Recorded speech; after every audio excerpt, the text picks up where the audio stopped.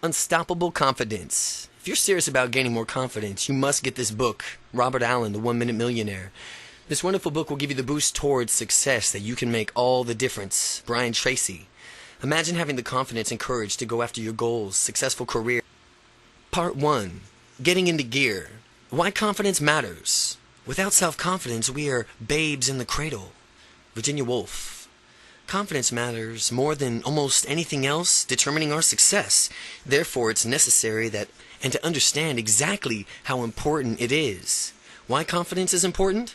Confidence is vital because it's the difference that makes the difference. When people consistently take action and make the appropriate course corrections, they get massive results and achieve all their goals. However, if they lack the confidence to take action, they will stay stuck. It would be no different than if they had no dreams or no goals at all. And after all, what's the point of wishing for anything if you don't pursue it? Having confidence, especially when it comes to having the ability to communicate, is absolutely essential. Without it, people don't communicate effectively. The degree from which you are confident and communicate well with others is the degree from which you will succeed in life, no matter what context you're referring to. Business, family, friends, in which you'll experience in your career and so on. It is directly proportional to the degrees from which you will experience a rewarding and fulfilling life. We are naturally drawn to confident people. Imagine what it would be like to have people coming up, just wanting to meet you simply because you're so confident that you automatically make an impression in their minds of being somebody different. Imagine how it feels to exude attractive energy, one that radiates out with and attracts people to you. Confident people appear to be more credible. Being confident will immediately turbocharge your success in the business and relationships because you will come across more credible. If people ask you a question, you look at him or her straight in the eye, you have confidence and physiology, answering with an authoritative tone. It took a few blown real estate deals for me to learn this lesson the hard way. After all, if you don't project that you believe in yourself, how are investors supposed to believe in you? Confidence can make your dreams come true. Right now, as I write this book, I'm actually dictating it into an audio cassette recorder on a beautiful Thursday afternoon in Oregon, and I hear geese quacking in the background. It's a beautiful blue sky reflecting off a lovely pond. It's a puffy cloud kind of day, and there you want to relax and enjoy yourself, but it is because of using these techniques I'm prescribing that I'm going to be able to do so. My journey to unstoppable confidence. Now, before you think I was always this confident, let me tell you my story. I share this miserable tale of shyness and let you know that no matter how shy or unconfident you are now, you can improve and become more confident. My shy self. I had always been a shy child, continuing to shy into my shy young adult. I had a small, select group of close friends my entire life. I've never found enough confidence to introduce myself to strangers, and it led to a serious difficulties for me in dating and having relatings to women. And my friends and I excelled in school. It was our main focus, yet in the back of my mind I knew that I was missing out on something when all the other people in high school were going out on dates. I thought to myself, man, it must be different, or what's that something that must be wrong with me? Consequently, I found myself rationalizing that I could be a great Lothario if I chose to, but in the main area of concentration and excellence was school. However, deep down I secretly desired to trade places with some of the other kids just to experience what it was like to go out on a date and even be comfortable with someone of the opposite sex. And the more I thought about it and how much fun they were having, hanging out and having normal teenage experiences, the worse I felt about myself. And it was as if I lacked the ability to really connect with other people on a deep level. Searching for the new way to escape, I turned my studying event harder into burying myself in the books, and at that time it was all I knew how to do. Now, in reflection, I can easily see that there were other choices available at the times, and we always have options, and it's important to be able to recognize many of these possible, and then naturally decide for ourselves which option suits us best. In 4 years of high school, I went to exactly one date. One, of course, it wasn't from who I initiated it. The girl approached me, asked me one day, and asked me if I wanted to hang out with her one night. Smiling broadly and trying to contain my overwhelming enthusiasm as an incredible, unprecedented event, I gladly accepted. Later in the week, she called me, and then we set the date, and following Friday, and the night came, she picked me up, and we went to a fast food restaurant nearby. All throughout the dinner, the conversation was strained as she tried her best to pry me loose from my shell, and everything that came out of the shell, I automatically retreated back into it simply because of my dreadful habit of shyness. She did her absolute best to talk with me and have a good time. Still, I couldn't tell she saw my shyness as an obstacle to getting to know each other. And my saving grace was that I smiled a lot and reciprocated every question she asked me. The conversation went better as long as she did the talking. After we finished dinner, she drove us up to the mountains. We had a lookout point with a beautiful view of the city, and I was clear in a clear night sky with the stars illuminating high. She asked me for suggestions on what I wanted to do, but I was too shy to suggest anything for the fear of rejection. I didn't really understand the meaning of this field trip. Only later did I learn from high school that other high school friends that the place we went to was the designated makeout spot. While I was able to maintain good eye contact with the young lady, sometimes there was pauses in the conversation that seemed like an eternity to me, and at these times my internal dialogue came alive as if it were an annoying young sibling whose life mission was to prevent me from enjoying myself. Does she want me to kiss her? What if I have a gunk in my teeth? What if I kiss her, and should I do it? Does she really like me? Is she bored with me? What should I say next? Why are we really here? What does it mean? What should I do next? Do I look at the stars outside the car with her, or should I hold her hand? My goodness, she sure is pretty. Is she noticing me? Turning red and with embarrassment? How come I'm so darn shy? Do I want to kiss her? What should I do? When should I do it? The internal dialogue continued on, it's like for an entire night. No wonder I could not hold a conversation with her. How could I when I was so busy having conversations with myself? None of my attention was left over to talk to her. After an hour or more forced conversation, she finally dropped me off at home and offered a handshake, lieu of repeating one of my previous awkward episodes. Though the high school gossip grapevine, I found out that the young woman had recently broken up with her long-term boyfriend, immediately called me out.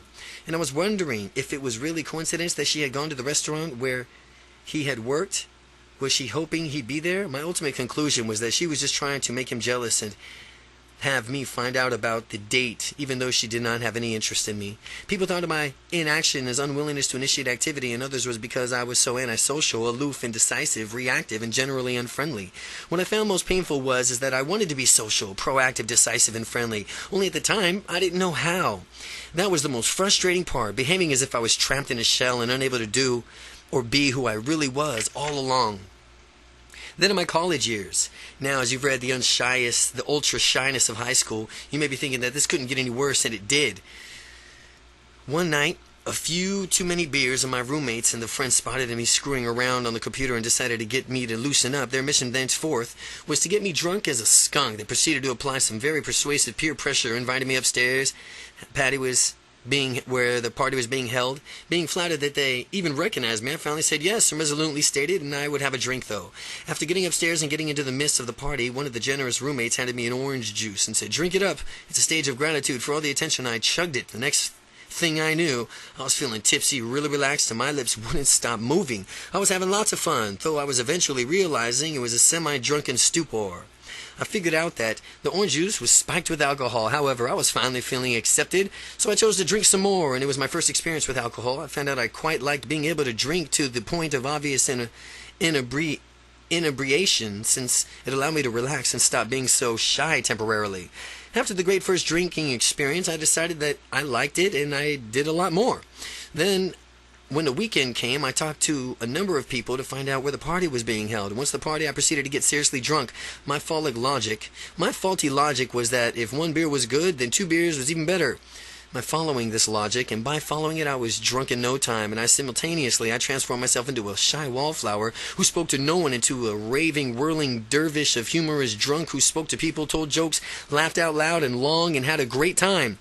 But it was at these parties that my friends had to tell me it was time to go home. But I never wanted to leave. This was my escape from the shyness, and I wanted to last as long as possible. I needed it to last as long as I could make it. That was why I was metaphorically playing the doctor, prescribing alcohol to myself and self-medication for my shyness. And at this point in time, you'd be wondering whether one of the unstoppable confidence techniques to get sloshed and drown out the shyness with alcohol. The answer is no. It's just that at that time I didn't realize that there was other ways to overcome shyness, and as a result of these parties I woke up in strange places, forgot what I had done previous nights before I was drunk, felt miserable, hangovers still in my mind. Drinking was my ticket out of shyness, and what I hadn't realized was that I had other options. But without these other options to be more confident, I did the best I could with what I knew, and that unfortunately was to drink to excess. One day after having miserable hangover, I crossed the threshold and I knew it was time to stop. I decided that there was another way, and after all, I'd seen other people who behaved confidently without resorting to getting smashed. I decided I'd find out just what it was that they were doing. My search for solutions. My search for solutions began as I was searching for answers. I found myself reading a number of self-help books. From the self-help books gained a little knowledge, useful exercise, and enhanced my confidence in myself and allowed me to relax in the presence of others. Finally, I promised myself that I would become confident in whatever I wanted to do. And I was fiercely determined to gain confidence, ultimately in the experience of breaking out of my shell that made it possible. Specifically in the case, I was talking to women. I decided I would approach every single woman I saw. At first, it was simply smiling at them, and you know what? They responded. Not all of them, but enough to encourage me to expand my comfort zone a little further. The small success catapulted me into the next step, expanding my comfort zone. Next, I would approach women and simply say hi. Again, the slight widening of my comfort zone encouraged me, and after all, I was an adult and had to take care of my confidence myself. I had two choices. I could either retreat back into my comfort zone and be shy, blaming someone else for making me that way, or I could take responsibility and go for it. Then my confidence really grew. I got to the point where I could meet women and gain instant rapport with them, conversation with ease. Following your dreams. Following your dreams confidence ultimately gave me the ability to leave my job and start my own business. Confidence is what I needed to follow my dreams.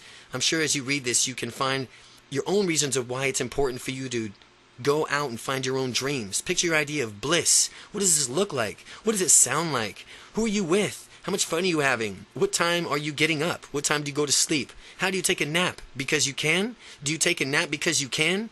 No matter what your dreams are, when you use the techniques in this book, you'll develop an unstoppable confidence to go after those dreams and make them a reality. By keeping your vision in mind, imagining it vividly and regularly, you automatically teach your unconscious mind to lead you to that day. And won't that day be wonderful? Chapter 2. Origins of Confidence. Courage is resistance to fear, mastery of fear, not absence of fear. Mark Twain. Up until now, how have you thought of yourself? Were you shy like I was? Were you tentative? Lack of confidence usually comes from one of the following areas. Lack of confidence usually comes from society at large, your parents, school and your peers, and then mass media. Well, in addition, you may have become shy because of hypersensitivity or even because you believe that you were born that way. In this chapter, we'll explore the reasons you may lack confidence. In the process, we'll debunk the false premises behind these reasons. And if you have children, we'll discuss how you can prevent shyness from happening to them. You'll instill unstoppable confidence in them. Society. In many ways, society's conditions people to go with the flow, or you better accept what is offered and not to make any waves or go against tradition. Well, sometimes this is falsely interpreted as advice to not follow your dreams. If you need to step outside of what is normal or usual to pursue your dreams, then do that exactly. So society is not your influence. Parents. Parents can be a major contributor to your lack of confidence. Throughout life, their purpose is to teach their children, to help them to experience their full potential, to be who they were meant to be. Yet sometimes parents strip away the child's individuality and inadvertently instill what the child perceives as limitations. Parents often try to get the kids on conform to the view of what they think is correct. And how many times have you heard these following phrases? Act like a grown-up. Stop acting childish as if that were a bad thing. Be realistic. Or get your head out of the clouds. And you're such a dreamer. Or you can't do that. No one has ever done that before. Parents usually have positive intentions motivating their behavior, yet sometimes they don't communicate that. Take the phrase act like a grown-up. What does that mean? Well, to have all the limits most adults do. But not to play and experience pure joy like a child, to not learn, wonder, or explore. If that's acting like a grown-up, I'd rather pass. Or consider the phrase, stop acting childish. Well, the notion of exploring, laughing a lot, or learning a lot, or really what life is all about. So it would seem like kids have the right idea after all. By this definition, acting childish or stop acting childish, it's a natural state of humans actually. What's about the notion of being realistic? What does that really mean? Realistic according to whom? Well, how specifically should I be realistic? The phrase is ludicrous, and calling people dreamers or telling them to get your head out of the clouds does not help them. It only instills limits in them and helps to bring them back into the blind of what is socially acceptable. School.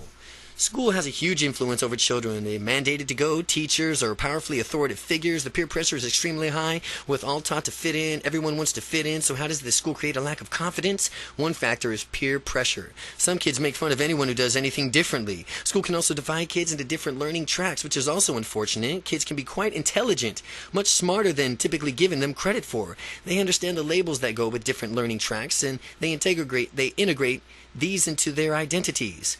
The students labeled slow integrated this as a belief, I stink at math, and as they beliefs help shape their reality and their whole way of being.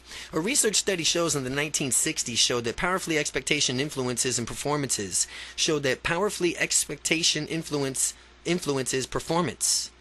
One teacher was told her class students was exceptional, but the reality is they were standard across the section students with exceptional. Class performed exceptional that year, and the teacher commented on how eager the students wanted to learn and how much they enjoyed teaching.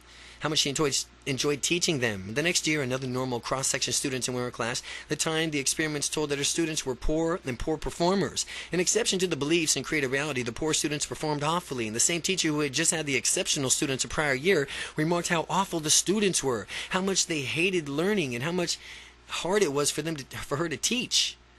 Now, we could take this idea and project only positive expectations onto our children. Furthermore, we can expect excellence from all of these people we interact with. You can expect excellence from everybody, and it will surprise you to learn how often people will rise up to whatever standards that you set for them. Mass media. A lack of confidence also comes from the media, mainstream media funded in advertising. Ultimately, it's out to get people to consume. Network television programs free because advertisers give them networks large amounts of money in order to introduce their products to the captive audience. Terrestrial radio is free for the same reason. Individuality is dangerous to these advertisers because when you think of for yourself, you can decide for yourself whether the producer is right, the product is right for you or not. You won't be buying for the sake of conformity and keeping up with the Joneses. It is to the advertiser's benefit if you lack confidence. They have tactics of telling everyone else that the product is there for them, and it must be as well. If it's for everyone else, they teach you to feel bad if you don't have their product. They teach you that life can become an instant party if you consume their product. My favorite example is that this is a stereotypical beer commercial. To watch less than healthy guy watching TV endlessly, you see him giving a beer and you already know what happens next. At least according to the commercial, life instantly becomes a party. Beautiful women swoon over him if he realizes he has his dream sports car. He's vacationing on a tropical island. He can forget about any of life's ordinary troubles. It behooves the media to do this to sell more products. Hypersensitivity. Hypersensitivity, sometimes being oversensitive, can lead to shyness. People can become afraid of doing anything or fear the offending person or getting into trouble. Being sensitive may be useful in some contexts, such as when you really want to emphasize with another person. But if a person is super sensitive all the time, it becomes detrimental. I know this because I used to be hypersensitive and I never spoke or never stepped outside of the comfort zone. I never did anything that might have the remote possibility of aggravating people. This occurred in a result of my incapacitated fear. I figured that since I was so sensitive, others must be the same way. Therefore, I decided to stop. I decided it was necessary to tiptoe around people so as to manage their feelings. Only later did I discover the nonsense this turned out to be. It's important to be sensitive to one point, but at the same time, you need to have confidence to do what it takes to achieve your goals. People are remarkably resilient, and if you have the confidence accidentally hurt someone's feelings, there's a very simple remedy: your apology. You apologize, resolve not to do it again, and move on. It's really that simple. The myth of shy gene. Some people label themselves as, I just have the shy gene. It brings me to the myth of genetic shyness. Many people simply accept the shyness as rationalizing it by saying, well, that's just the way I am. Or what a loaded phrase. Step back again. That's just the way I am. Or that's just me. That's who I am. What a loaded phrase. These people need to stop saying that as if they are chanting negativity reinforcing mantra. The real secret is broken affirmations that keeps people stuck. The affirmation every day and in every way I'm getting better and better. What about that affirmation? Every day and in every way I'm getting better and better. It's famous affirmation by Emile Coe. It's an early self-help pioneer, and I'm shy because that's the way I am. That's also an affirmation. But it should be appended with the statement, according to me. You can decide that you were born with shyness, sure, but you can also decide that you could break free from it. And the myth that person simply is or is not shy is one of the worst myths ever passed from a disempowered people to the other disempowered people. Believing that your parents were shy and that's what caused you to be shy is no excuse. The same goes for kids. People do not become shy automatically. They are born. There's no shyness gene. People become what they've learned to behave and act like in a certain way. When I was shy around people, it was because I was in the habit of looking at a person and thinking he or she won't like me. This was always left in my mind. I was feeling bad inside, picturing the person rejecting me and feeling immense and paralyzing fears.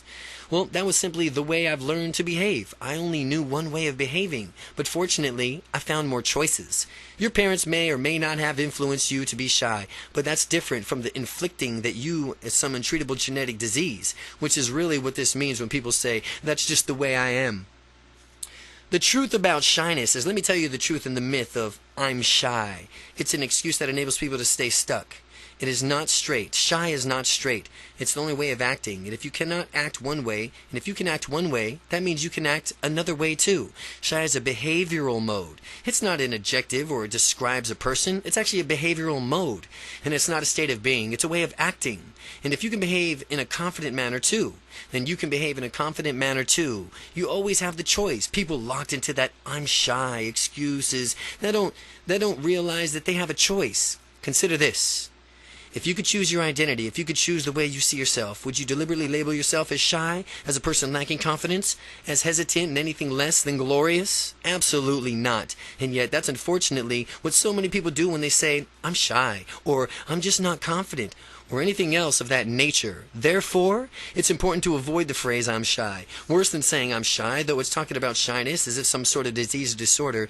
Yeah, he has a case of shyness. He has a shyness disorder.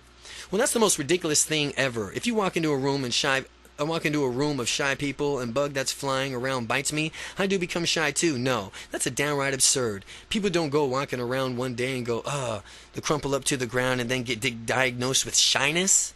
The fear and F-E-A-R, fear.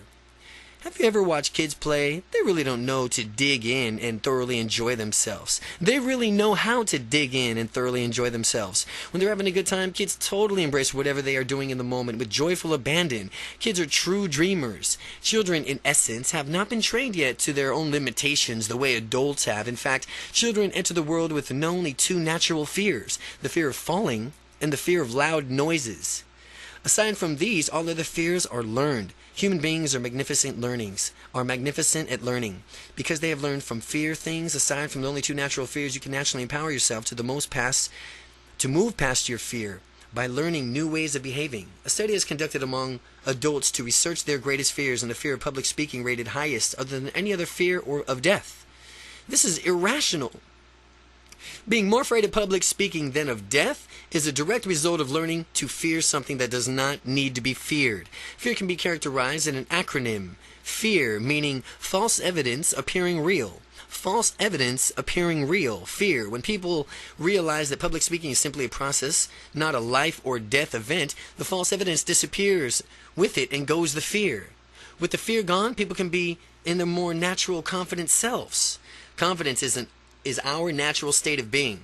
It's a state of confidence. Should we be natural in a state of being? The fact is that we were born and simply not self-conscious. It's not like we popped out of the womb and say, oh, I'm naked. Could somebody please give me some clothes here? Oh, I'm shy now. Oh no, everybody, look at me, I'm naked. Children are already in their natural state of being, absolutely confident, full of wonder, ready to explore the world around them. What if we were to adopt that same childlike attitude for going after what we wanted to in the world? When you were first born, did you immediately stand up and start walking around, though it were not completely normal to you? Obviously you did not. Well, neither did I, and neither did anyone else. In learning how to walk, children take that attitude. Hey, I'm going to do that walking thing. And I see others around me doing it, so I know I could do it too. I'm going to persevere. It didn't matter how many times I fall down. It didn't matter how many times I got up. All that mattered is, it only mattered that I just kept getting up.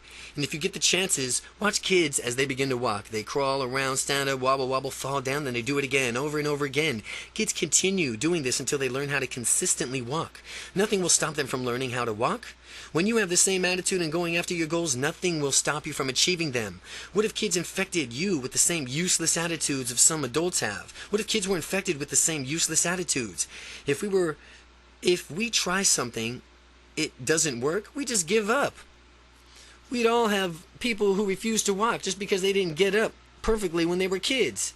They tried it once and they didn't even work, or try it again, so they gave up and decided they weren't going to be walkers. Can you picture a little baby with his arms crossed, pouting, scowling intensely just because he took the lackadaisical adult attitude? If something didn't immediately work, then he just gave up? Can you imagine a little baby saying, in a snooter manner, "Walking isn't for me, I do other things. I tried it once and it really was not cut out for me. Walking isn't for me." Kids kept going on until they mastered their skills. That's what they do. We as adults need to learn from them and keep that same attitude that kids have towards learning and walking.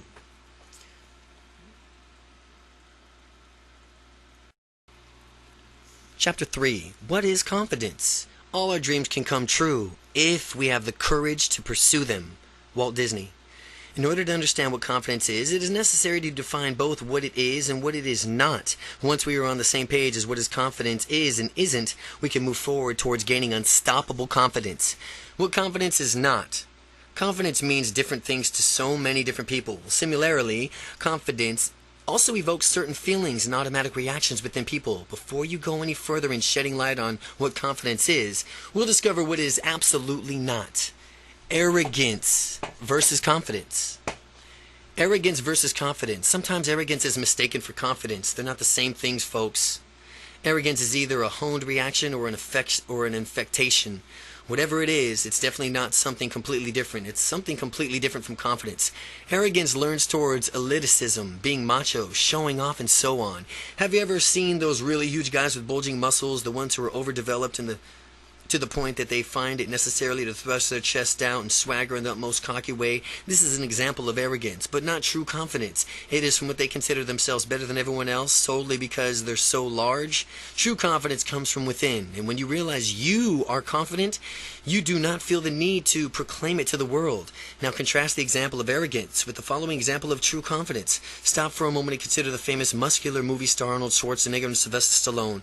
These guys did not go around with puffed up chests thinking they're better than everyone else. Instead, they had a quiet but powerful confidence that comes from acute awareness of their abilities. This is a major difference, and we'll explore this further later in the book. But it is never necessary to shout out from the mountaintops in order to convey that you are a confident individual.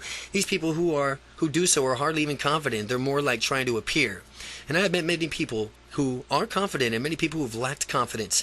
The truly confident people have the similar trait. It's that their confidence came from within and it did not have to be voiced. A nonchalant, matter-of-fact confidence is ideal. It's just a nonchalant, matter-of-fact confidence. Now, there's no need to brag about one's accomplishments. Those who brag are the only ones making their insecurities about themselves. Allow your results to speak for themselves. Action speaks louder than words. So, take your confidence and make it happen. If someone has to continually broadcast his or her confidence, it really makes me wonder. It seems that this person is not really confident at all. Instead, this person is often trying to convince himself or herself by proclaiming it to the others. In his or her own mind, this helps it more official. Makes it more official in their mind. But the person trying to gain confidence in an ineffective manner. Confidence comes from within, and when you believe in yourself, others will believe in it too. This is a universal law and a secret known to all leaders. It does not work another way around, no matter how much you would prefer it to. There are far easier and more effective ways to skyrocket your confidence than waiting for others to believe in you. You will learn them later on in this book as well. Now you have belligerence versus confidence. Now let's talk about the difference between belligerence and confidence. Using relationships as an example, sometimes women are apparently attracted to jerks. And I'm not sure many of us have seen the examples in our lives or perhaps what someone has currently done in this situation on the surface. The jerk exhibits some bad boy traits that some women may perceive as confidence. The jerk is probably convincing himself that he has it all going on. What masquerades as confidence to the jerk is belligerence. This presents oneself in a form of super aggressive attitude. You can and should always assert yourself whenever you deem it necessary. However, this does not mean bullying people, treating them badly, or trampling all over them.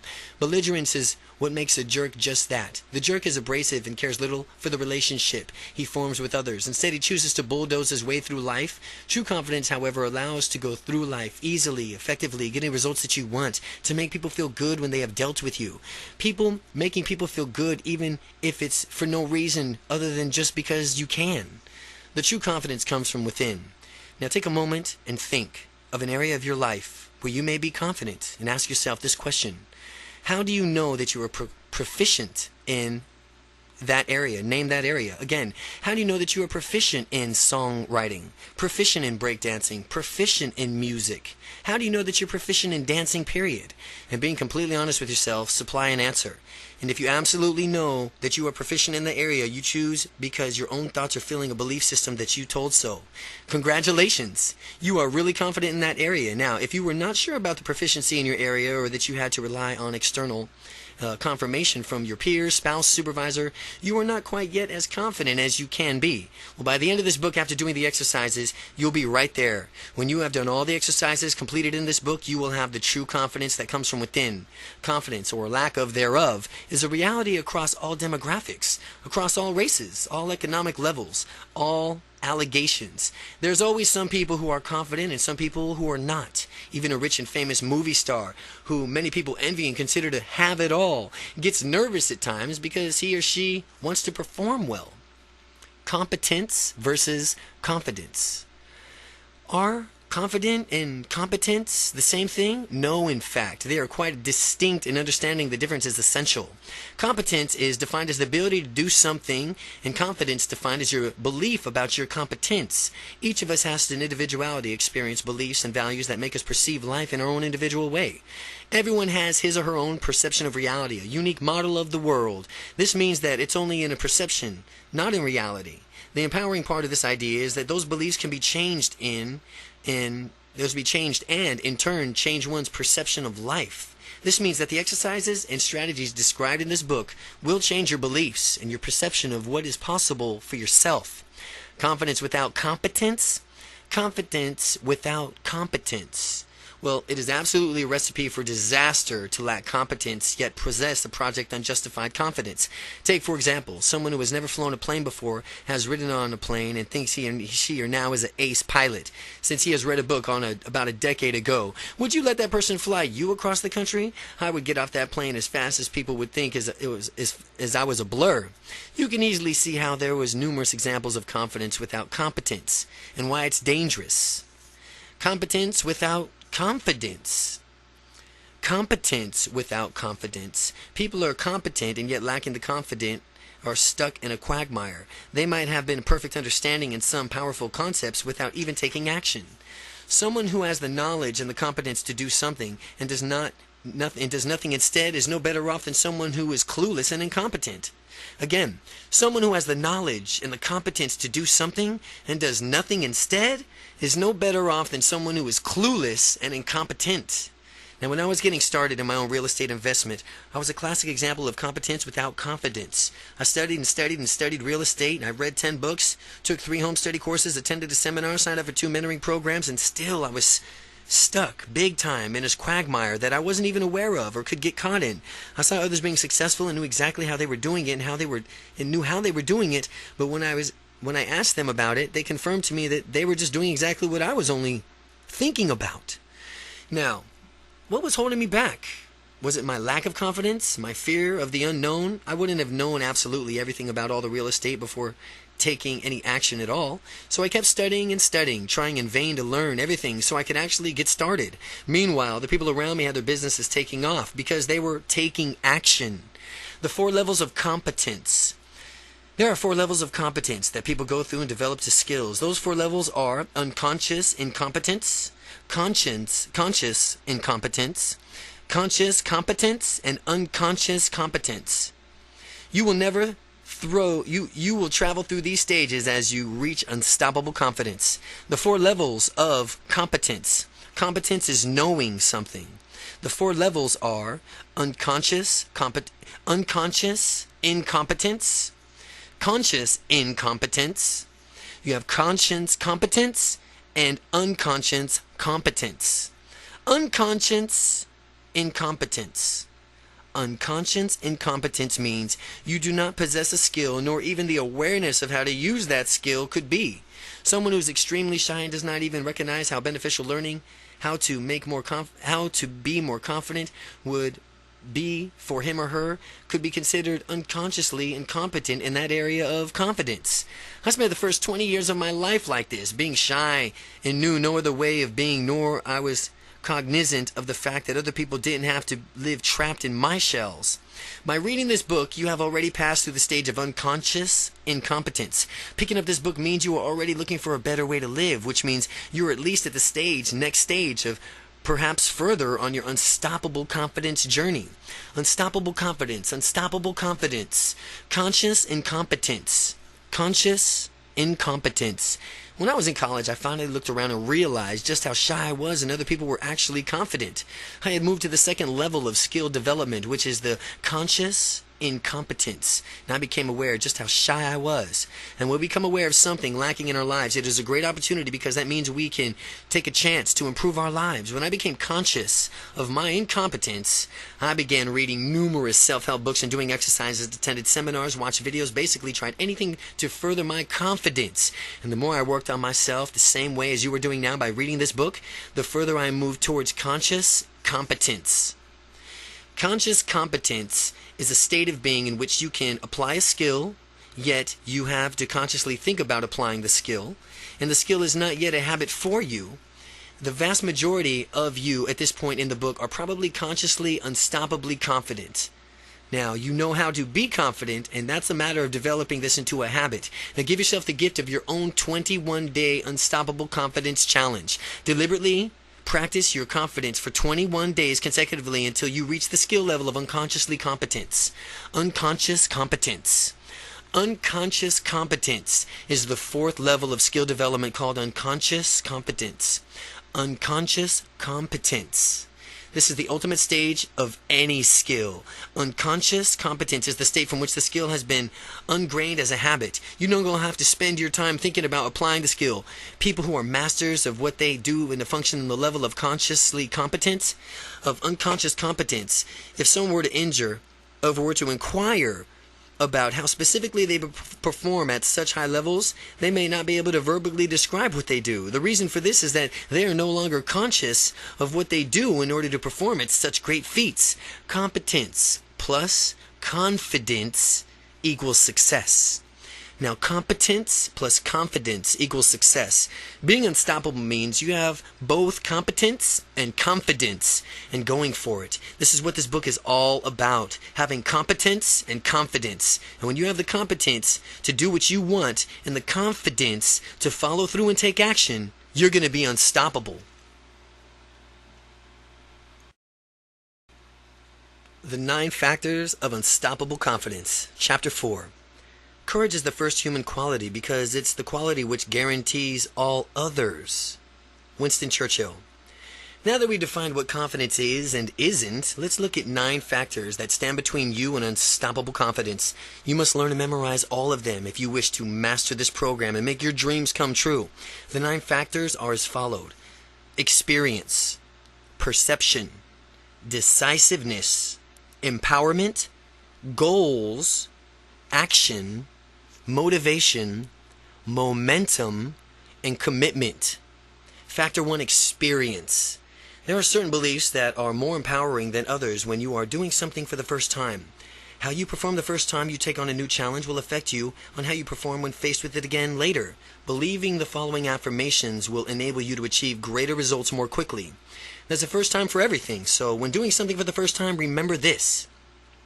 The first time I do this is the hardest. Each and every time I do this, it does get easier, and when I succeed, it will study my actions so I can improve even more. And if I don't get the right outcome, I'll learn from my mistakes and do things differently next time. And it does get easier. That's all you have to remember about doing anything for the first time. Keep these affirmations in mind as you overcome difficult tasks and tackle adversity in the forms of something that you have not done before. The Confidence Success Cycle. In this book, I've given you many generalizations about confidence, and it's important to define what confidence means to you specifically. Now, what do you expect to see, hear, feel when you experience confidence? The reason it's important to know is that so when you achieve the level of confidence you desire, you'll know when you've arrived. With ultimate confidence in yourself, and other people will believe in you too, also your belief in yourself will increase exponentially as others come to count on you. You will also have confidence to risk stepping outside of your comfort zone, and you will also find yourself achieving things that were previously impossible. This in turn will give you more confidence, and others will believe in you even further. This concept is the first basis for the confidence success cycle. Your confidence success increases cyclically as you continue to push the limits and achieve like you've never had before. Factor 2, perception. In the course of this book, I've introduced a lot of concepts, some from which you'll probably accepted straight away, and others from which you have doubts and had to think about more.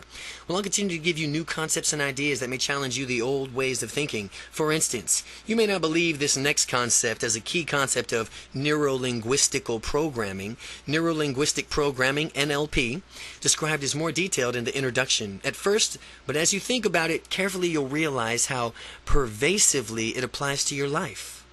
Already. Are you ready? What does it mean? Meaning does not exist as a concrete reality. It is purely a subjective phenomenon of perception. What does it mean?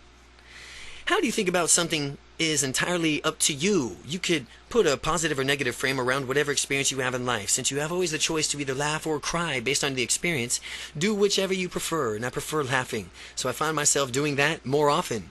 A friend of mine told me this story, and he was sitting on a bench out in a park right next to a rather large crack in the sidewalk, and a man came by, tripped on the crack, fell on his face, and fell face first into the bushes next to the sidewalk.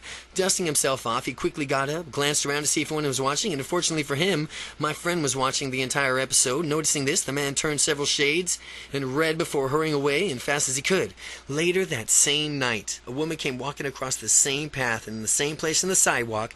She tripped, fell flat on her back, spontaneously reacted to let loose with a fully belly laugh. She laughed so hard she began crying. She acted as if the slip was the funniest experience she's ever had, and it seemed she could not stop herself from laughing. By the time her laughter had died down, my friend was staring at her nonchalantly. She picked herself up, smiled, and acknowledged my friend, and happily darted off into the night.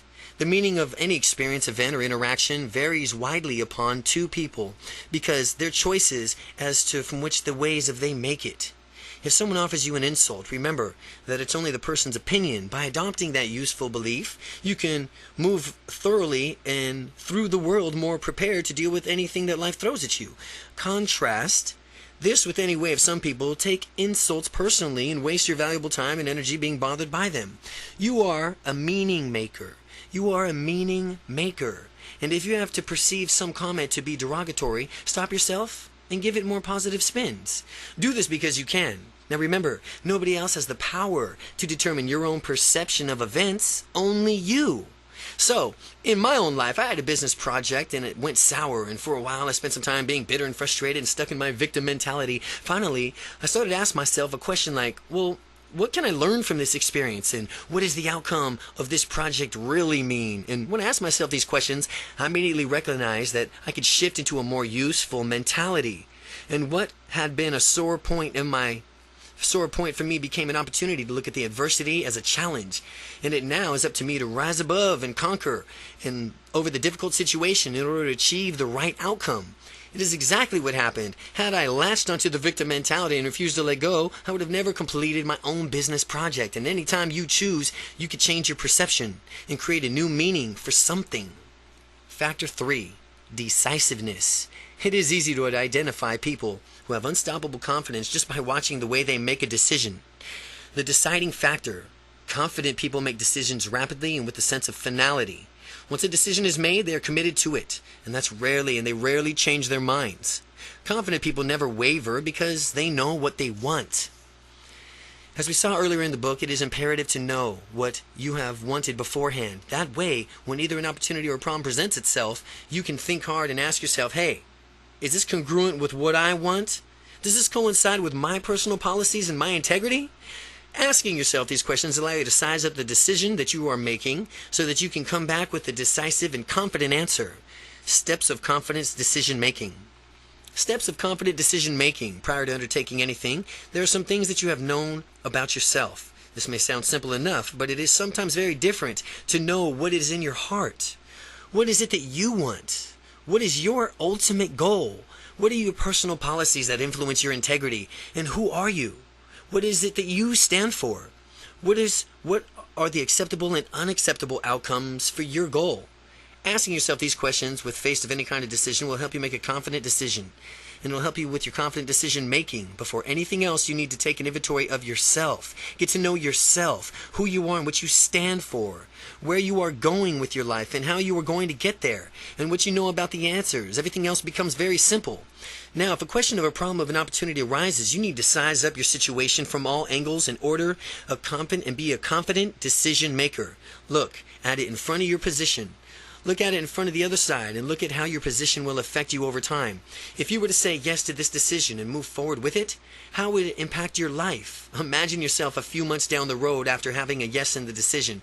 Imagine in 5 years, how is your life? Again, if you were to say yes to this decision and move forward with it, how would it impact your life? Imagine yourself a few months down the road after having said yes to this decision. Imagine 1 year, 5 years. Now how's your life? Think about how the future might be if you said no. What might your life be like then? What might it be like in a few weeks, months, few years? Once you have seen the picture clearly in your mind, decide that it's congruent with your goals or not, and let your goals be your roadmap always. Let your goals be your roadmap. Trust your internal voice.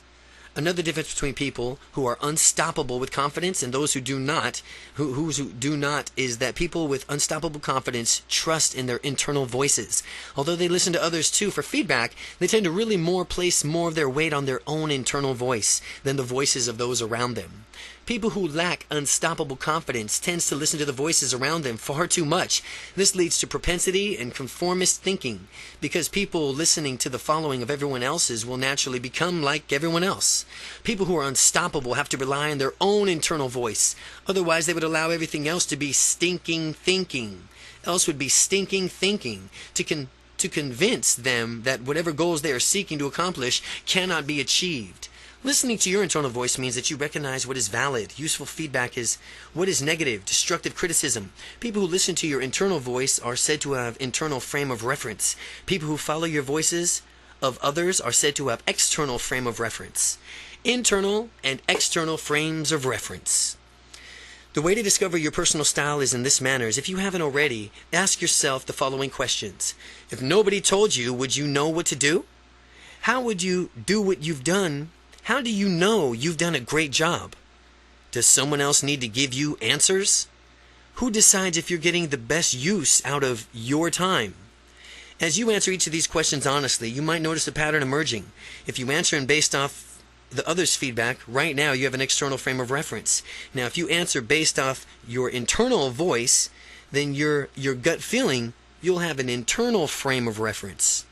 Factor 4, empowerment. When you are unstoppably confident, there is a powerful difference between you and the normal population. The difference is control. You have more control over the environment, over the emotional state, over your beliefs, ultimately over your actions. That is the simple difference between people who are empowered and people who are not. People who are not empowered have excuses, control. People who are not empowered have all the reasons why it is impossible to be, to do, or to have something. Those who are unstoppable realize that everything that you want to do is under their own control. They are the masters of their own universe, and they don't know how to do something. If they don't know how to do something, they realize that there's some other resource that will teach them how to do it. And I like to think of myself as a reverse paranoid.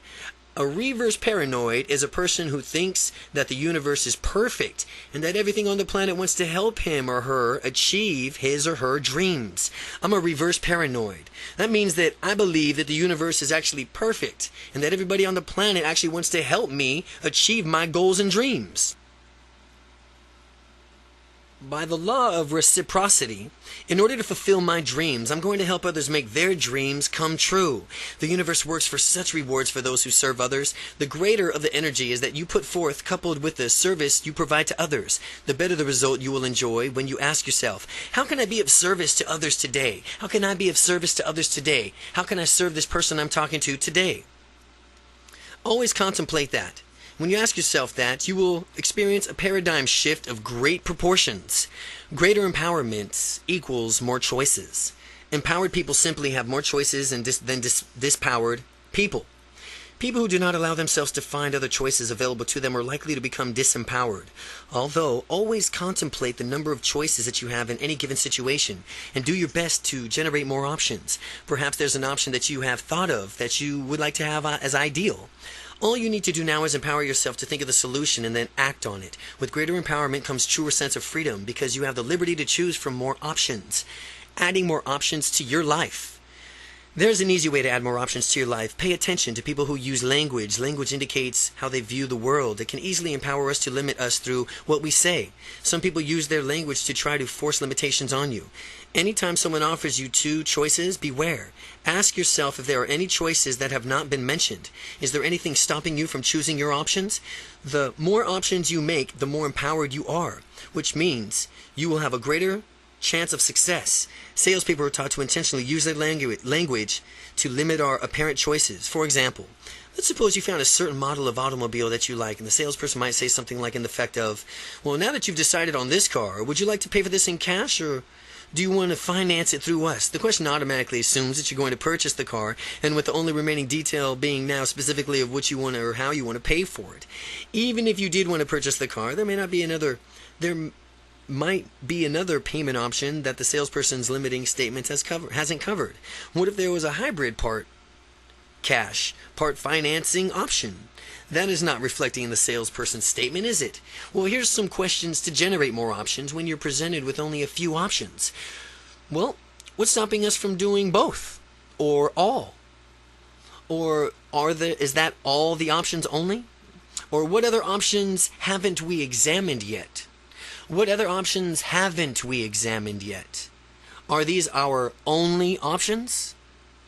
Disempowered people simply find themselves to lacking choices, which thus compelled to enact upon their addictions, not only of choice, but of our sheer necessity. Even if we were to consider psychopathic criminals, they appear as if they are forced to perform these evil deeds. In interviews, they often reveal how they went to great lengths to cover them up, as they did because they internally understood that it was wrong. Inevitably, the question gets posed to them of why they perpetrated the violent acts. As if they could truly understand the acts were immoral and wrong, they acknowledged that while they knew it was wrong, they felt as if they had no other options and their criminal acts were their only choice. Again, this is simply their perception of reality. I'm not condoning or apologizing for criminal behavior, but rather pointing out the fact that these people need to make better choices for themselves and do not need to first need to become aware of those choices and realize their validity. The initial step to becoming more empowered is to eliminate the belief that you have few choices and replace the belief to the knowledge that you have many choices. You always have the freedom to choose, no matter what the situation, even in the times from which you apparently lack a choice. There really is a solution. There really is always a solution. When you keep this belief as you go through life, you will find that you have an enriched sense of control over your life, which escapes most people. Factor 5. Goals. A natural complement to unstoppable confidence is being goal-oriented. Goal orientation and confidence form a combination that will make all of your dreams come true. Goal orientation and some confidence. Some confidence with your goal orientation is the recipe for a combination that will make all your dreams come true. Some set goals. Have you the foresight to know what you want in your life, to set up some long-term goals, and when they're fully realized, you will find yourself living your dream with your long-term vision defined? Plan out your own medium-range goals. These are the goals from which, between your immediate time and short-term ones, your long-term vision. Now, when you accomplish your medium-term goals, you will find that you are right on track to achieving everything else that you want. Break down all your medium goals into a smaller immediate goal with your accompanying of a next year. By the next year, then continue breaking down the goals until you have monthly and then weekly ones. Finally, you will have specific actions to undertake each and every day in order to move ultimately towards your dreams of life. Set an outcome for everything you do in life with your purpose. You will be glad that you did. As a way a climber reaches the summit of a mountain is to continue putting on a foot after another foot towards the top. It is the same way from which one runs a marathon, one step at a time. What is essential is always keeping going. Never quit. Do it now. Keep it going. Never quit. Do it now. At Harvard studies on goal setting that took place in the 1950s, in a Harvard study, there was a following study in the 1950s, and it followed up in the 1980s. The study is that in the 1950s showed that 3% of the respondents had set goals at the time of their graduation. By the 1980s hit, this 3% was financially worth more than the remaining 97% combined. Again, by the 1980s, the 3% was financially worth more than the remaining 97% combined. Now, these people had focus and direction, and these were displayed by setting their goals. They gained the maximum benefits from this book. You've got to set goals. We will begin this journey when we're taking together by setting goals in your own personal growths. Now, outcomes versus goals. Outcomes and goals are similar in scope, but they have subtle differences. Goals typically have weightier stakes attached, whereas an outcome is a mini-goal. An outcome is a mini-goal from which you desire from a particular situation. A goal is a dream with a deadline. When you hang out with your friends and the outcome is simply to have a good time, you don't have a goal when you're hanging out with them, but most recent goal in life is to sell a certain number of copies of this book within the next year. The magnitude of this goal, of this outcome differ. Though outcomes are much smaller in scope, they are still very useful. By identifying what you want out of any activity or interaction, you will much more likely be to obtain it. Now, if you didn't know what I wanted out of this interaction or activity, would you know how to proceed? I wouldn't. Well, after you decide on your outcome or goal, figure out what it's going to take to accomplish it. Now, what kind of person will you have to be in order to make these dreams come true? Again, when you got your goal in front of you, you have to figure out what it's going to take to accomplish this. And what kind of person do you need to be in order to make it come true? And once you know, commit to becoming that kind of person. Smart questions for making smart goals. Smart questions for making smart goals. Stop for a moment and answer these questions. Smart questions. S.M.A.R.T. S.M.A.R.T. Goals. What do you want to get out of this book? What's stopping you from getting this right now? What's important to you about achieving your goals? What will it be like for you to have accomplished the unstoppable confidence? What will having unstoppable confidence do for you? Are you ready to eliminate all your fear, uncertainty, and hesitation and doubt forever? How will you know when you have unstoppable confidence? Well, after answering these questions, you are now ready to set a SMART goal for yourself. The acronym SMART stand for SMART. Specific, measurable, achievable, realistic, timed. Specific, measurable, achievable, realistic, timed. SMART. Specific makes your outcome specific when you state when you will see, hear, feel, and experience it. This will help you provide points from you can check to verify if you have undoubtedly achieved your desired outcome. A general outcome may be, well, I want to get confidence out of this book. And that does not work as well as following up specific outcomes. I want to gain 2 specific strategies from eliminating my fear of changing jobs and gain confidence in knowing I will succeed at whatever I have a job.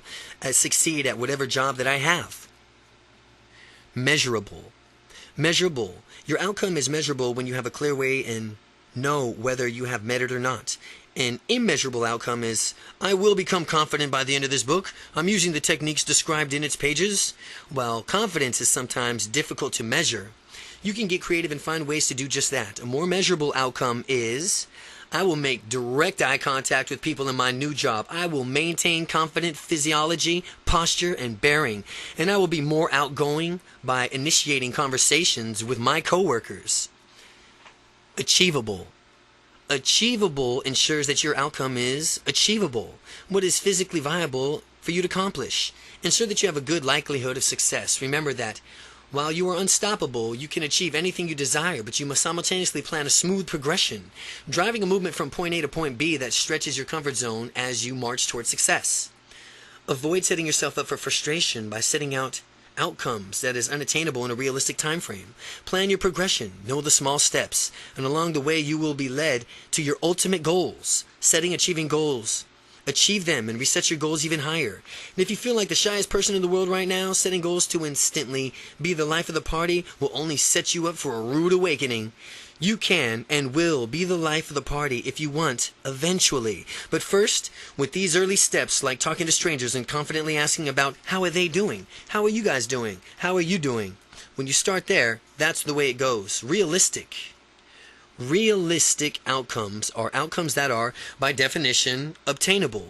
And if you want to grow wings and fly, that is not going to happen. Asking for an unrealistic outcome is sets you up for a failure. Now, when you set realistic outcomes, you will be proud of yourself when you achieve them.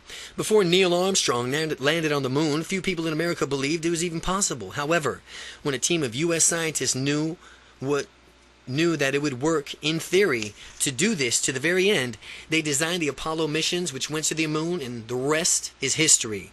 As long as your outcome has a basis in reality, the theoretical feasibility, it is realistic. Timed. Make sure your outcome is timed by attaching specific deadlines to the accomplishment. As often as people want their dreams and they are to start aglow with a euphoria, they describe them to me as a perfect detail. Later on in the conversation, I inevitably ask them what their goals are: immediate, short-term, and long-terms. Their goals, if any, are radically different from and do not bear any resemblance to their dreams. Their dreams are what they really want. Those dreams are unlikely to be achieved unless there is a deadline attached, along with a workable plan on how to achieve those dreams. Goals are dreams with deadlines. Important goals do nothing for one's motivation. This is why it's so important to have an outcome of a book and a timeline as to when you want to achieve your specific measurable results. Goals are dreams with deadlines. Impotent goals do nothing for one's motivation. That is why it's so important to have an outcome for this book and timeline as when you want to achieve your specific measurable results. A good example is, by the time I finish this book, after I gain unstoppable confidence, I'll be able to walk up to any stranger and introduce myself. Another good way is, I will feel calm and relaxed when talking to strangers in social situations. Setting a goal contract. Along with other goals that you are setting, I want you to specifically set a goal for your confidence. I want you to set a specific, measurable, achievable goal for your confidence, and I want you to see through it to the finish. I've used this concept in the part of my goals, all the areas of my life, and I've always found it to be amazingly effective. Write out your goals using the SMART criteria that we have discussed: specific, measurable, achievable, realistic, and timed. And at the bottom of the pages, make a space for your signature and your name on the date. And at the top of the sheet, give it a title: Goal Contract. And in legal definition of the contract, there's a meeting of the minds that you will write out the contract and sign it. Now think of it as a meeting of your own consciousness and your own unconsciousness minds. This begins legally binding a document, a legal contract, from which you must execute because of its binding power. Whether it's asking someone out for a date or demanding a raise from your boss, I want you to make it a goal to assert yourself confidently in at least one area of your life by a certain date near the future. Now remember, you're under contract now. Factor 6, action. Two young women both attended the same graduation class college 15 years ago. Samantha became a lawyer, and Kathy became an engineer in a high technology field. They are both proud parents, successful careers, faithful marriages. They own their own homes and by all appearances seem to be leading happy lives. The only thing missing is a sense of fulfillment in their careers. While they're both technically successful in their careers, they're equally disenchanted with them. Samantha does not find what she is doing fulfilling, and neither does Kathy. They do not eagerly look forward to work every day. 15 years later, however, something inside of them has changed, and they no longer find their careers rewarding. They both would rather pursue their true passions. Samantha has always loved baking and wants to open up her own bakery, and she learned how to bake as a child and has always enjoyed it. Samantha knows that she could do her own bakery and it could be a smashing success. She's envisioned it and people coming up from miles around to purchase her baked goods. Kathy has always loved music. She grew up listening to music. Every spare moment she could, she was singing in her church choir. She currently sings in a women's group, yet she visualizes what it would be like for her to be a pop singer with her own CD, performing for vast audiences across the country. Fast forward 5 years. Samantha, while still yearning for her bakery, she's taken no action to actually make her dreams come true. And during the days she passes, she feels like she's wasting time in her life, in her job, in someone else's dream. Instead of jumping out of the bed morning, she has to nag herself internally until she rolls out of bed and heads into work, and she yearns for Fridays, absolutely despises Mondays, spending the majority of her time waking hours doing something that she finds despicable. She finds as if she's wasting her life. Kathy has taken tremendous action in her past 5 years and consequently has an album out, tours the region, has the kind of fan responses to create sold-out shows. The ideal lifestyle that she dreamt of 5 years ago has manifested itself through her efforts. She cherished each and every moment of her life. Her time was been spent on stage singing the time she feels her most alive. She doesn't just exist. She knows she's living well. It seems as if her life is better and getting better every single day. Sure, she has her struggles launching her own new CD and getting her name out to be recognized. She has countless people to tell her so. In fact, of defeat, she persisted too. She never quit. She would have been easier to stay in her old job, and yet it would have been tremendously unfulfilling. Kathy paid the price through her commitment to live her dreams. She ultimately made her dream come true. Samantha and Kathy both had dreams and visions for their respective futures. Kathy took action and fulfilled her dreams. Samantha did not. The difference between the two is that Kathy had the confidence to put her plan into motion and take action. Samantha lacked the confidence, but the techniques Kathy practiced, combined with attitudes and beliefs she and other successful people hold while they pursue their dreams. These can be learned and put into use. Most successful people may not consciously be aware of these techniques, but it is subliminally applied techniques like these that can help you, and like them, achieve their intended results. Put it into action. Put it into action. Confidence comes by finding out what specifically you want and making a plan to get it and putting your plan into action. If you're doing well, ask yourself, how is it that you're doing so well? And consequently, you will know how to apply yourself and do it even better. And if you haven't been getting the results that you want, evaluate what you're doing wrong. Adjust your behavior accordingly and do things differently. As much as I'd like to say that all you have to do is incorporate these mental techniques into your life and get confidence, the truth is that unstoppable confidence comes from doing. Unstoppable confidence comes from doing. These mental techniques will help you out. Guaranteed. The most confident people out there are confident because they have proven to themselves over and over again that they have reasons to be confident because they have succeeded it so many times. They're people with the deepest parts of their minds, bodies, and souls that they are capable of being doers. The process of gaining confidence requires action. The goal contract that you set is preceding sections. It's going to fulfill itself. You will need to do something. Only taking action can give you the undisputed real confidence that you desire and deserve. Factor 7. Motivation. Motivation, another key to being such a go-getter, and how you motivate yourself. Do you motivate yourself with pleasure or with pain? Do you think about all the excellence of your life? Think about all the excellence or all the trouble that you want to avoid. You motivate yourself in one of those ways, and the only way from which one you know. Now, only you know which one. Are you moving towards the goals or are you moving away from problems? Methods of motivation. Don't move away from problems. Move towards goals. Methods of motivation. Both strategies can be effective in certain contexts. For example, trial lawyers often use pain avoidance strategies in order to construct strong cases for their clients. They seek to minimize damages from the opposing attorneys might do to inflict by creating a strong counter arguments. Again, for example, trial lawyers often use a pain avoidance strategy, which is in order to construct strong cases for their clients. They seek to minimize any damages that our opposing attorney might try to inflict by creating a strong counter-argument. The strategy of being pleasure motivated can be equally effective. In fact, a majority of the most successful people who have close family relationships, massive financial success, and career satisfaction have motivational strategies drawing on their own pleasure principle. You may have already realized which motivation style you predominantly utilize. It's having unstoppable confidence, and I encourage you to focus mostly on having positive motivation strategies, allowing you to seek better things in your life. The most successful people have the positive motivation, and if we want the same results, then naturally we should follow suit. The value of negative motivation. While having strategy to move towards excellence can be beneficial in certain circumstances, there's times you can also benefit by having a strategy that moves you away from pain.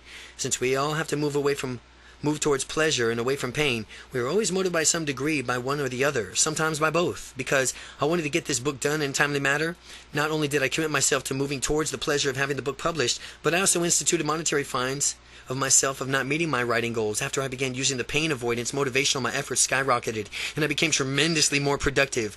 As you can think about it, I've applied this. You can think to see all the ways from which you can utilize towards pleasure, moving towards pleasure and away from pain, motivation methods in your life.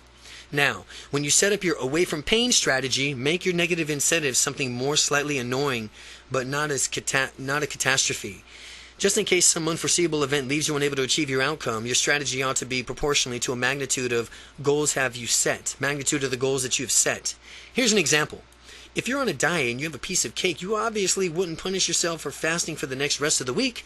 You would be ridiculous.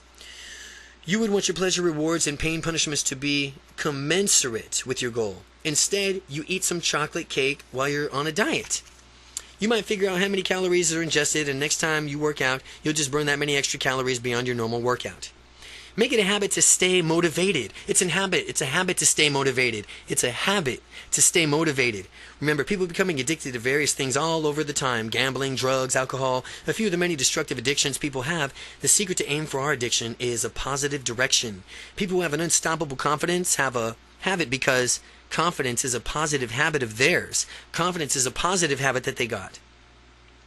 What makes the difference in our lives is equally of the habits we form. Each of us have habits already. Let's empower ourselves to have only positive, life-affirming habits and addictions. Habits are tremendously powerful. Without them, there'd be so many decisions to make every single day, we'd easily go on with information overload, as if we weren't almost there already. Habits simplify our lives, making us so we don't always have to think about what we want to do. We just do it. And that's why it's critical to develop good habits. On your goal contract, make it one of your goals to develop a confidence habit. Make it another goal to pay attention as you become more and more confident and evaluate your progress. Keep a confidence journal. I strongly recommend that you keep a confidence journal so you can see just how far you've come. By the time you fully are aware of it, you'll have unstoppable confidence. You'll review your journal, and naturally you'll be amazed to discover how differently you think and feel. By regularly reviewing your journal, you will also be able to immediately correct yourself so that you can have more confidence in the present and stay motivated towards your future goals. In your journal, feel free to jot down notes, specific techniques from things in this book that you will utilize in the next interaction to cause you to be even more confident. Factor 8. Momentum. Momentum is very valuable for increasing the confidence level. Momentum. One of the Newton's law of physics states that the object at rest tends to stay at rest unless it is acted upon by an outside force. Similarly, the object of motion tends to stay in motion. Applying the same law to confidence about if you are at rest, you may be a bit difficult to begin increasing your confidence. However, after overcoming the initial resistance, for the rate from which you gain confidence in yourself will soon accelerate. For people who have unstoppable confidence, it's easy to accelerate the rate from which you gain confidence. Stop for a moment and take a survey of how much momentum that you have in your life. Are you in motion? Are you out there making it happen? Are you going a little slower? Only you can honestly judge this for yourself. And do you need to crank it up a notch? No matter where you are, you can always increase your momentum. The best way to do this is by starting small. As you continue to take small steps each day, you draw closer and closer to your goals. The small things add up, and it's pretty soon you'll be leading your life in the way of your dreams. After you're at the top of your mountain, having fulfilled all your goals, you can look back and you can say, wow, what you've done, and marvel on how all those small actions you took led up to this massive success. These small actions can be any number of things. They can be simple steps to educate yourself on the goals from which you're in your sights, buying books, attending seminars, and so on. The way I become a full-time, real-life estate investing entrepreneur was by subscribing to the aforementioned strategy. I learned a branch of real estate investing called creative real estate investing, and it requires neither money nor credit, because when I started I had neither, and when I did, to allow me to go fulfill full-time into the business was I had to read a lot of books, attend a few seminars in real estate, and made some offers on houses each week, and made calls to sellers after every single day, and work every day. Every day you are either moving towards your goals or you moving away from them. Personally, I would like to always be moving towards my goals. Momentum is infinitely powerful, and you can make it work for you or against you. So make it work for you. Factor 9. Commitment. Commitment. When people commit themselves to their destiny, they go for it, full tilt. Consequently, to achieve their goals, master motivational speaker Anthony Robbins says, success is cutting off all of your options for failure. And as you realize what you're specifically wanting out of your life and decide that you're willing to pay that price to achieve it, you must be willing to commit yourself and cut off all options that lead to anything less than achieving your goal. Commitment is very powerful in fulfilling your dreams. Many people say, don't burn your bridges. It's just the opposite. I say, learn to burn and burn very well. Find out what you want to do. Commit yourself 100% and then burn away any options for failures. And ask yourself about all the excuses that might prevent you from accomplishing the goal. And after you do that, go through the torch of each bridge so that the only options is success. And because you've committed yourself to that result, when I left my corporate job as an engineer to a major semiconductor company, I committed myself mentally, emotionally, spiritually to living the lifestyle of my dreams by burning out all of my bridges, all of my ties to the company, potentially for getting my job back instantly vanished as options, potentially for getting my job back instantly vanished as options. Even if I went back to begging for my job, no job would be available to me. Success became the only option. You could do the same thing with your goal. Decide what you want, commit to it, and systematically burn all the bridges that might be standing in your way.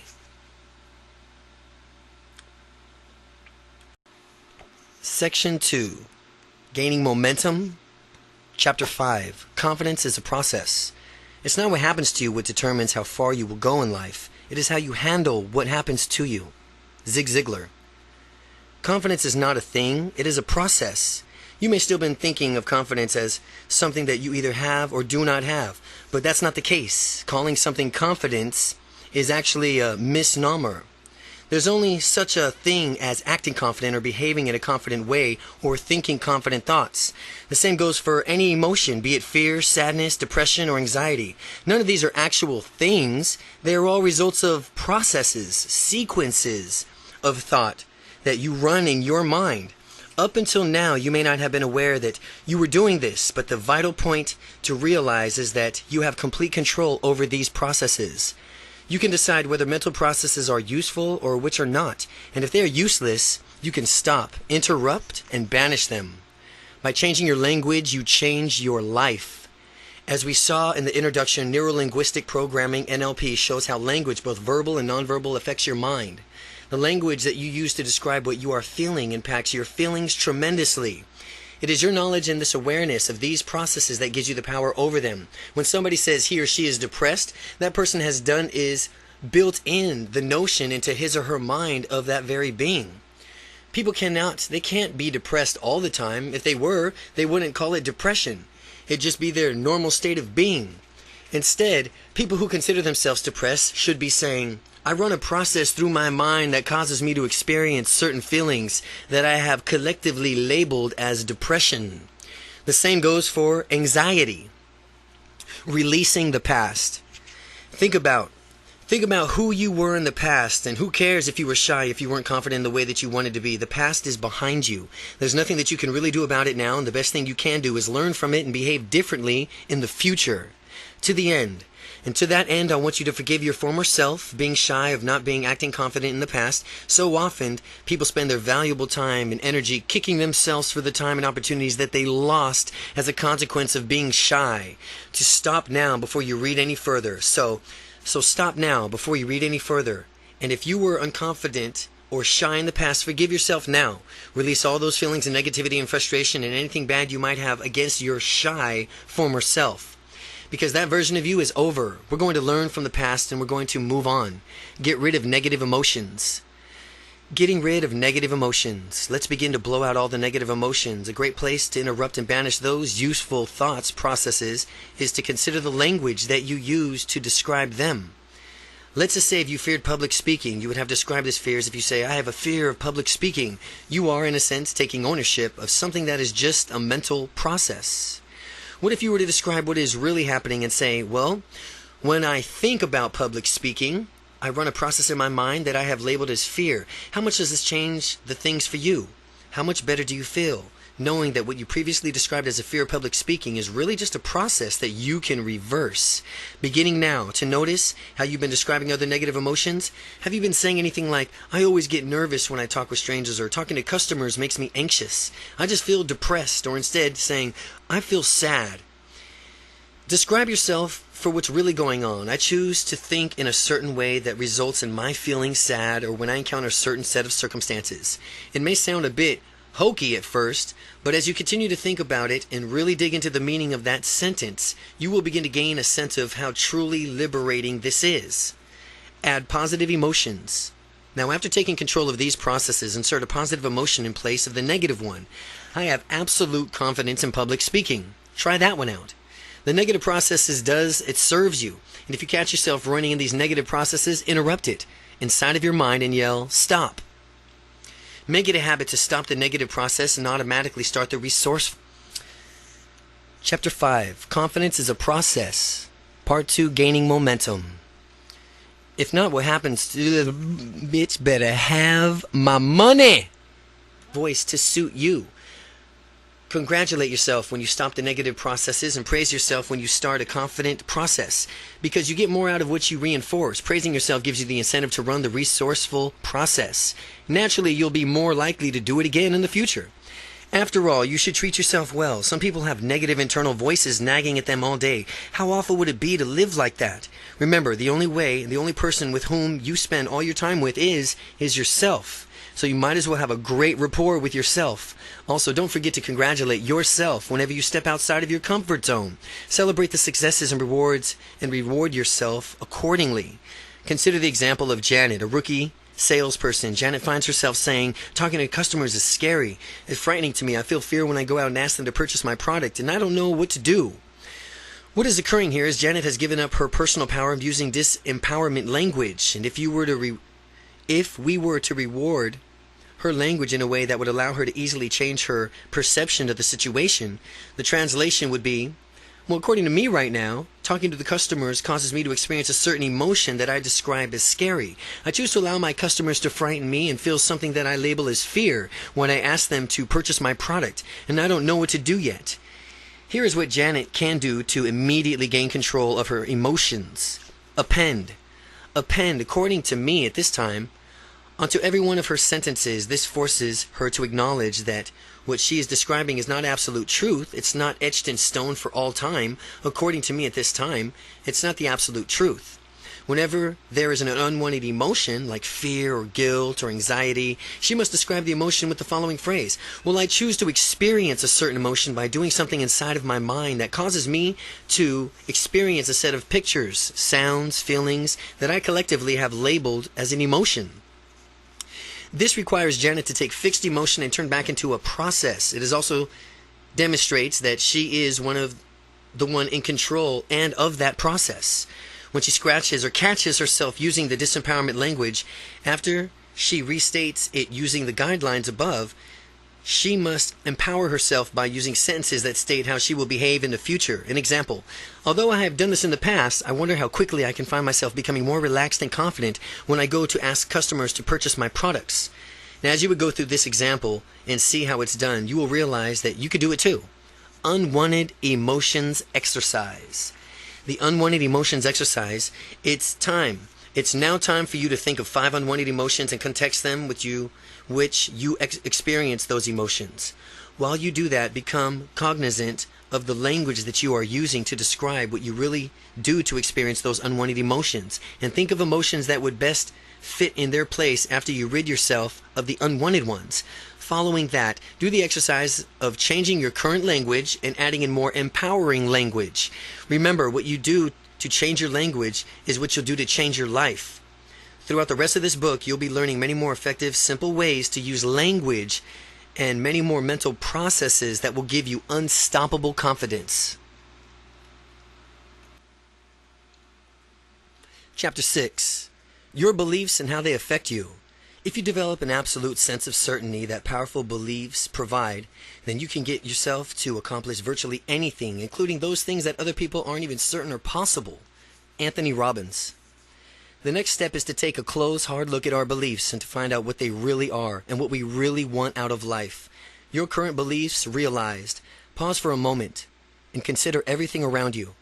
Everything that you have, everything that you lack stems directly from beliefs of yours. Similarly, all of your experiences that you've had and all of those experiences yet to be had are because of your beliefs. Beliefs are pervasive throughout our areas of life. They influence what we do and how we do it in any extraordinary degree. Your quality of life depends upon your quality depends upon the quality of your beliefs. The more useful and empowering the beliefs you hold, the more success you will attract. Understanding why we have beliefs, and more importantly, how can we consciously change them, is the most important of the key precepts of NLP. Beliefs are very influential in our lives. They have the ability to spur us into action and fulfill our dreams, or to keep us stuck in a mediocre situation. The difference that makes the difference is the quality of your beliefs.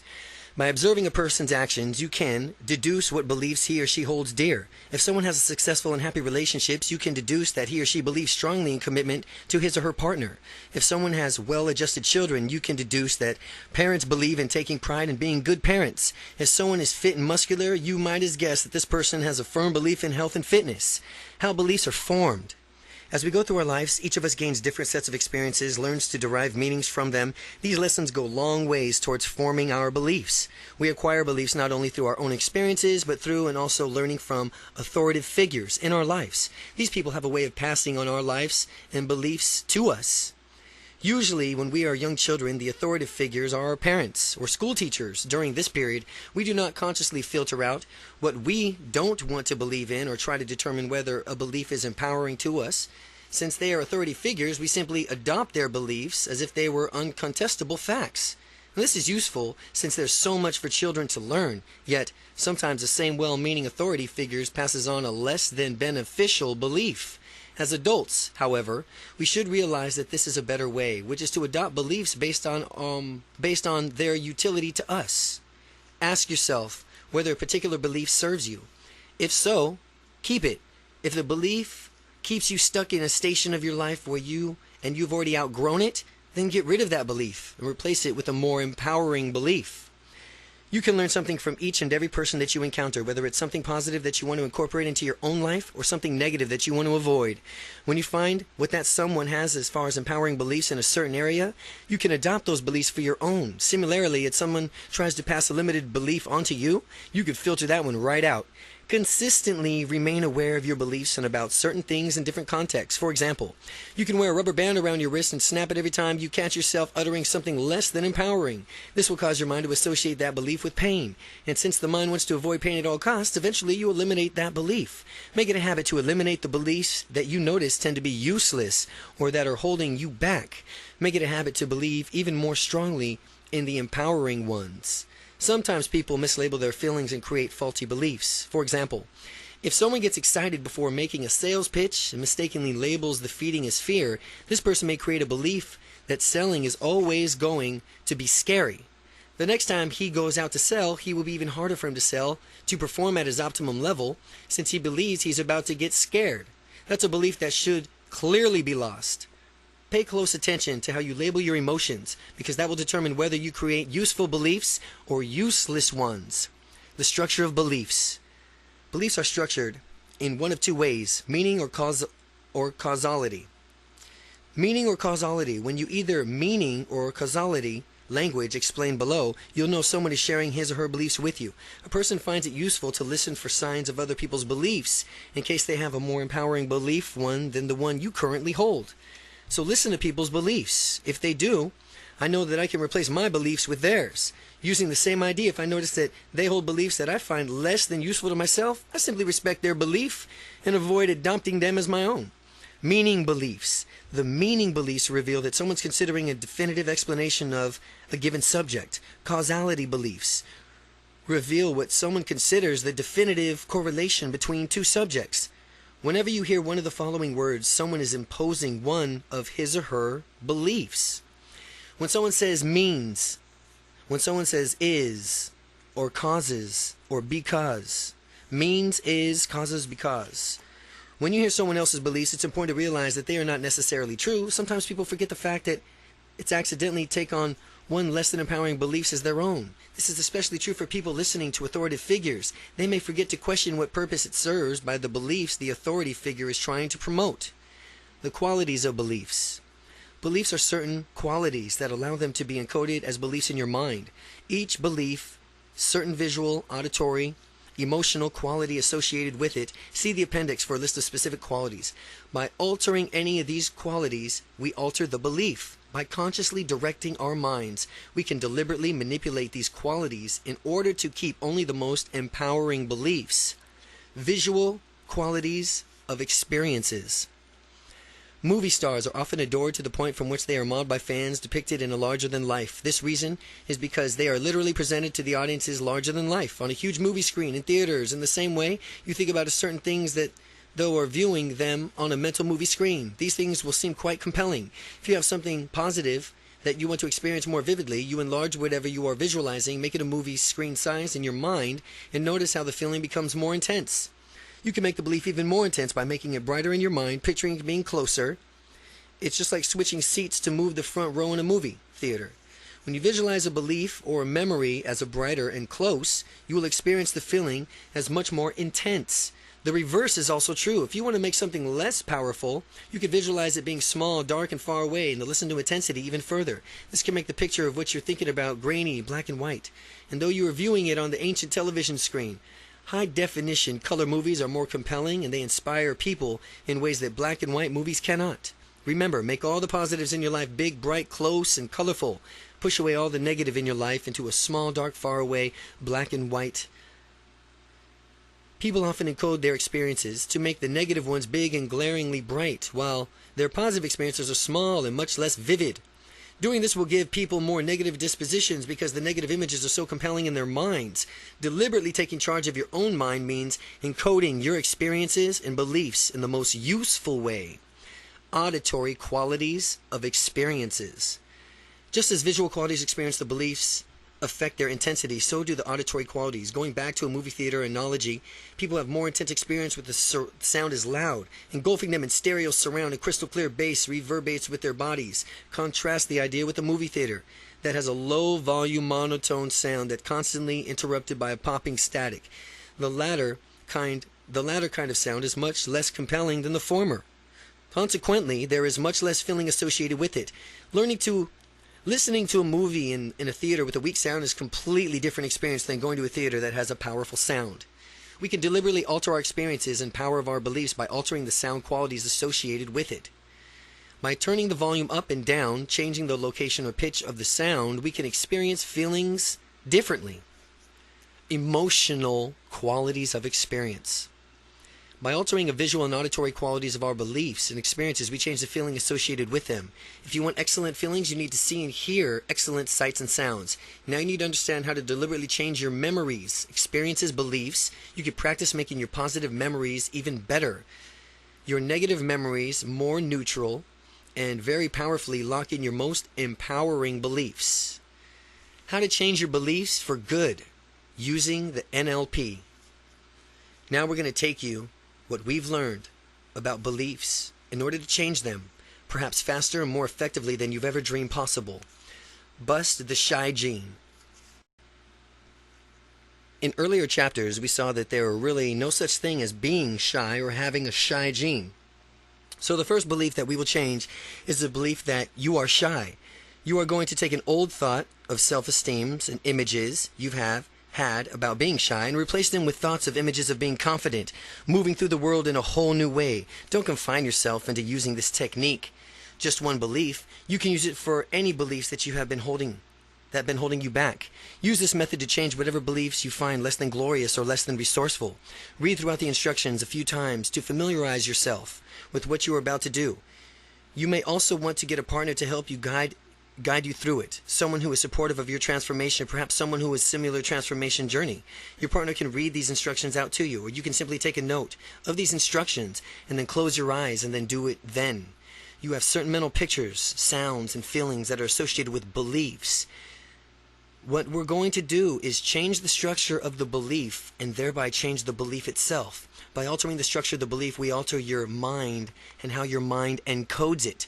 The mind encodes powerfully. The mind encodes powerfully held beliefs differently from weakly held beliefs. First, we will find out how you doubt something, the way in which we encode doubting beliefs in your mind. Then we'll bring you back to the normal neutral state of being. Third, we'll discover from which way strong beliefs are encoded in the mind. We'll again bring you back to the normal neutral state of being. Finally, we will bring about a change in your beliefs. We will take your limited belief and turn it into a doubt. By doubting your limited belief, you will free yourself from it. We will then take a new and more empowering belief and lock it into your minds to be held strongly. Step 1. Discover how to doubt. The first thing you need to do is close your eyes and think of something that you've used to believe is that you believe no longer. For example, you might think about as a child you believed in Santa Claus, from which you no longer do. And as you recall the belief, become aware of everything you see that is associated with the belief. More importantly, since you are paying attention to the structure of the belief, look at the different visual qualities of the belief and make note of them. Reading what you see, your belief that is no longer true but used to be. Answer these questions. Is it flat or three-dimensional? What size is it? Is it clear or out of focus? How bright is it? Your eyes still closed tune into the sound that's associated with a belief of yours that is no longer true. Listen closely and pay particular attention to the sound qualities as you answer the following questions. Do you hear a voice of doubt? Do you hear a voice of authority? Do you hear other sounds? How loud are the sounds that you hear? And step 2, break state. Open your eyes, take a deep breath, and name 3 different things in the room that will help you shift from a state of doubt back to your neutral state. You will even want to physically move around a little bit and helps you return to your neutral, normal state. Step 3. Discover how you believe. Think of something that is absolutely true.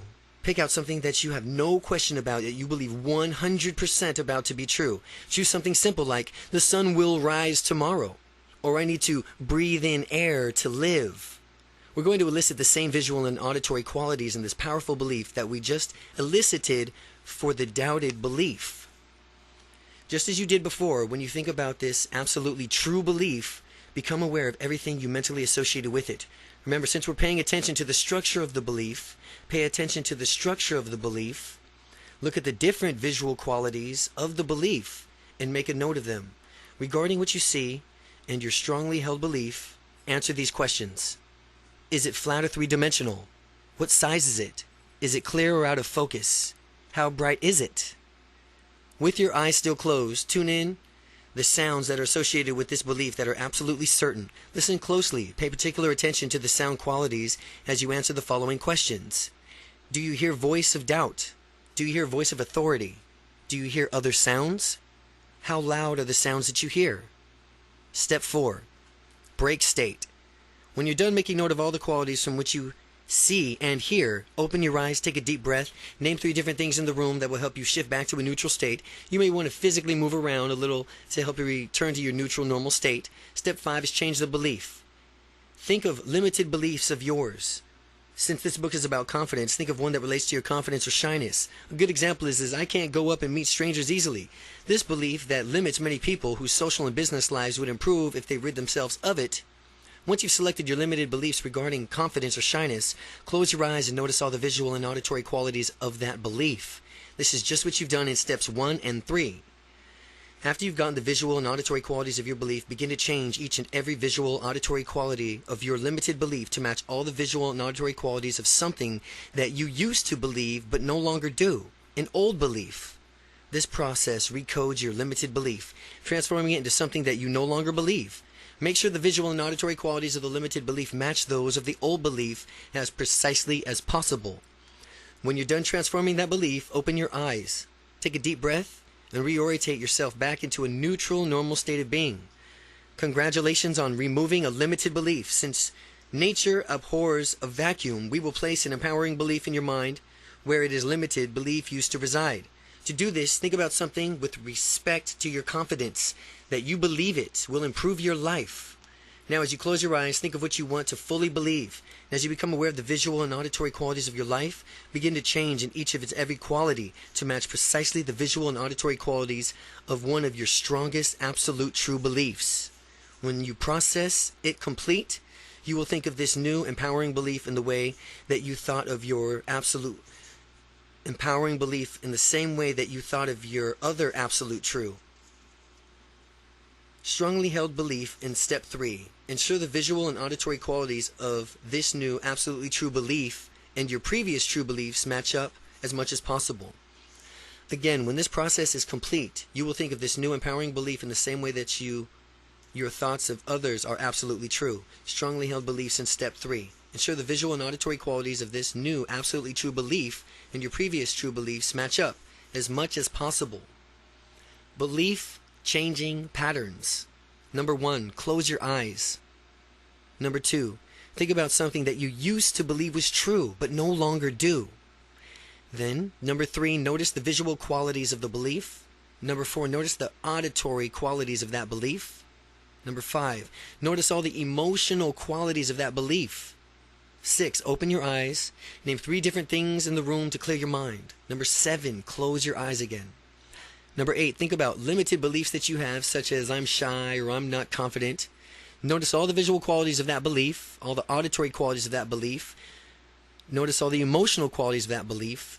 And then number 12, open your eyes and name 3 different things in the room to clear your mind. Finally, number 13, adjust your limited belief to resemble something you used to consider true but no longer do. And I encourage you to practice changing your beliefs and experiences. You'll be surprised how easy and effective it is. Use expectancy to your advantage. What you expect tends to be realized more often than you might think.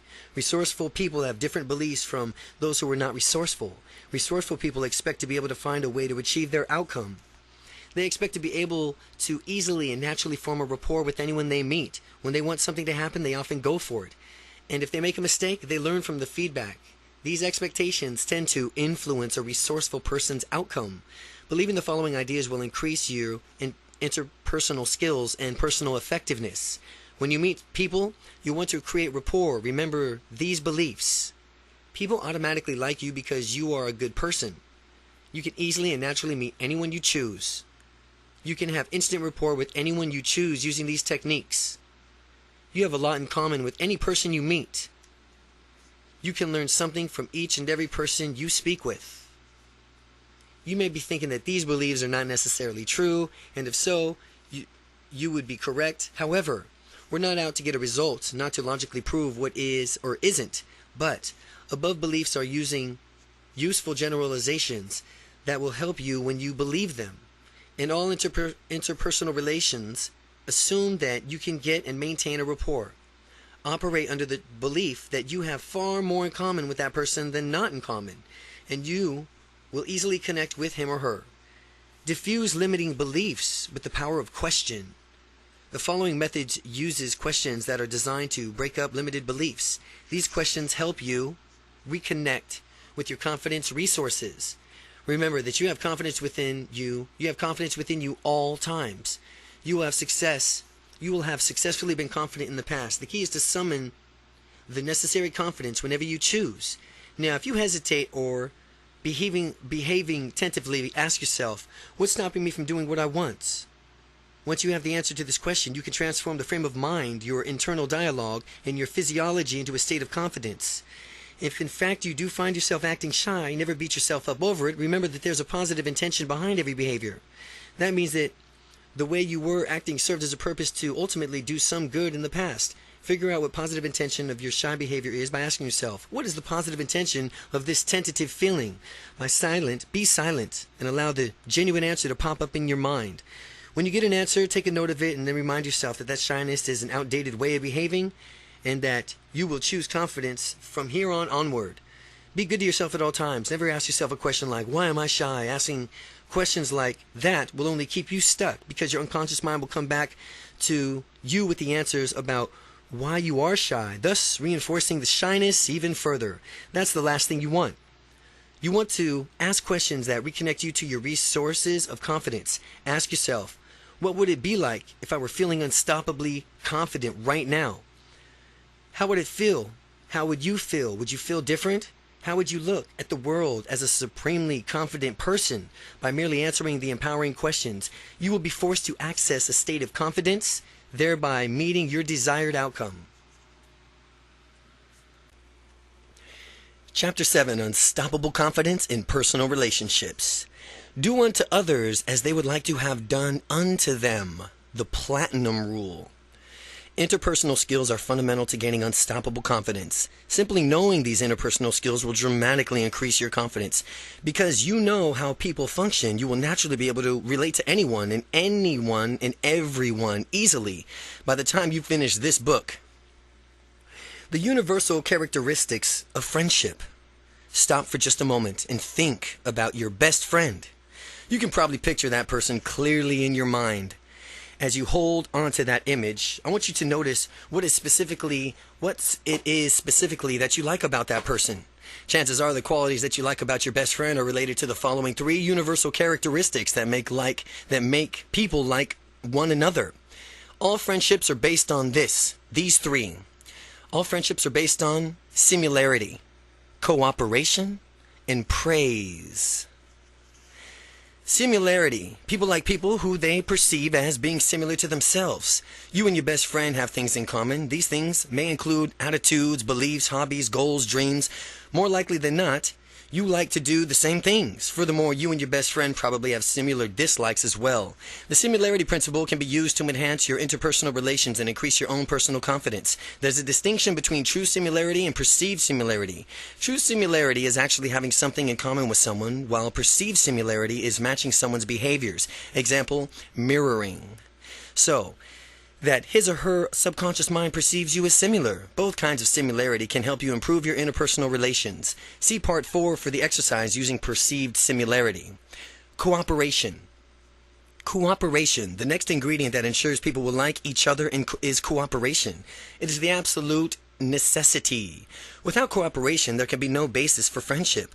People who cooperate with you, participate in activities with you, and generally agree with you are undoubtedly more likable to you than people who don't. If someone you consider your friend decides to stop returning your phone calls, starts canceling appointments on you, or is generally uncooperative, you would obviously be difficult to maintain the friendship with them, no matter how similar you are to this person. Praise.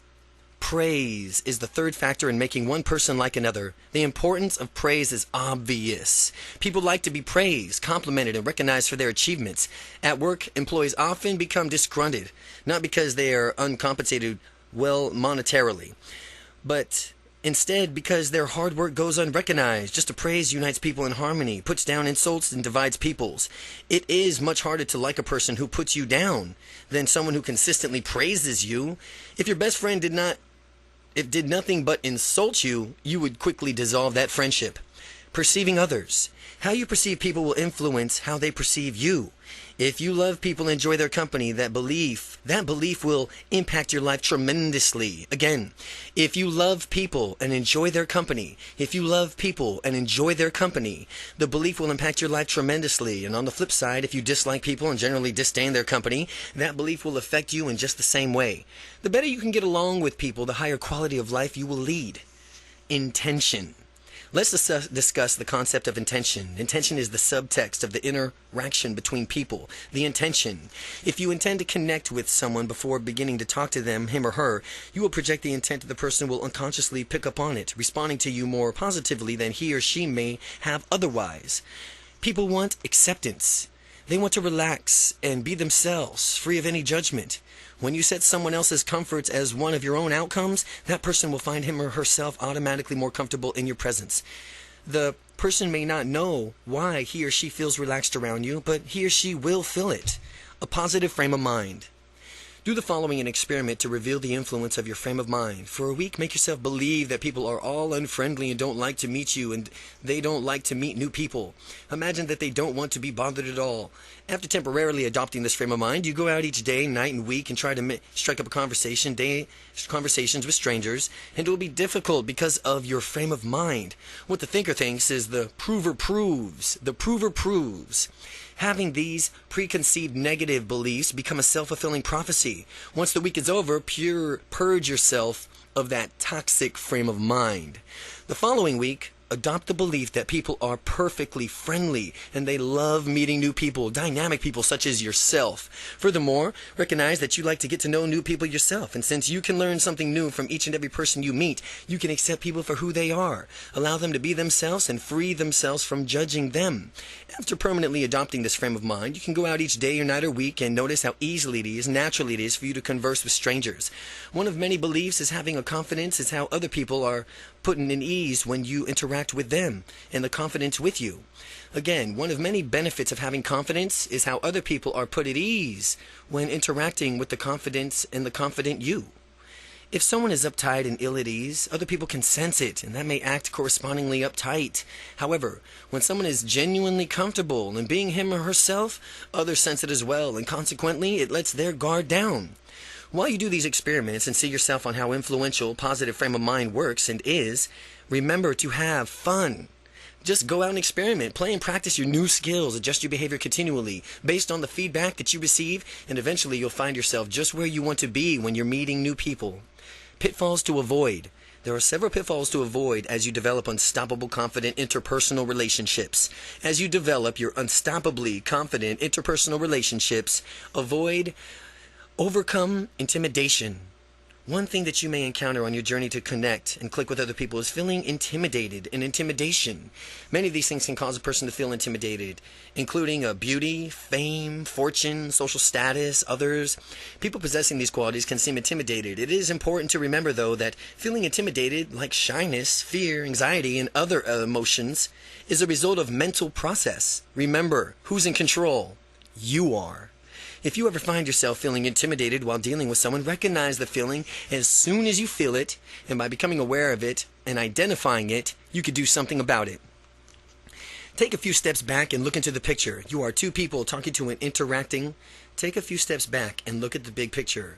You are two people talking or interacting in some fashion. It's really not such a big deal. The other person is simply a person the same way you're a simple person. When you strip away everything else, whoever it is that intimidates you puts their pants on the same way that you do.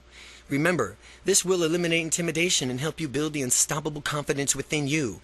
In terms of dating, some people always think that the object of their affection is way out of their league.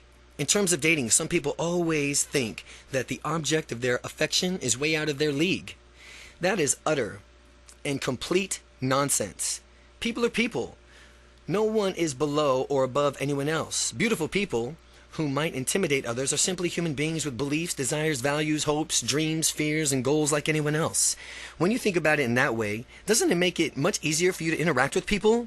That everyone, and even beautiful people, they might be intimidated as well. They're simple human beings with beliefs and desires and values and hopes and dreams, fears, and goals like anyone else. Now, as you apply these ideas in your life, I think you'll find that it does. If I ever feel intimidated by someone, it's because I'm focused on the wrong attribute. All of us have extraordinary gifts. If others focus solely on our gifts, they might become overwhelmed and thus intimidated. We're all human beings, and we all have much, much more in common than we have in differences. If I feel intimidated, it's because I'm not only dwelling on someone's extraordinary gift, but I'm also blowing that person way out of proportion. I'm totally exaggerating and making that person seem larger than life. A useful belief in dealing with someone who has a potential of intimidating you is to realize that you have at least something in common with every person that you meet. People have more in common than others think or even realize. Most people want to be happy, prosperous, take care of their families, enjoy their lives, and have freedom to pursue whatever they want. And when you keep these beliefs in your mind and when you talk to a person, you will discover the connection between you and the two are deeply as a result of your projecting that similarity to the other person. Beware of mind reading. The second pitfall in mind reading occurs when you pretend to understand someone's internal state without actually communicating with that person. People mind read often. It is almost always in their detriment. It is almost always to their detriment. Sometimes people will mind read about what others think of them. I know I've done it from time to time. You may have to. What someone thinks in his or her mind could be completely different from what you might think to be from reading off of that person. If a friend fails to call you back as a customer does not get back to you immediately, if a friend fails to call you back or a customer does not get back to you immediately, he or she may not be interested in you, or you project, or he or she may have just accidentally forgotten. There are many different potentials causing for everything, and the only way to verifiably know is to ask someone. For the next week, practice becoming aware of whether you're mind reading. If you're automatically presuming to know someone else's private thoughts, stop and ask yourself. Stop trying to presume someone else's private thoughts. Ask yourself, how do I know? Have I asked this person? Or has this person communicated this to me? Are there other possibilities from the way this person is doing a certain behavior? And when you are aware of this, and you are of that in the mind reading, stop at once. Fortunately, we can mind read in a positive way too. I know that I just told you that the mind reading is something less than useful, and it does not lead to good communications, with everyone running around you pretending to read other people's thoughts. However, when you mind read positively, it can actually be very useful. When I was overwhelming and overcoming my shyness, I had difficulty meeting strangers, and in a particular woman. I used to mind read and say, oh, she won't like me, she wants to be left alone, and this led me to be shy. Fear of rejection became incapacitated in my own shyness, and then I decided I'd had enough of mind reading negatively. I would never mind read someone negatively again, ever, for the rest of my life. Never, ever read somebody negatively, mind read negatively ever again. And then I decided I had enough from the mind reading, and from this point on I would avoid mind reading, or if I was going to mind read, I would do it positively, only positively. I figure if you're going to mind read, you might as well do it positively. And when I began to do this, my confidence immediately swelled up. I would mind read people from whom I wanted to meet, telling myself that these are their thoughts. Well, I hope that he, as in me, comes over and talks to me. I sure would like to meet a nice, friendly, easygoing guy right about now. How nice would it be for him to come over? When I thought of this, I was more often than not helped and to approach people and meet them. If you're going to use mind reading at all, use it to your benefit. Respond resourcefully to criticism. Now that you've learned to stop assuming people are speaking ill of us, we will learn how to respond resourcefully to criticism, and others have actually made it to or about us. This is a very useful tool in improving our interpersonal relationships. If someone is stepping off the beaten path and pursuing his or her passions, there will be criticism. Again, if someone's stepping off of the beaten path and pursuing his or her passions, there's going to be criticism. But it doesn't matter whether the person's criticizing you deliberately or wants to hold you back or not. The effect of the criticism can be the same either way, if you do not respond to it resourcefully. Usually criticism of someone is going after his or her dream signifies an element of jealousy or ignorance, and on the part of the critic. Otherwise, the critical person would be supportive and actually cheer you on. Recognize before you go after your dreams that you're putting yourself out there to potentially be criticized. Avoid letting that stop you. Instead, just understand that it may happen whether you warranted it or not. Whether it is warranted or not. Two resourceful responses to criticisms are: first, ignoring it altogether. It's a good move. And the second, mining the criticism for valuable feedback. Make a distinction between the kinds of criticisms you receive and determine which response you would like to utilize. The first kind of criticism will be from the person who you are trying to tear you down in order to feel better about themselves. The other kind of criticism comes from people who mean well and do, but in fact they have good intentions of wanting you to improve. But remember, the people who treat you how you've taught them to treat you.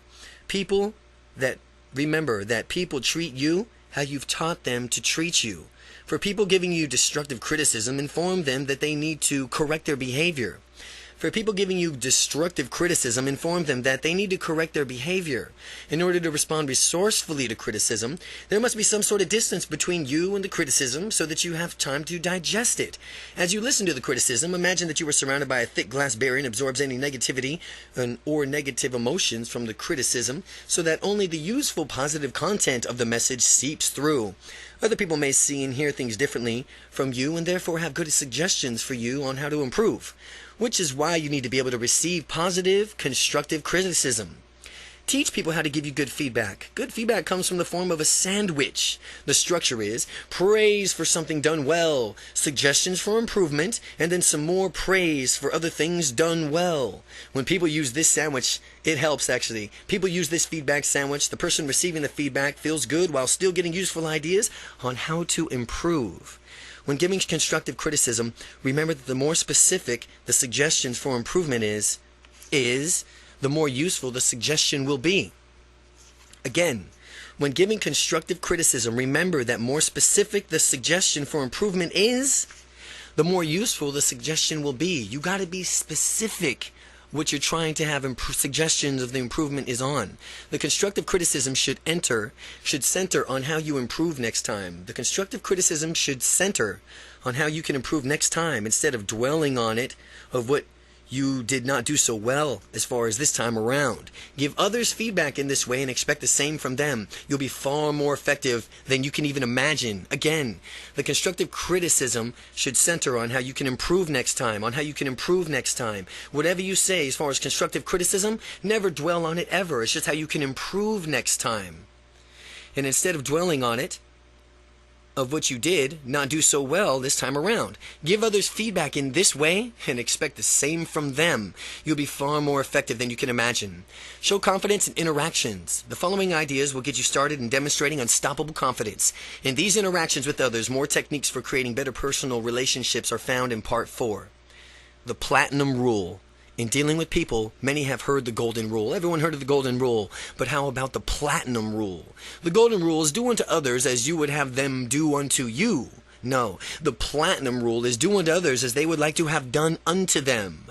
When you think about it, the platinum rule obviously makes more sense. If someone feels down and recognize it, you can proactively make that person feel wonderful. The magic of touch.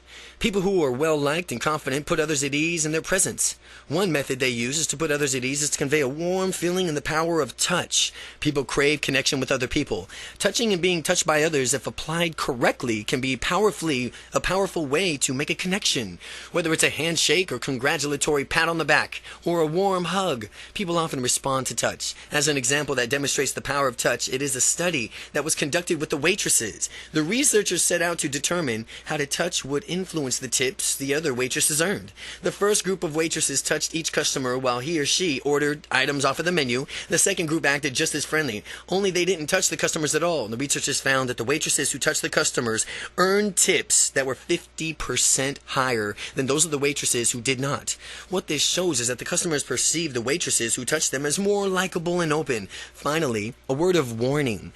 You should apply touch judiciously and appropriately. Again, only judiciously and appropriately, never in a way that could be misconstrued as sexual or inappropriate. As with all things, use some common sense. Chapter 8. Overcoming Obstacles in the Path to Success. In every adversity, there is a seed of equal or greater benefit. Napoleon Hill.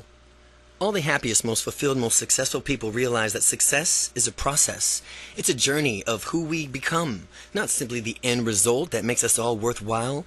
The achievement of the goal is sweet, but as with any goal worth achieving, there will likely be setbacks along the way.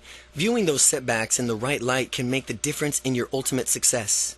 No such thing as failure. No such thing as failure. Thomas Edison did more than 10,000 experiments before he perfected the incandescent light bulb. Colonel Sanders, the founder of the chicken franchise KFC, got 1,009 rejections before someone bought his chicken recipe. When Sylvester Stallone of Rambo fame showed up in Hollywood, he went through more than 100 auditions before someone cast him in a small role. What all these people had in common was that they did realize that there is no such thing as failure. There's only results, and after you've been knocked down, the only thing that matters is that you get back up. As Thomas Edison was developing the light bulb, newspaper reporter came to interview him about his experiments that had failed. The newspaper reporter inquired as to when the inventor would give up after failing so many times, to which Edison retorted, "Never."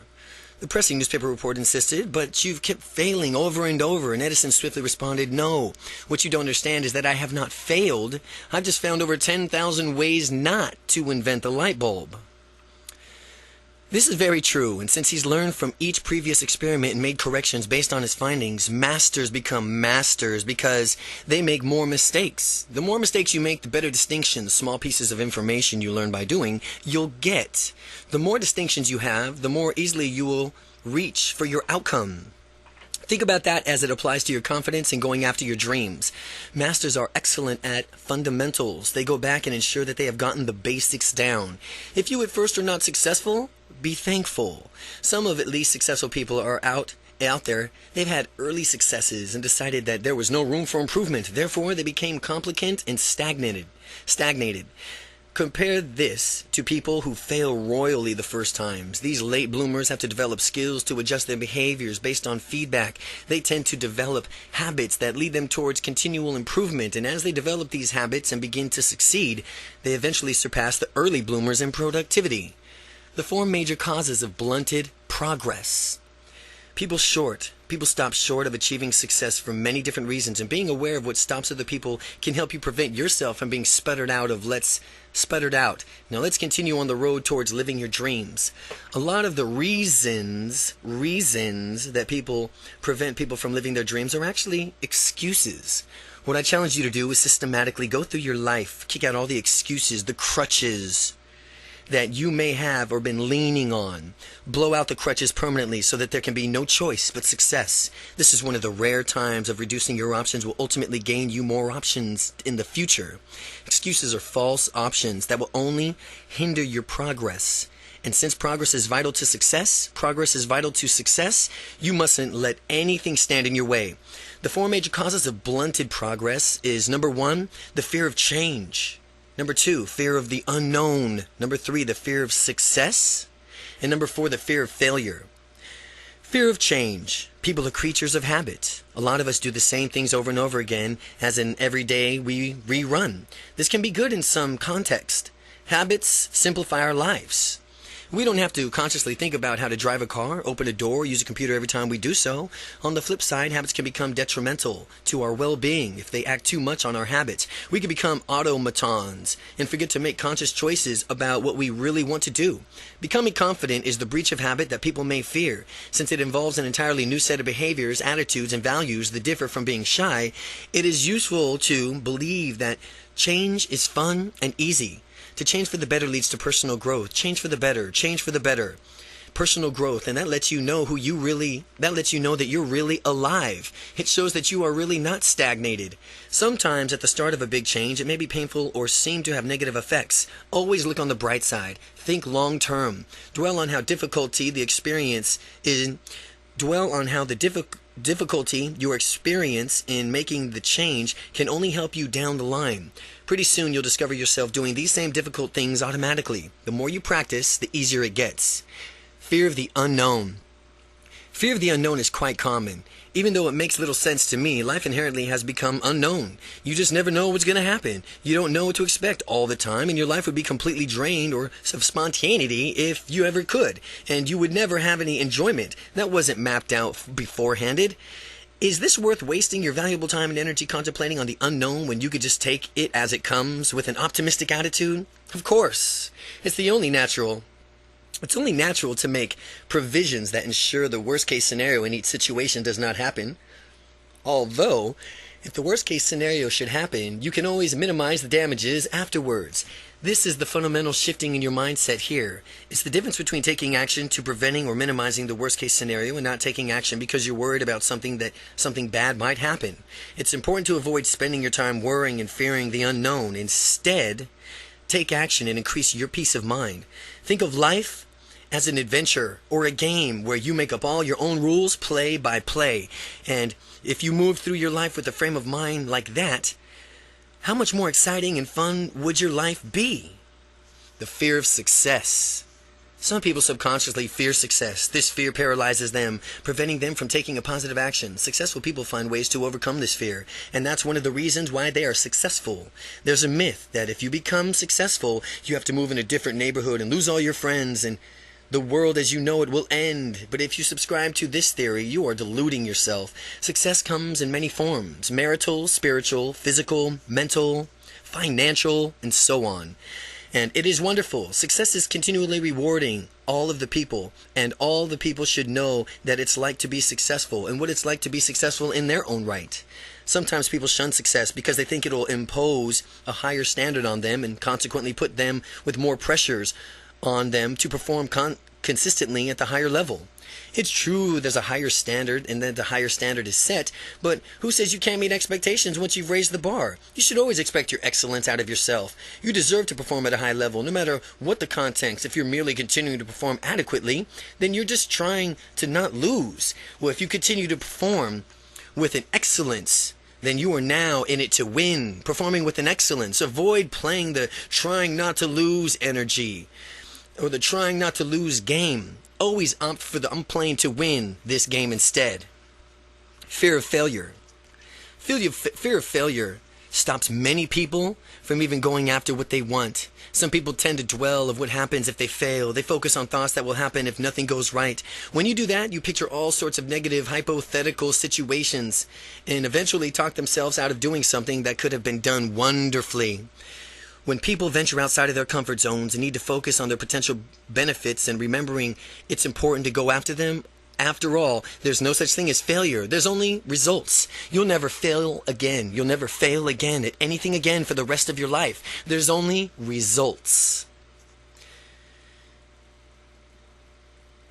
And if you get results that you don't like, you'll naturally adjust your behavior based on the results to persist until you achieve your outcome. If you get results you don't like, you'll naturally adjust your behavior based on the results to persist until you achieve your outcome.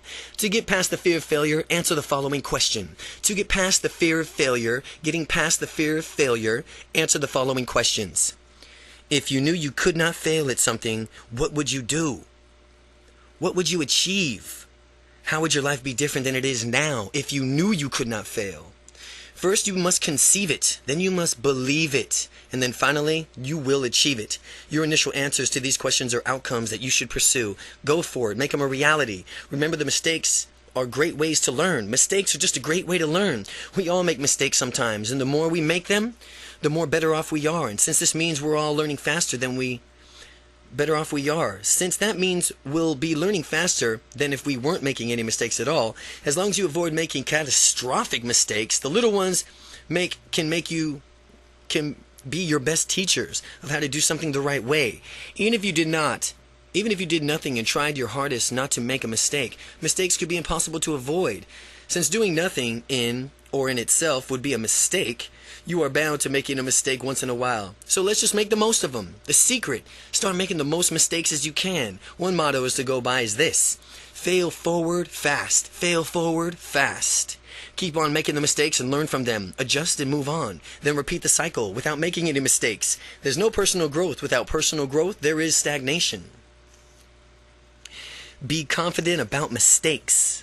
Be confident about mistakes. They are simply ways in which we learn. There's a success and a confidence secret of go-getters all around the world, and after each success they experience, they integrate that success into their identity as further evidence that they are unstoppable. And after each mistake, they start thinking simply as a byproduct of their behavior and learning opportunity.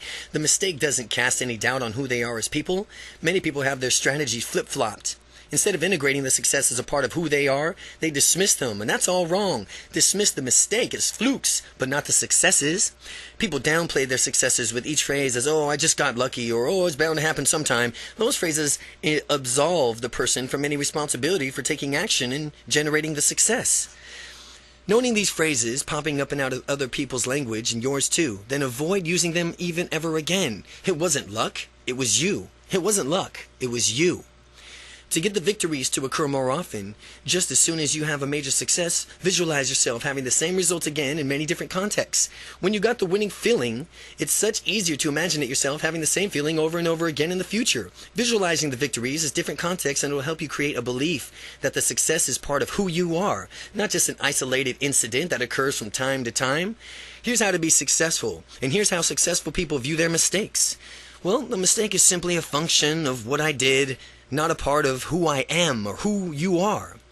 A mistake is something to learn from. A mistake lets you know that you should adjust your behavior.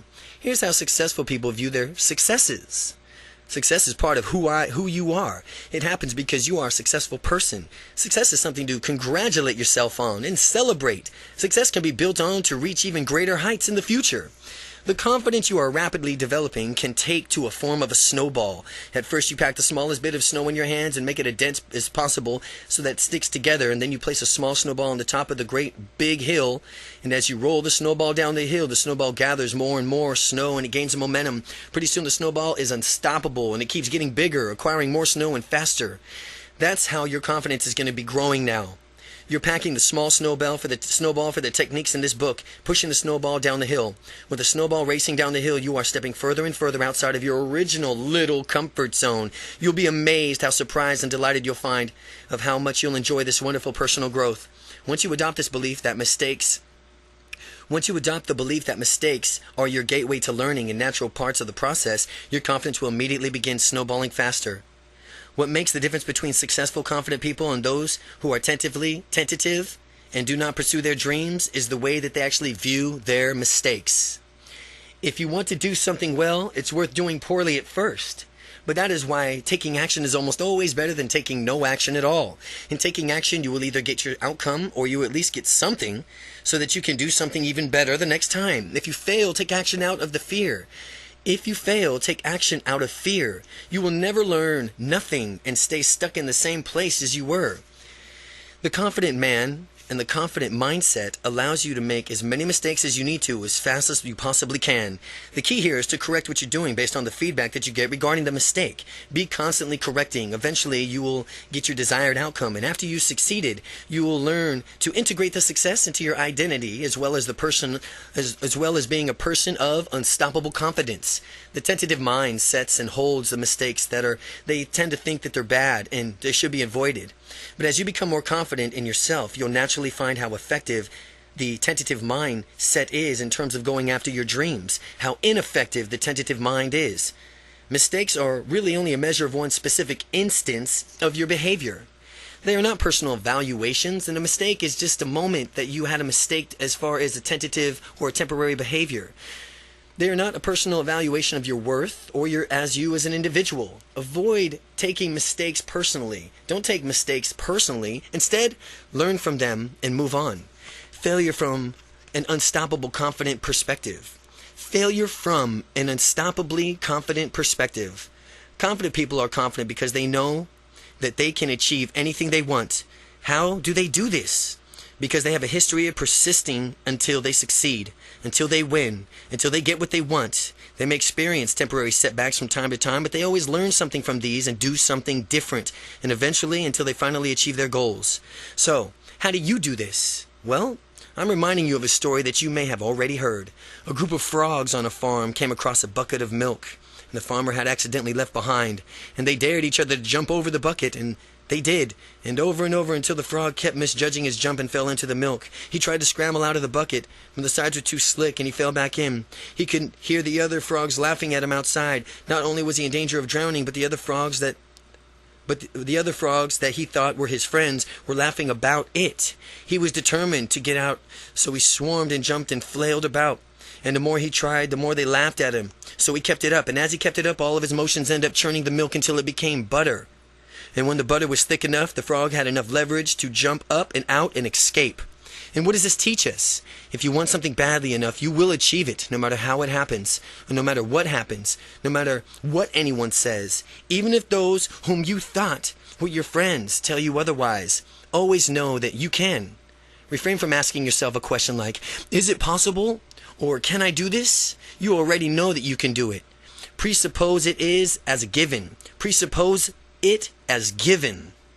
You can accomplish whatever you set your mind to accomplish, with the inevitability of achieving your goal already firmly established. Ask yourself, what is it going to take to accomplish my goal? What is it going to take to accomplish my goal? This question assumes that the possibility of success is already a definite in your mind, and now the only thing is to determine is how. Specifically, will you get there?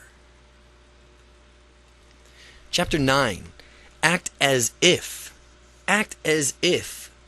Quality persons create a quality life. Successful people ask better questions, and as a result, they get better answers. Anthony Robbins. So now you may be wondering how to get unstoppable confidence. We've talked about confidence.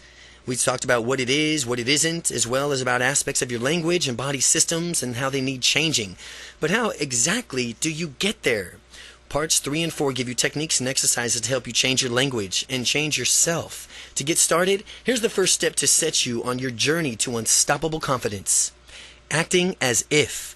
Acting as if is an NLP essential. If you act as if something is real for long enough, you will eventually forget that you are only pretending. And however you are acting will become your habit. And this is one of the keys to neuro-linguistic programming. People who used to be shy have used this as-if frame of mind to develop their confidence. The difference between people who are confident and those who are shy are their habits. Habits can either be good or bad. The secret is to have a wealth of good habits. The more empowering habits you have, the better life will be. Developing these habits of behaving confidently can be enjoyable too. It's exciting to witness your personal transformation as you gain more confidence in yourself. The pretend it, have it technique. The pretend it, have it technique. The mind and body are part of a cybernetic system. This means that the body influences the mind and the mind influences the body. You can pretend to have a confidence, reliving confident experiences in your mind, which will get your body to adopt confident physiology. Or, if you choose to adopt confident physiology, your mind will adjust from what you are seeing, hearing, and feeling internally to experience confidence. You can use this to our advantage, and we should use this to our advantage. Getting confident is no different from pretending to have confidence. Keep doing it for long enough, and pretty soon you'll forget that you're pretending. And by the time you've done that, the confidence will become a habit. Following that, your confidence gets ingrained into your personality, and it becomes a part of your identity. Remember, times as a child when you played make-believe. Children have excellent imaginations. They're very good at playing and consequently learning. People play make-believe now and pretend that you have the confidence before you really do have it. Here's some questions about confidence. Questions about confidence. Imagine what it would be like to be 10 times more confident than you are now and answer the following questions. How would it be? How would you be moving differently? How would your body posture be different? How would your inner voice be different? How would you be speaking to others? What is going through your mind? How does your body feel? Where is your body? Where in your body do you feel the confidence first? How could you intensify that confident feeling in your body? By answering the questions, you can do what they invite you to do. You will see your unstoppable confidence soar. You will see your unstoppable confidence soar. When your confidence soars, forget that you are pretending and take action to do whatever you need to do to get done. When I was learning how to walk up to strangers and begin talking, I would ask myself these questions one by one. With each question I answered, I adjusted my behavior and pretended as if I already had the confidence that I was seeking. And after answering all the questions, I could actually feel unstoppable confidence within me.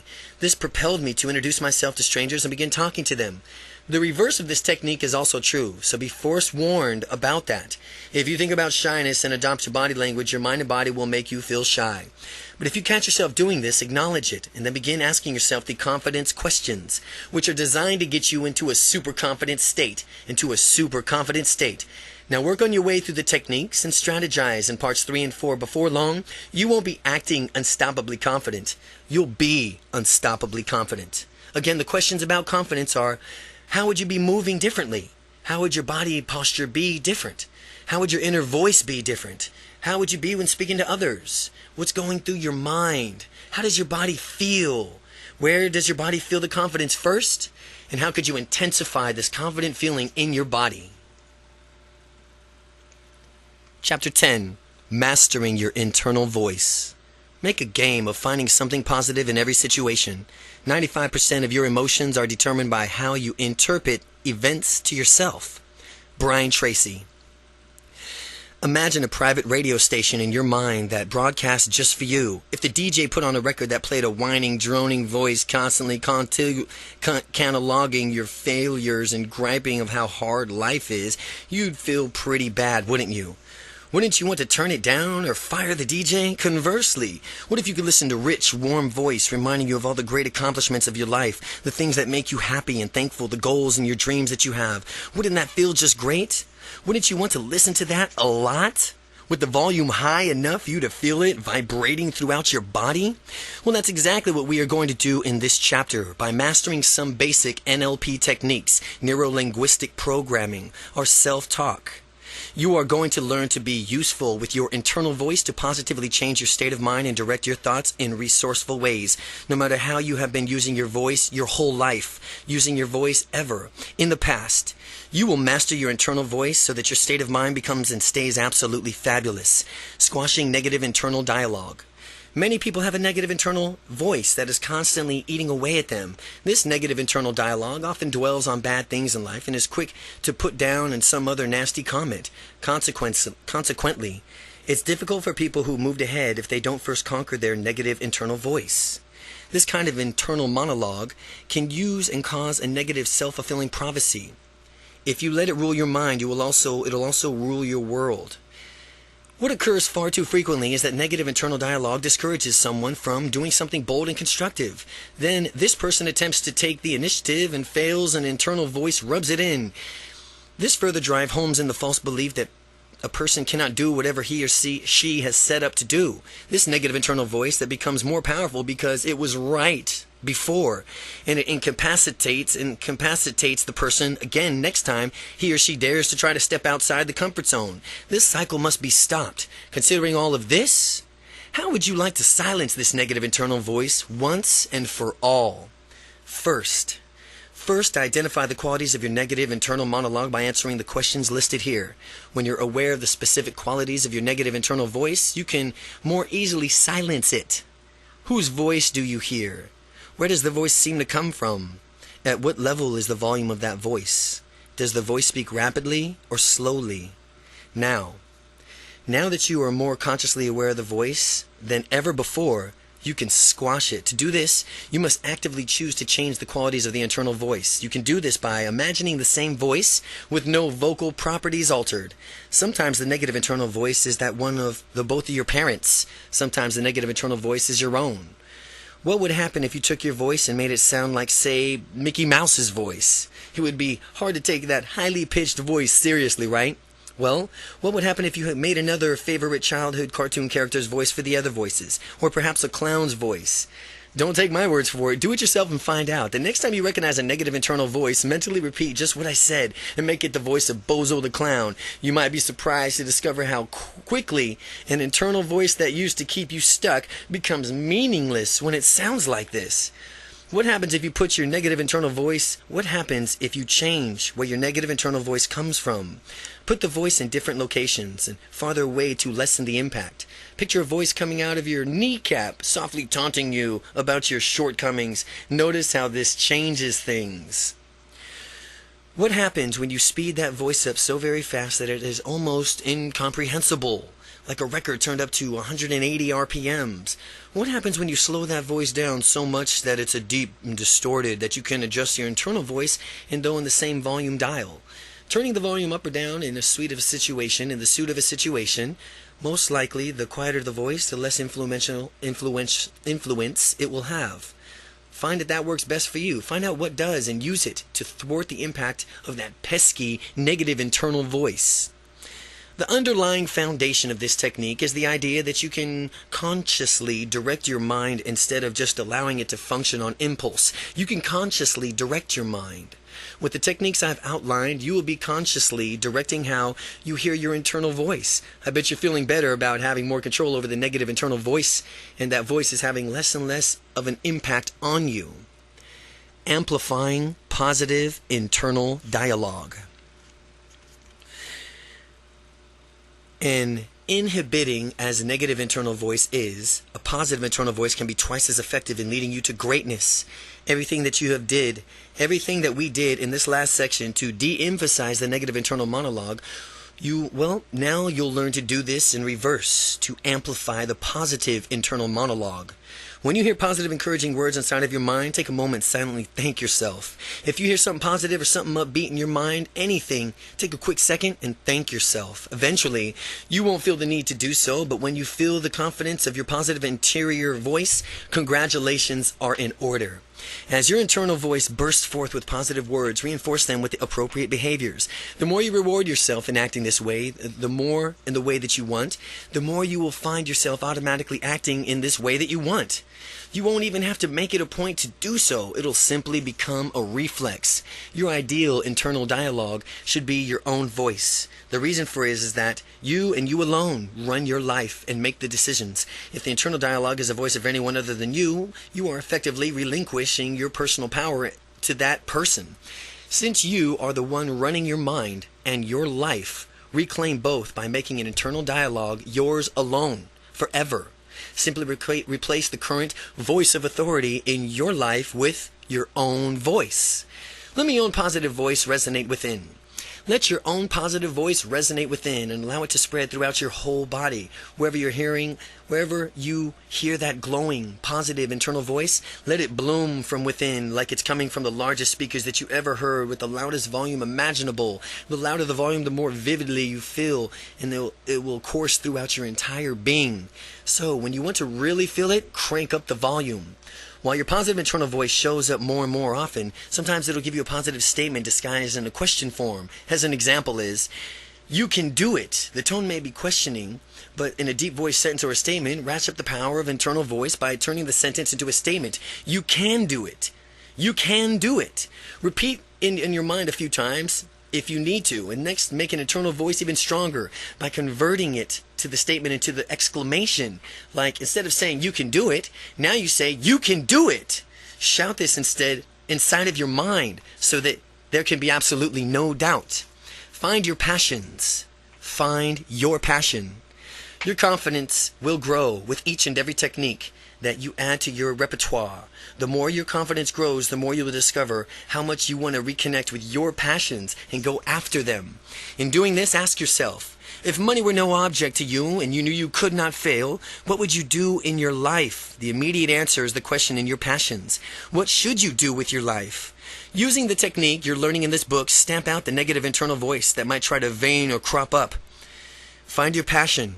Find your passion. Set your goals. And then take immediate, repeated, massive action that will virtually guarantee your success. Commit to yourself that you will never quit. Remind yourself that you have quit quitting. You have officially quit quitting and move ahead into the life that you want to deserve and you should have now. Chapter 11. Speaking the languages of confidence. Dedicate yourself to the good you deserve and desire for yourself. Give yourself peace of mind. You deserve to be happy. You deserve delight. Mark Victor Hansen. Now that you've mastered our internal voices, it's time to turn our attention to our externals, how we project our internal dialogues to the outside world. The vocabulary of confidence. If you listen to other people talking, you will notice that those are confident use of certain vocabulary, and those lacking in confidence seems to draw their words and phrases from an entirely different dictionary. Most people don't give a lot of thought to the language that they use. As such, people's habitual language patterns reflect back of their thinking, being confident thinking or lack thereof. Not only does language reflect a person's thinking, but it also reinforces a person's thinking. The key to use is the following information of transforming your everyday vocabulary. When this occurs, you will not only change your thinking, you'll change your life. So, what are these changes? I have assembled 2 sets of words that you must take into account when speaking. 2 sets of words you must take into account when speaking. First, there's a set of words that you absolutely need to eliminate from your vocabulary. And then there's a set of words that you need to memorize and integrate into your speech in order to project the maximum confidence. It is hard to overstate the importance of sending the right signals with your language, but it is easier learning to do so than you may think. Let's get down to it. The confidence killers. First, we'll tackle the set of words that need to be eliminated completely from your vocabulary. And if you catch yourself using this word, say, hey, wait a minute. I'm no longer shy. There's a better word for that. Don't beat yourself up when you hear yourself using one of these words. Just acknowledge that you've used the word in the past and increase your efforts to eliminate it from your vocabulary in the future. Try. The first word is try. Have you ever heard someone say, try to do it, something? There's a difference between trying to do something and actually doing something. Quite simply, trying is lying. In Star Wars, Yoda said, there is no try, only do. Yoda was right on the money. There is no try. If you ask someone to do you a favor, the person can't say, well, I'll try. No, you can count on him or her for not doing the favor for you if they say, I'll try. Otherwise, the person would say, I'll do it. The word try communicates a maybe attitude in the world that craves certainty. Instead, use the word do. Say, I will do it. Eliminate the word try. Try is gone. Never say try again. Never say try again. Don't try to eliminate the word try. Just do it. The shy sentence. I try to do the laundry. I'll try to do the laundry tomorrow. The confident sentence. I will do the laundry tomorrow. Try becomes do. Try becomes do. Try is gone. No more try. It's do. Hope. Hope is another word that is not for confident people, is hope. Now, hope is a nice and pleasant word. However, it announces a lack of action. For example, I hope things will get better, or I hope my situation resolves itself, contrasts with I'm going to make it better, and I'm going to make my situation better. Hoping that something is to happen is being reactive, whereas taking action and expecting success is proactive. The shy sentence, I hope I can take a trip to Hawaii someday. The confident sentence, I'm making plans to take a trip to Hawaii next year. But negates every word that precedes in its sentence. But negates every word that precedes it in a sentence. As an example, I want to go to the movie, but I have a lot to do. In this example, it sounds as if the person will not be going to the movie. When someone hears the word but, he or she immediately knows that what was just about said should be just disregarded. If you want to communicate the same thing without using the word but, substitute the phrase with and yet. And yet. The shy sentence, I want to go, but I have something else going on. The confident sentence is, I want to go, and yet I have something else going on. The three ouds. The three ouds. Would, could, and should. The ouds. Well, here's the ouds. Would, could, and should.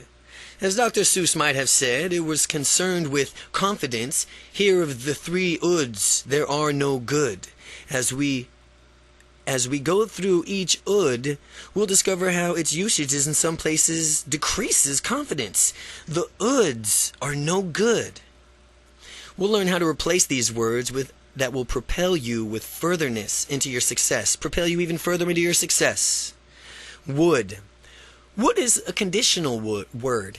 It's not confident, it's not absolute, but when I was discussing this notion writing a book, some people said, yeah, I would write a book too if... And then they'd give some reason why they supposedly precluded them from writing a book. Would is conditional and presupposes there's something standing in the way of success. It's pointless to use the word would because nothing can stop a confident person from achieving success. Eliminate the word from your vocabulary. The shy sentence is, I would talk to strangers now if only. The confident sentence is I will talk to that stranger now. Could. If someone says, I could go meet that person, then my question is, well, what's stopping you? Using the conditional word could implies that there's an certainty attached to your action. For example, I could go meet that person, or I could go market my business to 10 new people and expand it. Just as we've seen with the word would, could also suggests that there's something preventing you from achieving your goal. Could implies that there's a chance by the message it sends to don't count on it. Eliminate it from your vocabulary. It's much better to use more definite phrase such as I can or I can't. I can or I can't. Could is, it's letting there's a chance that it won't be done. It's either I can or I can't. The shy sentence is I could try to make a speech in front of my peers. I could try making a speech. Confident person says, I can make a speech in front of my peers. Should. Should is the worst of all the ouds. Should implies expectations and limited options. Think of the sentence, I should be doing this right now. Well, you should be doing this according to whom? Ask yourself that. Whose expectations? It's all within your own expectations.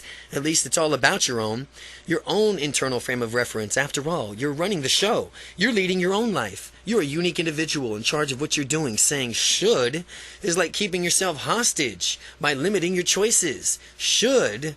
If you have preconceived notions that you should always do certain things in a given circumstance, then you're not going to investigate other options because you're not going to do what you should.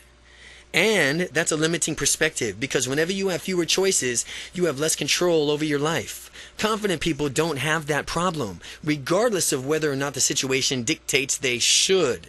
The shy sentence, it's late and I should get home now. The confident sentence, well, it's late and I choose to go home now.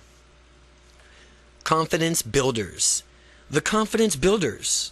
Now that we've talked about the words that we're going to be eliminating from our vocabulary, let's discuss the words that will skyrocket your confidence when you integrate them into your daily thoughts and speech. The underlying principle and definition of purpose. Words that show confidence and let people know what you want. Words that show confidence and let other people know what you want. Here are the words and phrases to add to your vocabulary for enhanced confidence. Absolutely. Definitely. Positively. Assuredly. Without a doubt. Of course. Certainly. Undoubtedly. Obviously. Guaranteed. Naturally. Sure. What do all these words do? They communicate a message that there's absolutely no doubt in my mind that this is the way it is. Now, as you begin to use these words, notice how people respond to you, because they will respond differently.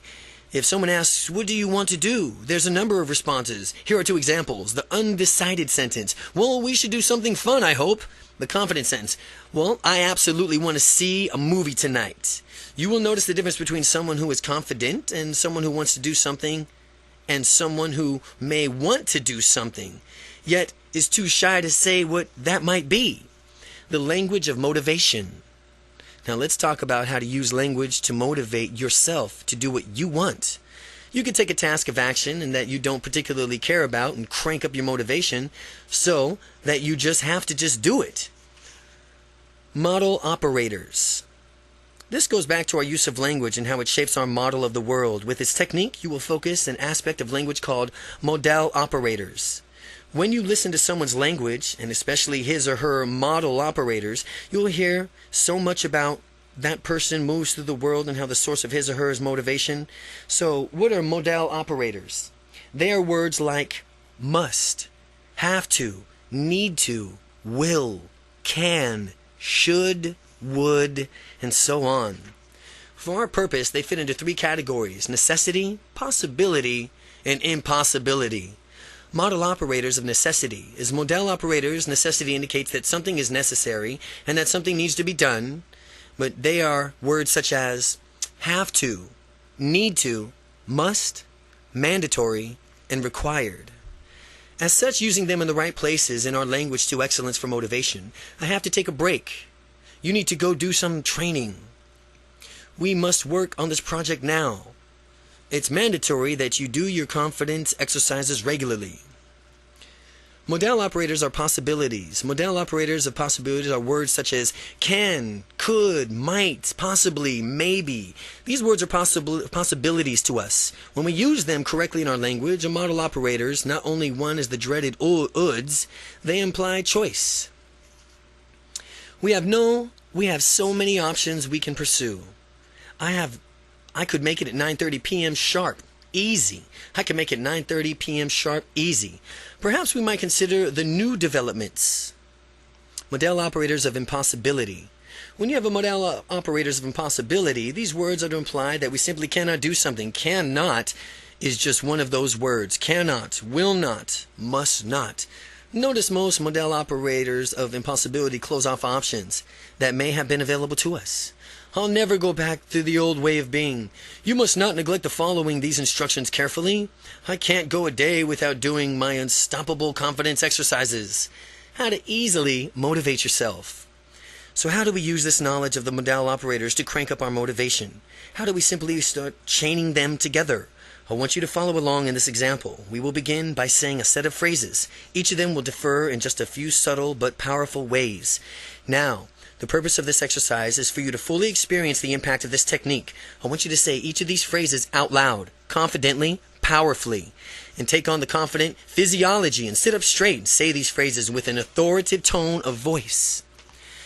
We will begin by thinking of a moment that's taking tomorrow off from work. Or, if it's a weekend as you read this, taking off an upcoming Monday.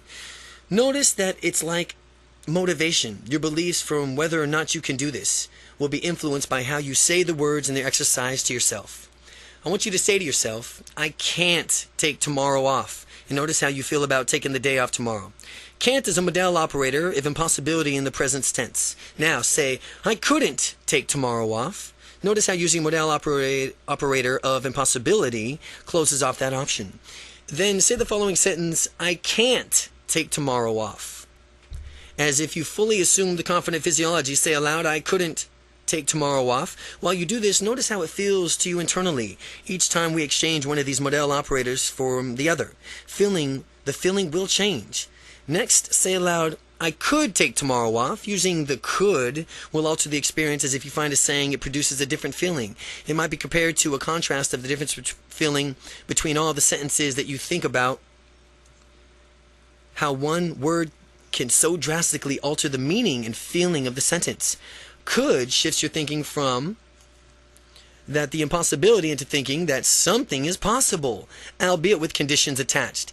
Well, to paraphrase the sentence, you could take tomorrow off and some condition were met. The conditional aspect is implied through the usage of the word could, as I explained earlier. Now, say the same sentence replacing could with can, and I can take tomorrow off. Your thinking has become shifted from possibility of taking tomorrow off, if some condition were met, to a very real possibility in your mind that you, in fact, can take tomorrow off if you choose.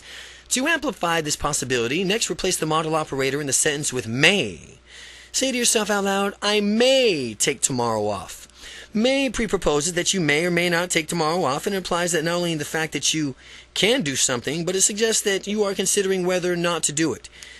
Where we've gone now to absolute impossibilities to serious consideration regarding taking the day off. Now use your next model operator. I should take the day off to tomorrow. Next, say to yourself out loud, I shall take the day off tomorrow. This exercise has taken you from a conditional probability to almost certain. You're finally making a commitment to yourself to take the day off tomorrow because you deserve it. After all, don't you? Next, tell yourself, I have to take the day off tomorrow really says, like and your sanity depends on it. Then notice how much more powerful the expression becomes, that I have to take tomorrow off. When you say I have to take the day off tomorrow, you can feel it course through every part of your body. Next, say, I need to take the day off tomorrow. You need to. Taking the day off tomorrow has gone from a requirement to a necessity, a fundamental need. Notice how these differences increase your motivation that much more. Finally, use the model operator that you've seen here and you've been waiting for. I will take the day off till tomorrow. I will take the day off tomorrow. That says it authoritatively, that I will, authoritatively and powerfully. Notice how committed you are in taking the day off to tomorrow.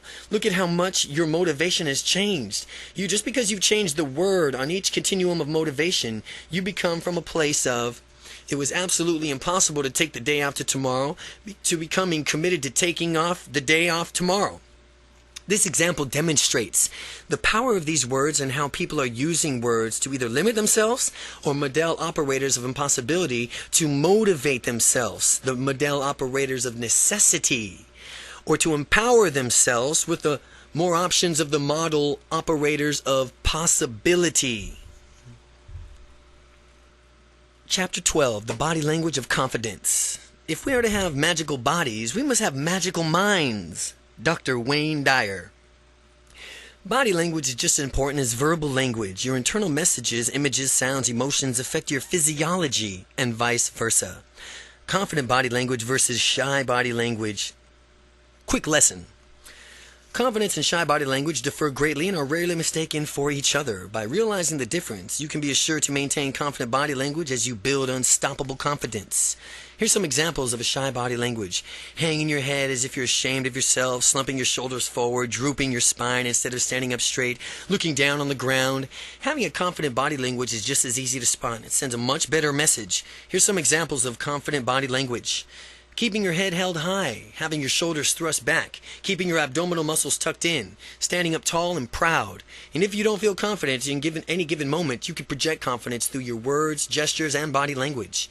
Avoid wimping gestures. Some people resort to blaming and placating in stressful situations rather than communicating their willingness to find a way out of the situation. They become panicked and are concerned with who's at fault. These people clearly lack the confidence. If they were able to alter their behaviors by maintaining a powerful, confident physiology, their internal states would match them on a calm, cool, collected, becoming a calm, cool, collected person.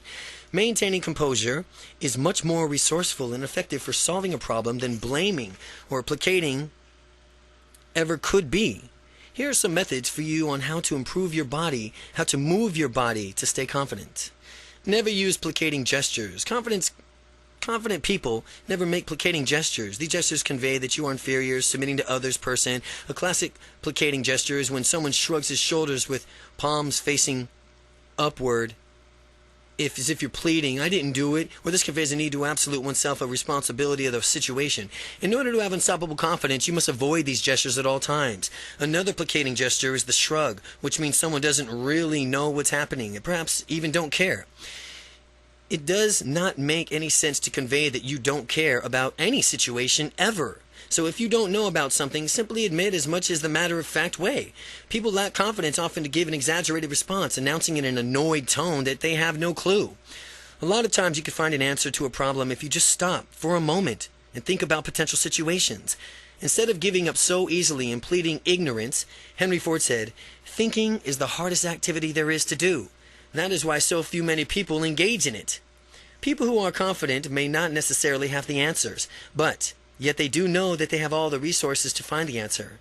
When I ask someone a question and the immediate response is "I don't know," it indicates to me that this person is not even willing to make an educated guess to the initiative to finding out an answer. The better response when you genuinely do not know is to say, "Well, I'm not sure yet." Well, this indicates the truth about your uncertainty and proposes that you will probably be sure to sometime in the future indicated by that word "yet." So never say "I don't know" again. Just say "I don't know yet." Never use blaming gestures. The opposite of placating is blaming. Unstoppable confidence people will never do this. Blaming takes place when you're accusing someone else in your stead. This blaming frame of mind is a very negative frame, and it does not empower you at all. The classic gesture associated with blaming other people is pointing fingers, or for some people to learn when they're young, when your finger pointer is aimed at someone else, that there are 3 other fingers actually pointing right back at you. Too many people blame, and it is not useful. Confident people come from a place of wanting to find solutions. They come from an options on how to solve problems and create solutions. They move through the world calm, cool, unperturbed by outside events. They manage their emotions rather than letting their emotions manage them. You manage your emotions. Avoiding both blaming and placating gestures will help you and who you are, an unstoppably confident person who solves problems and gets the job at hand done efficiently. Who and what caused the situation is irrelevant. The main idea is to solve it. You don't care who or what caused the situation. Your main idea is just to solve it and prevent it from occurring again in the future. Practice unstoppable body language. And if you want to feel like the most charismatic person around, project good thoughts outward. They will manifest themselves in your body language as well. Walk confidently. Confident people have a certain walk. When they enter a room, it seems as though they belong there, even as if they own the place. As you practice walking confidently, remember that the situation is whatever you make it. Keep your head held high, your shoulders back, your tummy tucked in, and move through the world in deliberate steps. Feel free to walk at your own pace instead of adopting the speed everyone else is using. Avoid shuffling your feet, looking down at the ground. You'll notice a difference as you practice your confident body language and pay attention to the way you walk. Steeple your hands for confidence. Steepling is a gesture that conveys confidence by pressing your fingertips together while keeping your palms separate, touching each of the fingertips to the opposite hand. Many unstoppable confident people steeple their hands to exude confidence. In fact, so many confident people do this gesture that it's now associated with confidence. Get in the habit of steepling your hands when you want to convey confidence to others. The wonder of smiling. The wonder of smiling. If you want to have more confidence, all you have to do is smile. Practice smiling with anyone you see. Anywhere you go. Do it when you're at work, home, or in the store. No matter where you are, give someone the gift of a smile. As you make it a habit, smile. Practicing making a smile with small talk. You'll soon discover that your conversations will be flowing with greater ease than ever before. Ask how they are doing. Ask about their weekends. Find out what they want in life. People love to talk about themselves, and it feels good to really listen attentively to someone else. Even for me, in the depths of my shyness, smiling was a very effective technique. Bringing a natural, happy guy smiled often just because he was in a mood and the mood struck me. But what I discovered is that when I smiled at people, they would naturally smile back. And in fact, I'd make a game out of it. How many people could I get to smile? Sometimes when someone didn't respond to my smile, I kept broadening my smile until the person finally broke out of his or her stonic facial expression and smiled back. Smiling is disarming. It puts other people at ease. Since giving a smile is absolutely free and it always feels good to either give or receive, you should smile as often as possible. The sound of confidence. Another key to confident communication is an excellent vocal tonality. Vocal tonality is the pitch from which you speak, and if your voice is nasal, for example, you'll be irritating and irritating other people. Certainly it's not a good thing if your goal is to project a confident image while communicating with them. You want a tonality that resonates within other people and causes them to feel good. Most people aren't even aware of it, but your vocal tonality has an effect on people in the unconscious level. Speaking with a bad tonality, well, it's like running fingernails down a chalkboard. Personally, I'd rather listen to a dental drill than listen to someone drone on with nasal tonality. Tonality exercises. The good news is that people can improve their tonality through repeated practice. To exercise, you will need to place your hands on a certain body part and place your attention while speaking. As a result, you will notice a shift in tonality, and by the end of the exercise, you'll have a deep, resonant tonality. Place your hands on your nose and say, "This is my nose." The tonality should be nasal now and probably very irritating. Move your hands down to the mouth and now say, "This is my mouth." And as you do this, listen for the difference in your tonality already. Next, place your hands on your throat and say, "This is my throat," and hear change in the tonality yet. Place your hands in your upper chest and declare, "This is my chest," and notice the tonality becoming more resonant. Finally, place your hands on your abdomen and say, "This is my abdomen," and when I talk like this, I get a deep, rich tonality that people enjoy. When your attention goes and the energy flows, this is the reasons why your tonality gets better when you concentrate on your abdominal area. If you want to listen and model the tonality after someone, turn on the radio and really concentrate on how the disc jockeys use their voices. You'll never find a disc jockey with a nasal voice for reasons mentioned before. The look of confidence. Confident people are always able to look at others straight in the eye and tell it like it is. By looking someone in the eye, you will perceive as being more sincere, genuine, and honest. More sincere, genuine, and honest.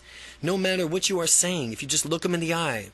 Then if you are shifty-eyed or avoiding eye contact, people who lack confidence tend not to look others directly in the eyes. This elicits suspicion from the person from whom your non-confident person is interacting. Because most people, when they are telling the truth, look others directly in the eye. If you have nothing to hide, focus your attention on looking people in the eye. You can even practice feeling good while doing it.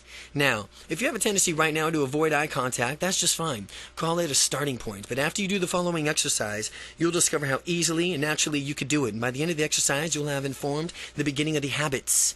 The difference between confident people and shy people, in summary, is that confident people have the habits that cause them to behave confidently. Conversely, shy people have the habits that cause them to act shy. Eye contact exercise. This exercise is designed to give you the ability to be present with someone and look that person straight in the eye, giving you more confidence. You'll need a partner for this exercise. A great partner would be a supportive friend, spouse, or relative.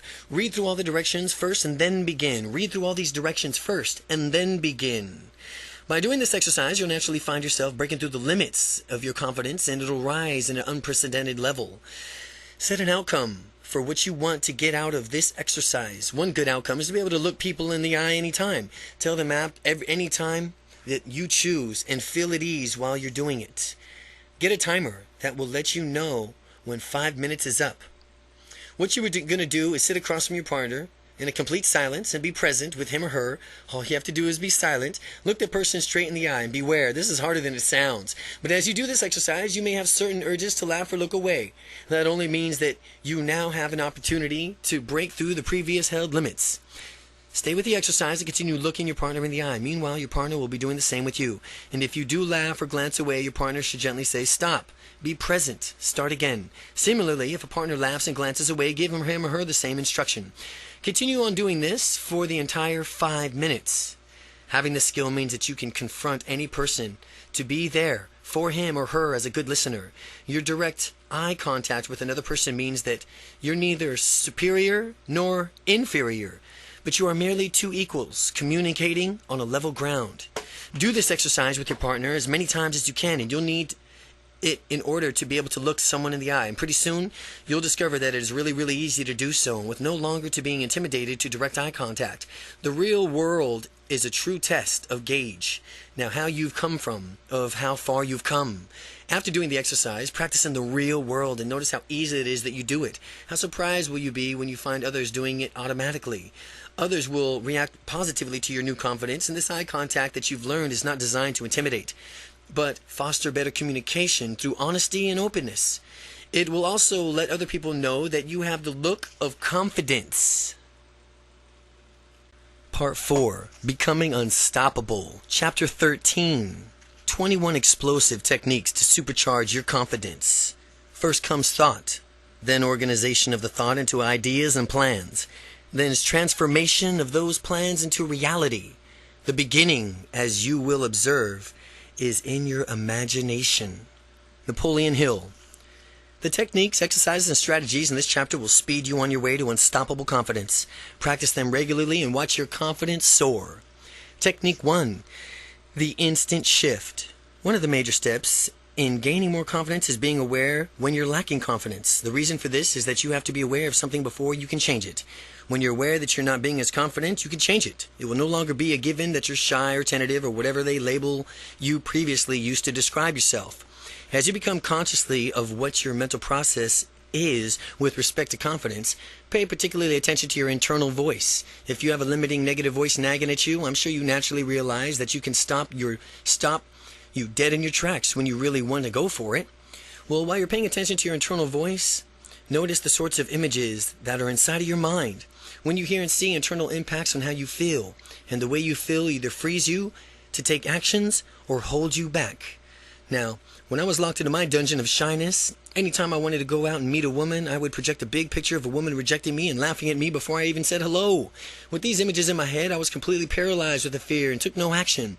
Instead, I watched an opportunity pass me by, and I regretted it every time.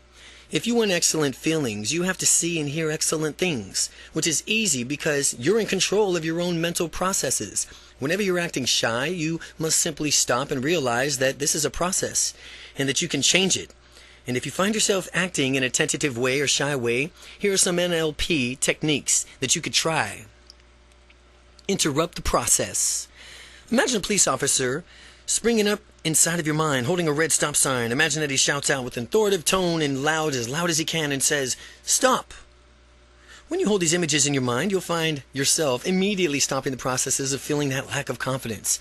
Shift your state, and once you stop the process, you can change your directions and go in any direction you want. For purposes that you should immediately shift your physical state to one that exudes confidence. Employ excellent physiology and posture, head up, shoulder back, stomach tucked in. Put your smile on your face. Feel good just like that. And if your body is in this state of confidence, it's easy for your mentality and for you to mentally follow suit. The instant shift. Number 1, recognize your shy or unconfident action. And number 2, interrupt the process. Number 3, shift your physical state to a confident posture. And then 4, let your mind follow suit. Technique 2, rehearse confidence. Once you interrupt a negative mental process, you could then consciously choose your emotional state you want to experience. You won't be merely acting out the habit. You'll be acting out a conscious choice that is very powerful. And with this technique, you can program yourself to have unstoppable confidence whenever you need it. The key is that when you rehearse what you get, the key is that what you rehearse is what you get. A friend of mine who was into martial arts always reminded me that train the way you fight because you will fight the way you train. This holds true for being confident as well, and by rehearsing confidence in your mind, you will have it when you need it.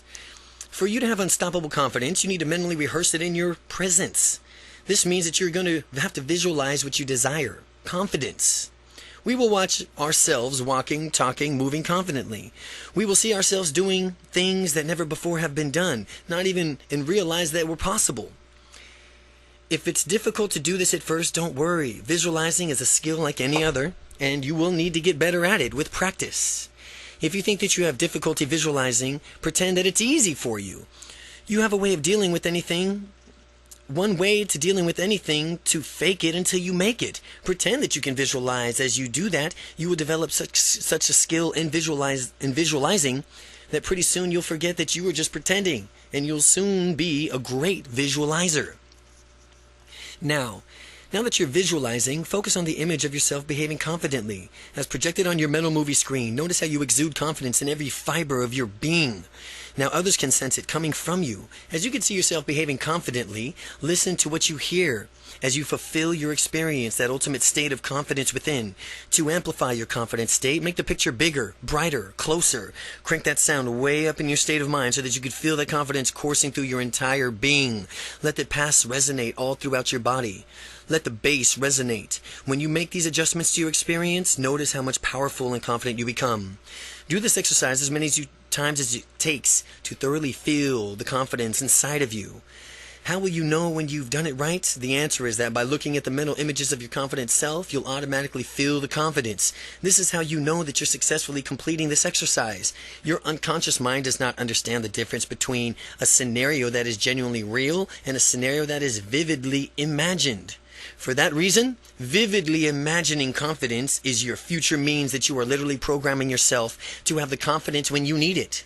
Set a trigger for confidence that you've rehearsed. Here's how to set yourself up for confidence anytime. Number 1, close your eyes. Number 2, watch yourself on a mental movie big screen as confident. Number 3, enhance your visual and sound qualities of the movie. Number 4, jump into your own on-screen body and let's see through your own eyes and hear what you hear and feel total confidence. Number 5, hold your thumb and your first finger together as you experience confidence. The more you feel confident, the harder you press your thumb and first finger together. After 5 seconds, separate your thumb and first finger and open your eyes. Repeat the first step. Repeat the first 7 steps, but watch a different confidence scenario. By doing this, you'll have programmed your mind to respond to a feeling of your thumb and forefinger pressed together as a confidence trigger. Confidence trigger. Now that you've rehearsed it, whether you need confidence or not, you could just close your eyes and press your thumb and forefinger together as long enough to let you have a feeling that you've triggered, and it starts flooding through you. Rehearsing confidence. Focus on an image of acting confident as on a movie screen.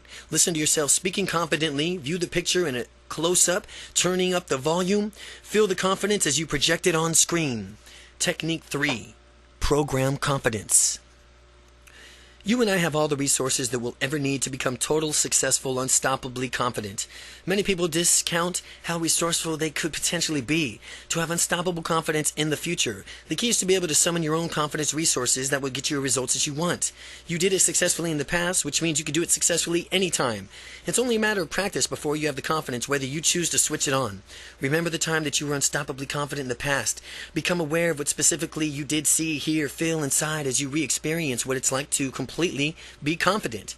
There's a structure to your confidence experience in the same way that there's a structure to your building. There's certain qualities that you see, hear, feel, and building this specific to that building. Similarly, this is a certain thing that you see, hear, and feel only when you are in a confident state. While you relive a past time when you were confident, ask yourself the following questions. To become aware of the visual qualities of confidence, what size is what you see? What size is what you see? Do you see a picture or a movie? Is it three-dimensional? How clear or fuzzy is it? How bright is it? How close is it? Is it in color or is it in black and white? As you ask yourself the following questions to become aware of the auditory qualities of confidence that confidence has for you, ask yourself, what do you hear? How loud is it? What's the tempo? What's the pitch? What direction does the sound come from? And ask yourself the following questions to become aware of the sensory qualities of confidence. Where does the feeling begin in my body? How intense is the feeling? What direction does the feeling come from? And how long does this feeling last? By altering the visual, auditory, and sensory qualities of confidence, you can actually amplify your confident state. Practice playing around in all of these different qualities. See the appendix for more qualities. And notice the results and the effects of your confident state. This means that you can build even more confident state once you find the qualities that work best for you. As you relive your past confidence and relive your past confidence experiences, become aware of the visual, auditory, sensory qualities associated with the experience. Realize that you can use these same qualities to program yourself in an unlimited confidence in your future. The way you do this is by imagining situations in the future where you will need unstoppable confidence and imagining your future confident self adjusting from what you see, hear, feel to match your past experiences of confidence. You are literally programming your mind to have unstoppable confidence in the future. When the moment arrives, your mind will act as if you already experienced it before and give you the unlimited confidence. Any subject or event coming in your future, start thinking completely confident about it, and when the event comes, you'll already be confident about it. As I've said, the mind does not make distinction between what is real and what is vividly imagined. Real-time scans the brain to reveal whether you take a physical action or simply vividly imagine doing it. The same areas of your brain are activated. You can take advantage of this by programming your mind in advance. Program confidence. Number 1, relive the past experience in which you felt confident and noticed all visual, auditory and sensory qualities associated with that experience. Now imagine a situation in the future where you'll need that type of confidence, and imagine yourself adjusting to what you see, hear, and feel to match the past experience of confidence. Technique 4. Anchoring. Many who have studied psychology will be aware of the groundbreaking experiments conducted by the animal behaviorist Ivan Pavlov that determined the power of stimulus-response conditioning. After noticing that a dog salivates when they eat, he paled a unique stimulus, the shining of a light, with the presentation of the dog's meal. Pavlov would turn on the light immediately before giving the dog food. After several rounds of this, the dog would salivate even when the light was just turned on, but no food was present. Prior to this pairing, shining the light had no effect on the dog's salivation, but after the stimulus, the light, had been paired with the response, salivation, the dog would reliably salivate when the light was shone. The phenomenon of stimulus-response conditioning has come to be known in many circles as anchoring. An anchor is a stimulus that triggers a mental state. An anchor is a stimulus that triggers a mental state. It has been applied to a phobia treatment, motivation, and other areas of personal development. The beauty of anchoring is that it can be very easy to do for yourself. Properties of good anchors are that they elicit a strong emotional state, they must be unique, and they must be repeatable. Now, if it's all very well to work for yourself into an unstoppably confident state manually when you have the time, but what about when you'd like to get into that state instantly? Well, this is anchoring and where anchoring comes from. When you want to get yourself into a state of being confident, motivated, and strong, you can easily pair the state of stimulus of your own. Many people like to use music. If you want to do this, pick a piece of music that matches and maybe even evokes the state that you want to anchor, such as the Eye of the Tiger or the Chariots of the Fire theme. Pick one of your favorite confidence techniques and do it along with the music. Do this over and over again, and you'll find that listening to the music immediately plunges you into that state. You can even anchor states with internal stimuli. Any image that automatically puts you into a certain state already in an anchor. For some people, just thinking about the smiling face of their spouse puts them in a romantic state. Just thinking about a happy baby is enough to make many people melt with a tenderness. All of these mental techniques is designed for tapping into a natural power to activate an emotional circuitry of your brain and body to produce a confident state. Once you have that state, you can pair it with an outside stimuli like music or pictures, or you can associate it with internal stimuli like remembering images, sounds, or feelings. The following is a great internal anchor of mine, and I want to pass it on. After you imagine a few times, you'll naturally associate what you see and hear inside of your mind with a powerfully confident state. Picture a jet black puma at the top of a glorious canyon spans miles across. Puma radiates intensity with its black is arched in its poised pounce and its unsuspectedly prey below. The prey does not even realize what will transpire as the puma knowingly licks up its sharp teeth. But as you watch the scene, if you will, step into the puma's body and become the puma. See with the puma's eyes. Hear what the puma hears. Feel the unstoppable confident state that the puma has as you become completely aware of just how easily you are going to devour your prey, accomplish your goal. Or devour your prey or accomplish your goal. To even more fully experience this confident state, let loose with a growl that will rival any puma alive. Doing this will help you associate this powerful state with the sound of a growl. After doing this exercise, you'll be able to simply growl internally and immediately go back to this state of unstoppable confidence. All you'll ever need to do to get this, again, is to stop for a moment, close your eyes, and growl inside of your mind and become the puma. Anchoring. Practice a favorite confident generating exercise. While doing so, listen to the piece of music that makes you feel confident or an image. Imagine an image that makes you feel good about yourself. Well, when you want to recreate a confident feeling internally, hear the music or see that image. Technique 5. Circle of Confidence. The next technique is advanced from the anchoring called the circle of confidence. Circle of confidence. Instead of anchoring something on location to your body or internal stimuli, this technique anchors confidence to a spot on the ground. Into doing so, you will physically step into an unstoppable confidence whenever you need it. There have been times in your past when you were confident in the future. When you were confident. In the future, you will be confident again. The key is to be able to summon that feeling at will. This technique allows you to evoke a state of confidence wherever and whenever you want. To form your circle of confidence, imagine a circular location on the floor. Before you step into that circle, notice its exact dimensions. Picture it either with colors or transparent, and as if you will. When you physically step into that circle, you will move back in time to a moment in which you had complete confidence. Pick an experience of an ultimate confidence.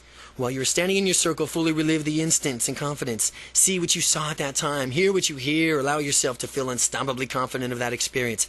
Inside the circle, feeling confident, adjust your body language. Match your confident state. Keep the confident state as you walk around outside the circle. Now, if you have enough confidence to meet your outcome, you are done with this exercise.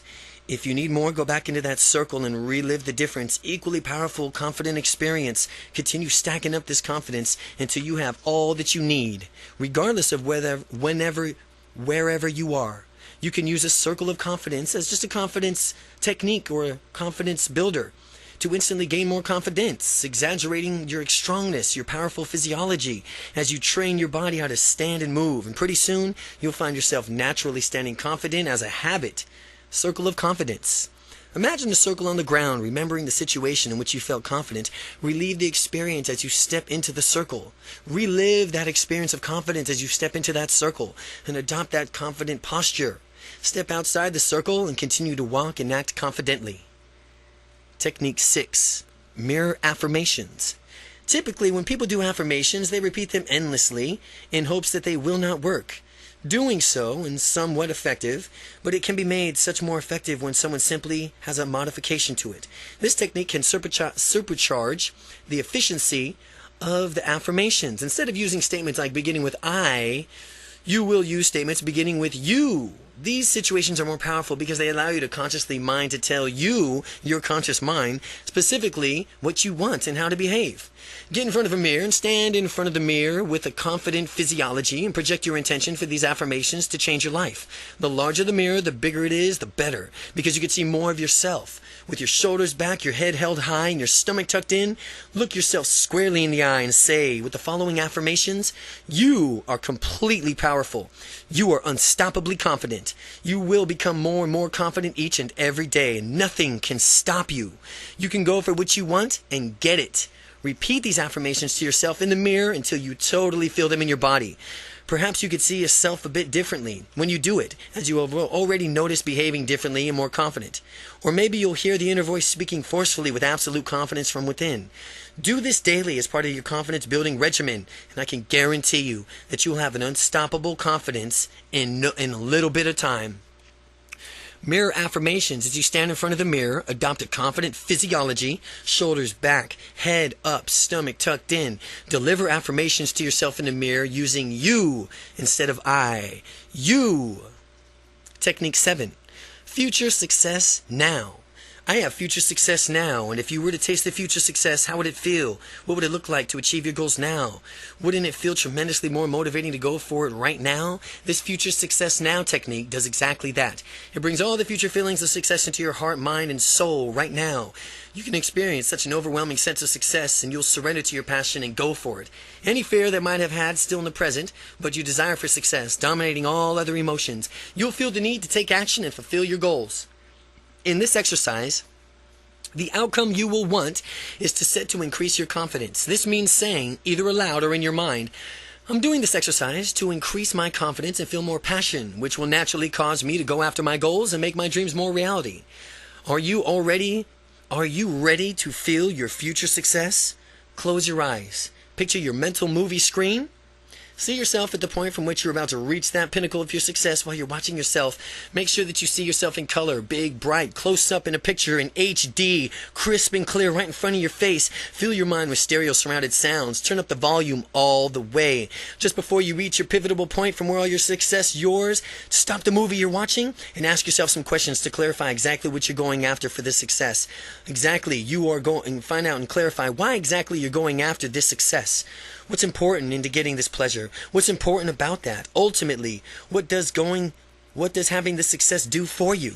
Now restart the movie and witness yourself achieving your goal and getting all the massive success and pleasure that you deserve that comes with it. Right as you see yourself on the mental screening fulfilling your goals and experiencing the wonderful feeling of victory, jump into your on-screen body. Now, through your own eyes, as if you could see there, through your own eyes, as if You are there now because your mind, you are. Hear the sounds of success. Feel the success like in every fiber of your being. As the moment comes to a climax, I want you to take all these wonderful feelings and wrap them up. Take those unlimited feelings that you have and jump out of that mental screen back into your physical body, allowing all those magnificent feelings to ebb and flow.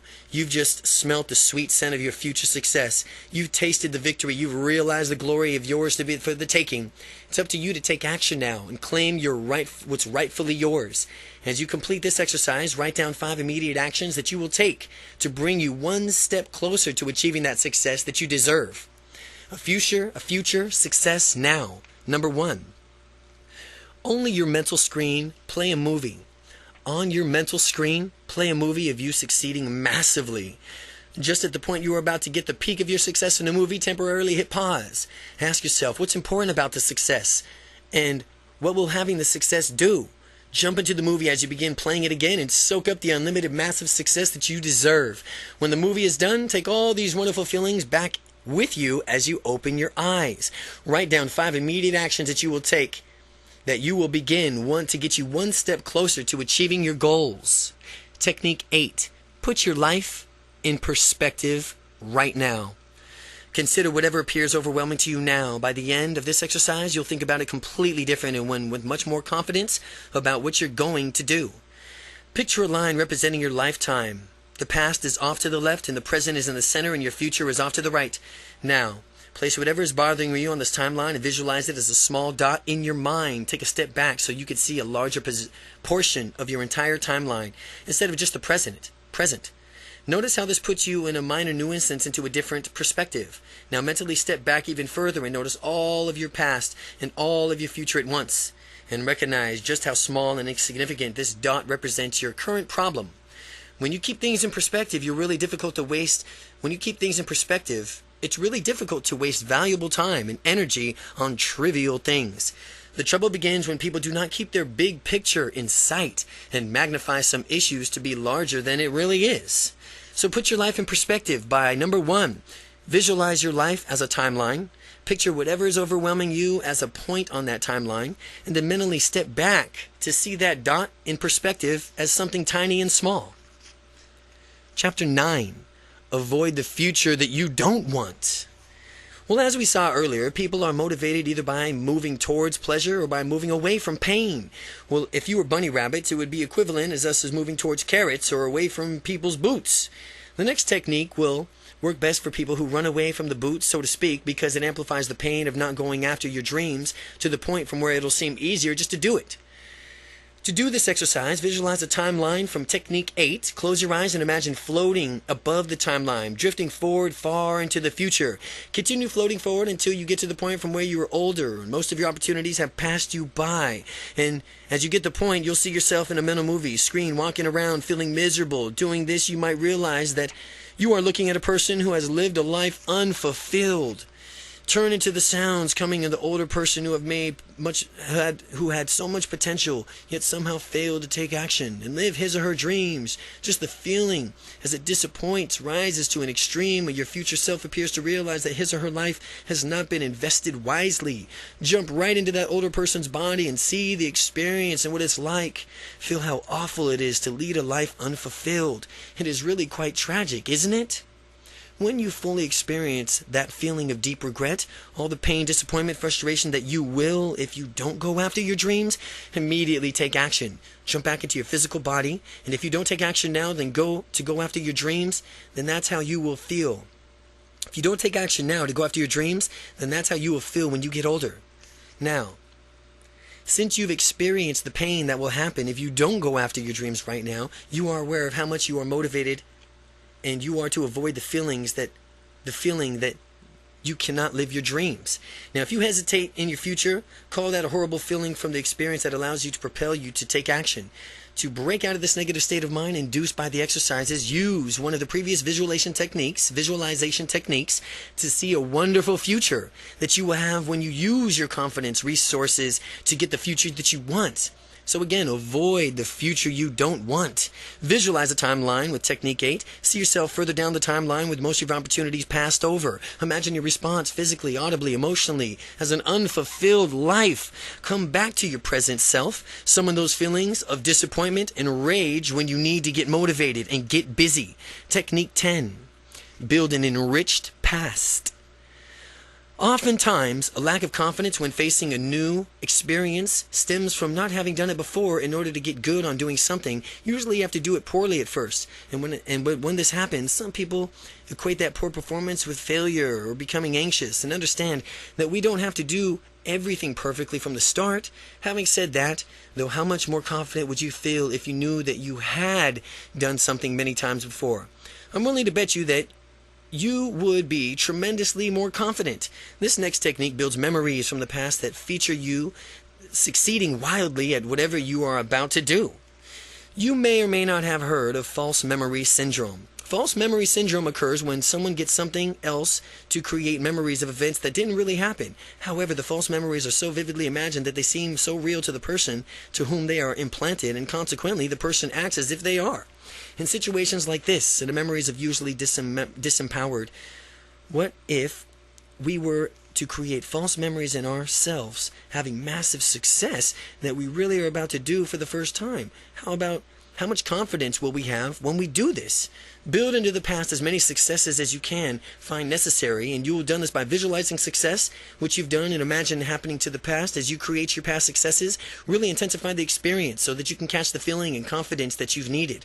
When I was starting out in my public speaking, I had no experience at all, but since I needed to rapidly gain experience to be credible, I went back into my past and created an entire series of memories. Even though I consciously knew that they were all false memories, they were all so vividly imagined that my unconscious mind knew no difference, and which consequently allowed me to behave as if I've already been speaking a lot. And I imagined that I had an entire history of making wonderful speeches, motivating audiences, and receiving standing ovations for my abilities. To go one step further, I imagined people taking my message to heart, acting on it, transforming their lives. By creating all these memories, by the time I got up to actually speak for the first time, I was delightfully simple. I radiated confidence from the beginning, and anyone can use these techniques to better himself or herself. It's just a matter of knowing the techniques and applying them in your life. To build an enriched past, number 1, see yourself in your past on your mental movie screen, massively succeeding at what you actually are about to do for the first time. Crank up the visual and sound qualities to make the new memory really intense. Do this 10 times to create 10 different positions, memories of your successes. Technique 11. The technique goes back into a past of implants, new memories into similar fashions to exercise the technique 10. Only this time, instead of giving yourself a history that will be rewriting your history, go back to the time from when you really blew it. Perhaps something you were expected to accomplish was not smashing success that you intended it to be. Close your eyes and watch yourself on a mental movie screen as you just about to make the mistake or screw things up. Just prior to the instant in the time from which you're about to start deviating from the success path, start making mistakes or stop the movie. We stop the movie now because we don't want to rehearse the negative incident, but we only want to reinforce it in a way of behaving. While the movie is stopped, think about how the situation ideally would have turned out if you could give it an ending. Well, restart the movie and replace the old ending with an ideal ending. See, hear, and feel something succeeding in the way you deserve. After you've watched the movie from the start, finish the third-person point of view. Just jump into the on-screen body and run the movie from start to finish with a new ideal ending. As you see, hear, and feel the massive success, that's yours. Now, run the entire movie from start to finish 10 times. This will recode the past incident as a success in your mind. Furthermore, rehearsing and reinforcing success teaches your mind to create success in the future. As you look back on your past, you'll notice things are different. The way you look at all the failures are actually bridges to the success. Your past has been enriched now. You can enrich your past, and you'll discover yourself moving through the world more resourcefully. One thing about the technique is that its versatility. You can correct any part of your past in whatever way you want. Correct past mistakes. The technique of correcting past mistakes, number 1. Watch yourself in the past on your mental movie screen. Right up the point before you made the mistake, and at that point, stop the movie and think about what the ideal ending would be, and then finish the movie with the ideal solution, you behaving resourcefully and getting your outcome. Run the movie from start to finish with the new ending, feeling what it's like to get your outcome. Now jump into your on-screen body and run the movie on the success 10 times and lock it in. Technique 12, the domino effect. As you recall from earlier in this book, beliefs come in two different forms, casualty and meaning. Again, as you recall from earlier in this book, beliefs come from two different forms, casualty and meaning. X causes Y, or X means Y. Again, X causes Y, or X means Y. Causes or it means. Understanding how beliefs are structured means that we can consciously choose those beliefs that are empowering to us. For example, if someone believes public speaking means it's time to be fearful and lack confidence, then obviously this belief will be made manifest in that person's behavior. As he or she gets nervous before making a speech, it's necessary to understand how beliefs are formed. To use this next technique, think of something that is so far outside of your comfort zone that you would be absolutely amazed, surprised, and delighted if you actually did it. In thinking about this, keep in mind that it should be something that is feasible, something you could immediately do, and should make this decision to take action. Become aware of what specifically you would see, hear, and feel when doing it. Now, just ponder what sort of confidence it would take for you to do this shining and to do this thing that you are so afraid of. Once you've thought of something completely outside of your comfort zone, you will naturally realize that if you were actually to do this, you could do anything you wanted in the world. After all, if you could step out that far out of your comfort zone, you can continue to expand even further outside of it. Can't you? To make this exercise really work, lock in a belief that doing whatever it is that you were thinking of right now, that you are afraid to do so, means that you could do anything. I chose to skydive as my activity for this exercise. I can lead a pretty conservative lifestyle, keeping risks a bare minimum, and so I had never done anything so daring before. Some risks, I soon learned, are worth it. To gain more confidence in myself, I built in this belief that as I jump out of an airplane and hurtle to the ground in rapid speeds, I'll be stepping far outside of my comfort zone, and by proving to myself that I could do things I wasn't quite sure of that I could do, means that I could do anything in the world. For me, skydiving demonstrates that anything is possible for me.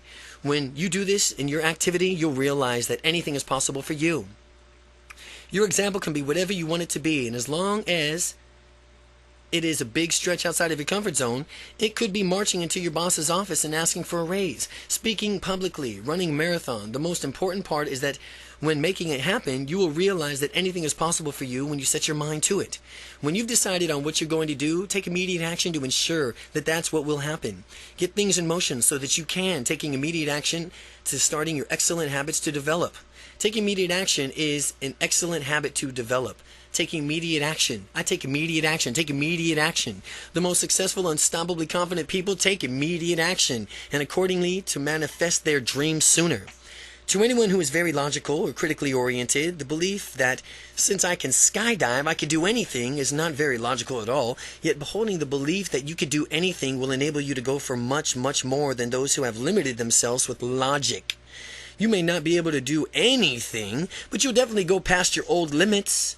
And remember, what seems like a limit is very often just a limit in belief, not in reality. So when you choose that your beliefs choose them because they are useful and empowering, not based on so-called logic. Choose your beliefs because they will help you live your dreams. The domino effect is number 1, choose an activity that is far outside of your comfort zone, and number 2, realize that in doing this activity, it makes it possible to do anything that you choose to do. Follow through with this activity as quickly as possible and hold on to the new belief that you can make anything happen. Technique 13. Technique 13, borrow confidence. A great way to gain confidence is to model yourself after someone else who has already had a lot of confidence. Anyone who has an absolute belief in himself or herself will make a good model for you. One way to supercharge your results is using the techniques to repeat it, using several different people as your models of unstoppable confidence. Once you've identified the person who embodies confidence to you, get to know as thoroughly as possible this person as it moves through this moves through the world. To do this, spend as much time as you can with that person and talk about his or her opinions of confidence, life, taking action. If your model of confidence is not accessible to you, perhaps you can get to know the person and voraciously by purchasing his or her books or CDs or home study courses, or by attending a seminar. If it's a rock star that you could go to his or her concert. If it's a star athlete, perhaps you can attend his or her sporting event. The idea here is to expose your mind to this person so much as possible that you get a better grasp on how to model your beliefs, attitudes, and values. The more effectively you can model his or her the better you can model his or her confidence. Set a strong outcome for this exercise, such as, I want a confidence like, and then name the model of the confidence. For these reasons, and then list the reasons. By the time you reach the point, you have already familiarized yourself with the model of confidence, and you have a good grasp on his or her perceptions of the world, the self, and what he or she does. Close your eyes and envision your model of confidence behaving in an unstoppably confident way in a movie, in your mental screen. Pay attention to how the person speaks, moves, gestures, and walks. Become aware of how this person interacts with others. Imagine his or hers internal self-talk. And notice anything else that you can about this person. Make the movie big, bright, and close, HD, digital, crisp. Turn the sound up all the way that you can and resonate it inside of you.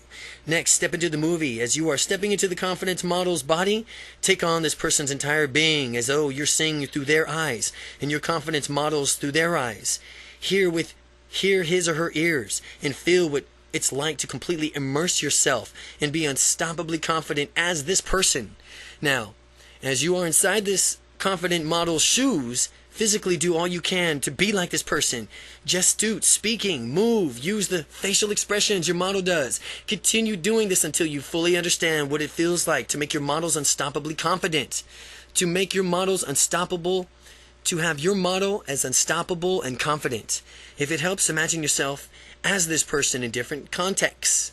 When you fully have that feeling down, you'll see yourself stepping out of your own person's body and back into yours. And as you float back into your own body, take with you that unstoppably confident feeling that you just created. Integrate that feeling into your body, your mind, and your identity. By having your model's confidence once, you can have it anytime anytime you want, simply by just doing the exercise. Remember to borrow confidence. Number 1. Find someone who's confident that you'd like to have for yourself. Who's confident you'd like to have for yourself. Expose yourself to that model of confidence as much as possible. Watch your role model behaving confidently as your mental movie screen. Notice how this person moves through the world, how he or she speaks and gestures. Make the imagine really compelling by turning into a visual, auditory, sensory quality. Step into the movie and become that model. Gesture, speak, and move through the world as this person does with their unstoppable confidence. Then step into a model in 5 different contexts. When you feel that you have to handle this person's confidence, a handle of their confidence, step back into the model's, step outside of the model's body and take his or her confidence back with you. Technique 14. Schedule your dreams. Successful people plan their work and then they work their plan. This technique will help you decide on what you want and focus your energy towards pursuing it. Goals are dreams with deadlines. For that reason, this technique gives you some specific deadlines for achieving your dreams. What I want you to do is imagine yourself 5 years in the future, living your ideal lifestyle with what sort of job would you have? What have you accomplished? Where do you live? What is your lifestyle like? Focus on the answers to these questions, and once you have the answers, build what you call an expanded resume. A typical resume charts for what you have accomplished and the skills that you possess now. An expanded resume encompasses your entire life, your family life, your career, your social circle, your spirituality, your finances, and so on. Creative and expanded resumes, what will be true for you in 5 years. Reread this resume once a week and more often, if you can invest the time, and in 5 years in time, you will have accomplished much, if not all, of what you put down. A similar technique for channeling your energy into a direction is to construct a future magazine cover with yourself on it. The magazine could either be real or fictitious, but it should show us succeeding in whatever area of your life that you choose. When I did this, I used a computer presentation software to import my photograph and design into a magazine cover, and inserted catchy headlines and prescribed what I would achieve. When this cover was finished, I printed it out and proudly displayed it on my desk. From time to time, I would glance over at it and find it there, and I automatically became more motivated to take action and move towards my goals. Schedule your dreams. Number 1, scheduling your dreams, the expanded resume. Number 1, imagine where you would like to be in 5 years from now. Write down the details, family, work, leisure time, friends, and so on, and review this expanded resume at least once a week. Your future magazine cover. Well, create a real imagining magazine cover for yourself succeeding in some area of your life and use catchy headlines, images, and describe what you want to achieve. Review your magazine cover periodically to keep you motivated in reaching your goals. Technique 15.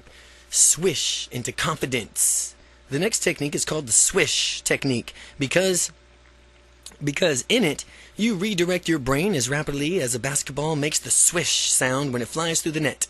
Our mind is trained to go into a certain direction. Sometimes if we have not consciously directed our minds, we tend to gravitate towards less than resourceful behaviors, such as shyness. The technique redirects the brain in the effect telling it, not shy, confident. If you act shy, you do it out of a pattern that you've either consciously or unconsciously set up for yourself, and there are triggers that you cue to your brain that the shyness pattern. What we're going to do is take those same triggers, reframe, and retrain your mind so that when you spur towards a confidence, you'll spur towards confidence instead. Think of the times when you act shy. Decide on the initial cue that lets you know that it's time to get nervous and tentative. And for some people, arriving in a party full of strangers is looking at an unfamiliar face and a cue to begin acting shy. For others, seeing an attractive member of the opposite sex sitting down nearby might set them off. Find out what your cue is. People do not randomly become shy. There's always a cue that precedes it. Now that you've discovered the cue that has led you to shyness in the past, put yourself into the picture of experience from a first-person perspective. Practice making the picture of what you see smaller, darker, and farther away. Take the normal picture of the cue image and make it small, dark, and really so far away in a way that in the time it takes for you to say out loud, swish.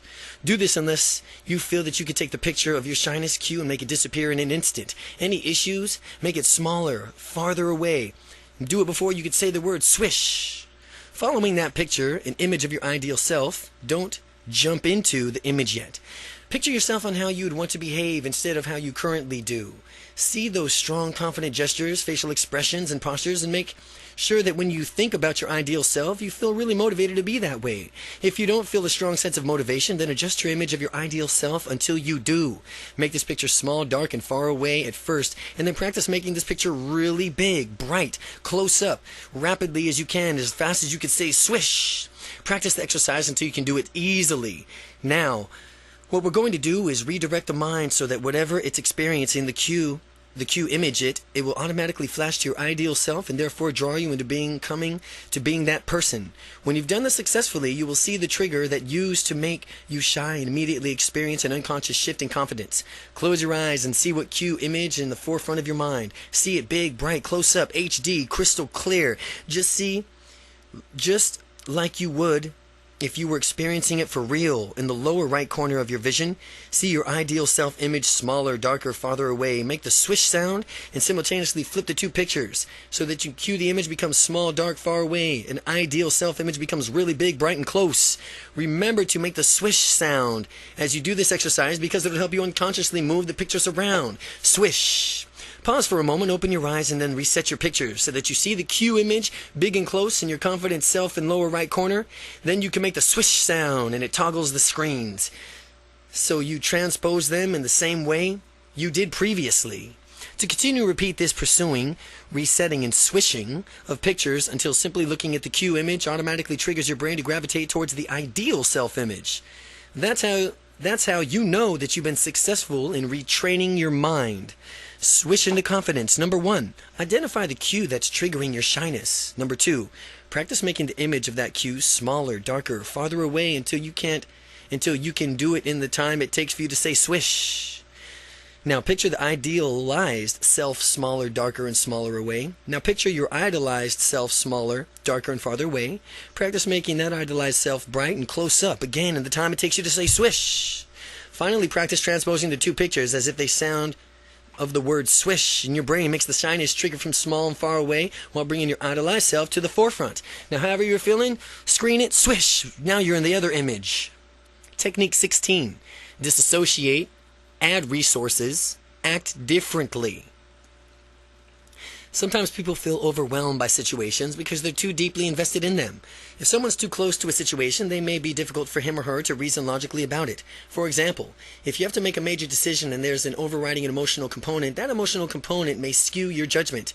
This technique helps you stand back and survey the bigger picture, then in order to make the best decision for yourself. What is the smartest decision that you can make in any given second, moment, nanosecond? The smartest decision you can ever make. What will it do? What you will do in this technique is to observe yourself in a third-person point of view. You will step outside of your body and look over at yourself, making a decision. Picture yourself on the mental movie screen, but don't jump into it yet. Just look at your on-body screen. You are a detached observer. Pretend that you are the narrator, and you refer to yourself into this as third person by repeatedly using your name.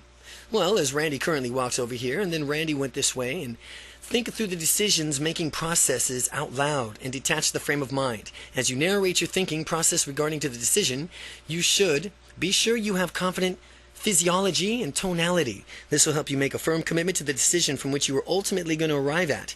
As a result, your decisions will be more rational, emotionally, literally giving yourself some distance from the situation. Another way to perform this technique is with the confidence resource triangle, described next. The confidence resource triangle. It's a confidence resource triangle. The main difference is that the triangle uses physical locations to represent the different states. The confidence resource triangle has 3 legs. Stuck state, location, a disassociated observer location, and a resource location. Again, they have 3 legs: a stuck state location, a disassociated observer location, and a resource location. The stuck state is the state where a person will experience indecision and need a resource. The disassociated location is where a person can stand back and objectively look at the situation from a third-person point of view. The resource location represents a resource that will get a person unstuck from his or her indecisive state. Find 3 different spots on the floor and label one S for stuck, one D for disassociated, and one R for resource. First step onto the S location. Close your eyes if it helps you. See, hear, and feel the element of the context where you need more confidence. Just when you're getting a taste of it, step outside of the location. Name 3 different things in the room to break your state, thus get you out of that state of stuck. Second, step onto the D location. And look at the same situation as you did in S location, but do it with a third-person perspective. Now, how different is it that you can perceive things more objectively? Think of confident resources that will help you conquer this stuck state. Third, step onto the R location, and as you do this physical step, you will mentally step into a resource by completely reliving a past time when you were confident. See when you saw, heard, and hear, and felt what it's like. Remember what it's like and crank it up. Crank up that confidence level. Now, with overwhelming confidence at your disposal, step back into what used to be the stuck state. How easily, naturally, you do not get unstuck now. With all this confidence oozing from every fiber of your being, if for some reason your stuck state did not change for you as much as you would like, do this exercise again, continuing stacking up confident resources and bringing them to the stuck state until things change. Do it again, the exercise over and over until you continue stacking up confident resources and bringing them to the stuck state until things change.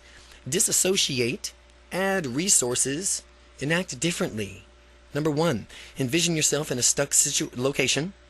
Number 2, step out of the stuck location and name 3 things in the room to balance yourself. Number 3, step into the disassociated location and watch how you can resolve the situation in a confident manner by looking at it third party, away from yourself. Number 4, step into the resource location and think back to a time in your life when you were exuding confidence. Technique 17, matching and mirroring. When 2 people have rapport with each other, an interesting thing occurs. Their body language becomes similar. They begin to match each other. How can we use this to our benefit? We can consciously match someone else's body language in order to increase our perceived similarity to the person. You can use matching to increase intimacy or almost in any human interaction. This technique is called matching and mirroring because your goal is to become a mirror and image the partner in a conversation. When I first learned this technique, I was confused with it as mimicking. Mimicking is something that younger children do to annoy each other's parents, or monkeys do to play with visitors at the zoo. We are not mimicking anything else. Instead, we are increasing our similarity to another person by mirroring that person's body language, which will help engender a greater understanding of his or her points of view. The way you match and mirror someone is to adopt the same body posture that that person has. When the person moves, you must move and hit with him or her. Be sure to allow a certain lag time so that matching does not creep into the person's consciousness awareness. And the idea is to gain rapport at an unconscious level without attracting or notice that you're doing it.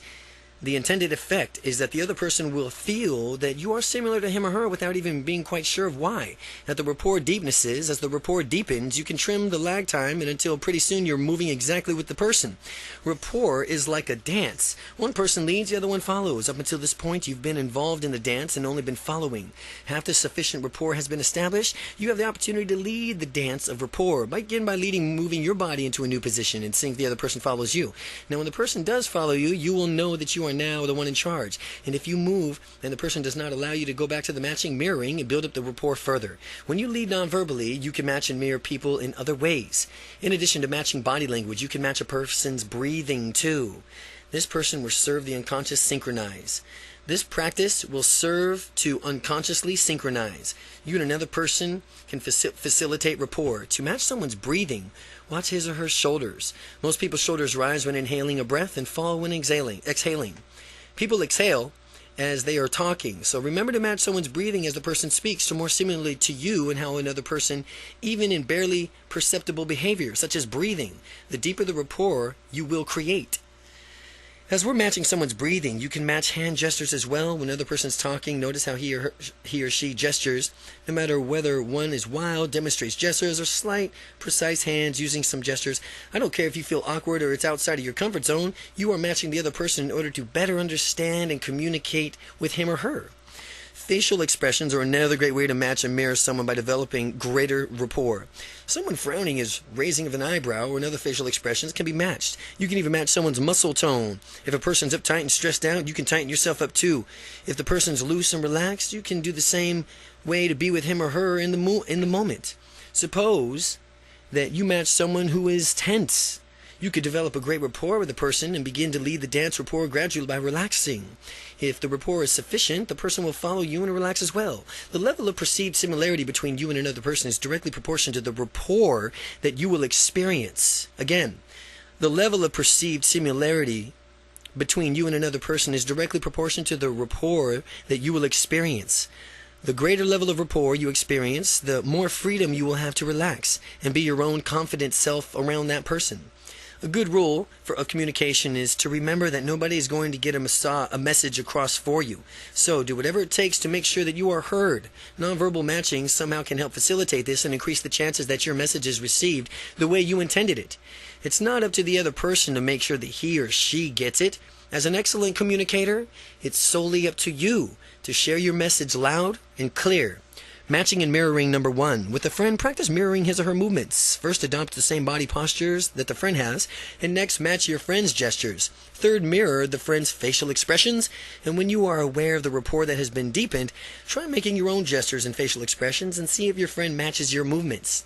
Technique 18. Verbal matching.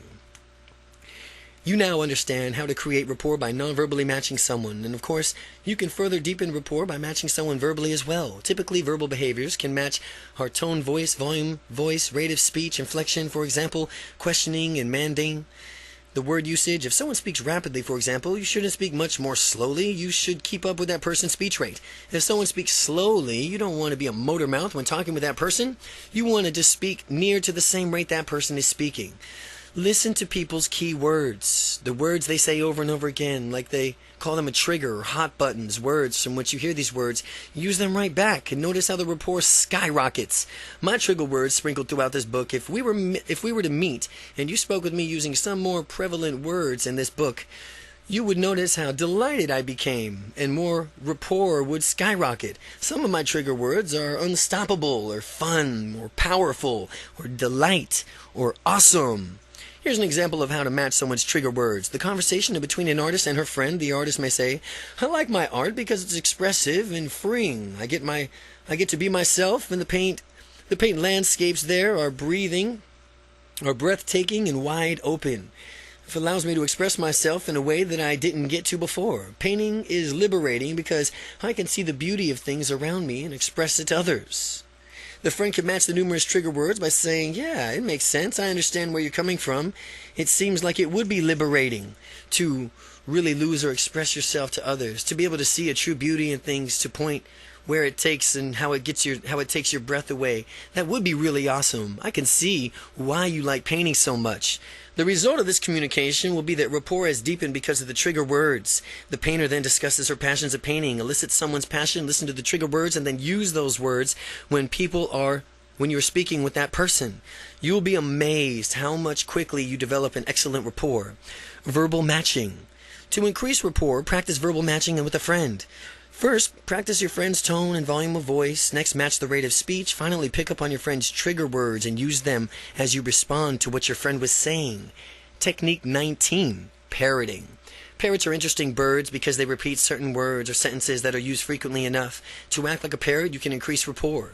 With someone speaking in pauses, repeat the last few words of the sentence. Right back to that person. The person's word has special significance for him or her, or they wouldn't have even chose to say it that way. Be like a parrot and repeat the exact words back. You'll discover how easily this causes a greater sense of rapport. Parroting validates the person's point of view, and the point of view validated, and they enjoy being listened to, which is why parroting works so well. It proves you were listening. As a friend, Fred, for example, Fred and Carolyn. Fred, how are you doing today? Carolyn, excellent. I have a flat tire on the way to work, but I made it here all right. Well, you made it here all right. How has your workday been since that? Well, it's been pretty hectic around my office. I've got a team meeting this afternoon at 4. You got a team meeting at 4? Uh-huh. Yeah, I'm really looking forward to it. The product should be unveiled here really soon. Oh, really soon? Yeah, next week is our scheduled launch. We've been working really hard to get this project going. Wow, you must have really been working hard to get this project going. The parroting is delivered as a mere echo of what the person previously said, with the key points echoed back to the person. The speaker, upon hearing his or her own words parroted back, will either say yes or agree non-verbally, perhaps with a nod. When people are in agreement, they generally are in excellent states of rapport. Avoid active listening, which is when you change around what someone said by putting it into your own words and then spewing it back to that person by changing the words. You change the meaning and distort the true message that the person wanted to convey. People like when they get their message across, and parroting their exact words back confirms that you did receive them. So in parroting with a friend, begin conversations and practice repeating the last phrase entirely, word for word, that your friend had said back to him or her. Make sure not to rephrase it in your own words. To rephrase someone's point in your own words is considered rude. They want to hear that their point was given across. Technique 20, nodding, leaning forward, and prodding. People are masterful communicators. Nods are the listening to others. They're doing so. They invite others to relax and share whatever's on their mind. The next time you're talking with someone, continually nod to open the person up for sharing. To practice this, get a partner and have a conversation. Say as little as possible. Nod as often as you can, and this will effectively this is what effective communicators do. And by nodding effectively, your communication and your confidence and interpersonal skills will dramatically increase. By nodding often, disinterested communicators lean back and slouch. Excellent communicators lean forward and show that they are hanging on to every word that you said. In this exercise, lean forward, and as you nod along, as you're talking with your partner, prod him or her on by throwing in following phrases at the appropriate pauses. Again, when talking with your partner, prod him or her by throwing in the following phrases at an appropriate pause. Go on. Oh, go on. I understand. Oh, I understand. I understand. What makes sense? Oh, that makes sense. Oh, that makes sense. Tell me more. Oh, well, tell me more. I see what you're saying. Oh, I see what you're saying. Oh, I hear you. Yeah, I hear you. Well, that feels right to me. Well, that feels right to me. You'll soon discover how effectively this keeps people talking. I've kept people talking for 30 minutes at a time without me saying anything, just by nodding, leaning forward, and interjecting these phrases at the appropriate times. Nodding, leaning forward, and prodding. Ask a friend to begin telling you a story. Practice nodding and prodding at appropriate points in the story and see how long you can keep your friend talking. Technique 21. Ask open-ended questions. When you realize that you can talk to anyone, anywhere, anytime, you will have more confidence in yourself than ever before. The secret to being a great conversationalist is knowing what to ask questions that show genuine interest in the other person. Quite simply, ask open-ended questions whenever possible. Open-ended questions require more than a simple yes or no response. The person answering has to elaborate and describe what he or she is thinking. Closed questions do not further develop conversations, since they are usually followed by short answers. If someone repeatedly responds to you with one-word answers, there's not much work with developing the conversation. An example of closed questions and responses: Brad, how you doing today? Fine. An example of open-ended question response is: if anything were possible, what would you most like to do right now? Well, I have a passion of sailing. I would love to be sailing in my boat around the world with my friends. I've been sailing before and I love it. I can't wait to go again. So you can see how asking an open-ended question and a closed question elicits entirely different responses. Now, as you ask these open-ended questions, be sure to listen intently to what the person is saying. While you are listening to someone, use the other methods taught to you in this book to develop an even greater rapport. You can nod and lean forward, parrot the person's words back to him or her, use nonverbal matching and mirroring and using trigger words. Doing all this at once, you might be cumbersome at first, but therefore practicing each skill individually, and then when you've mastered them all, begin to combine them for an even better rapport with others. Ask open-ended questions. Engage a friend in a conversation. Ask open-ended questions and see how long that you can keep the conversation going.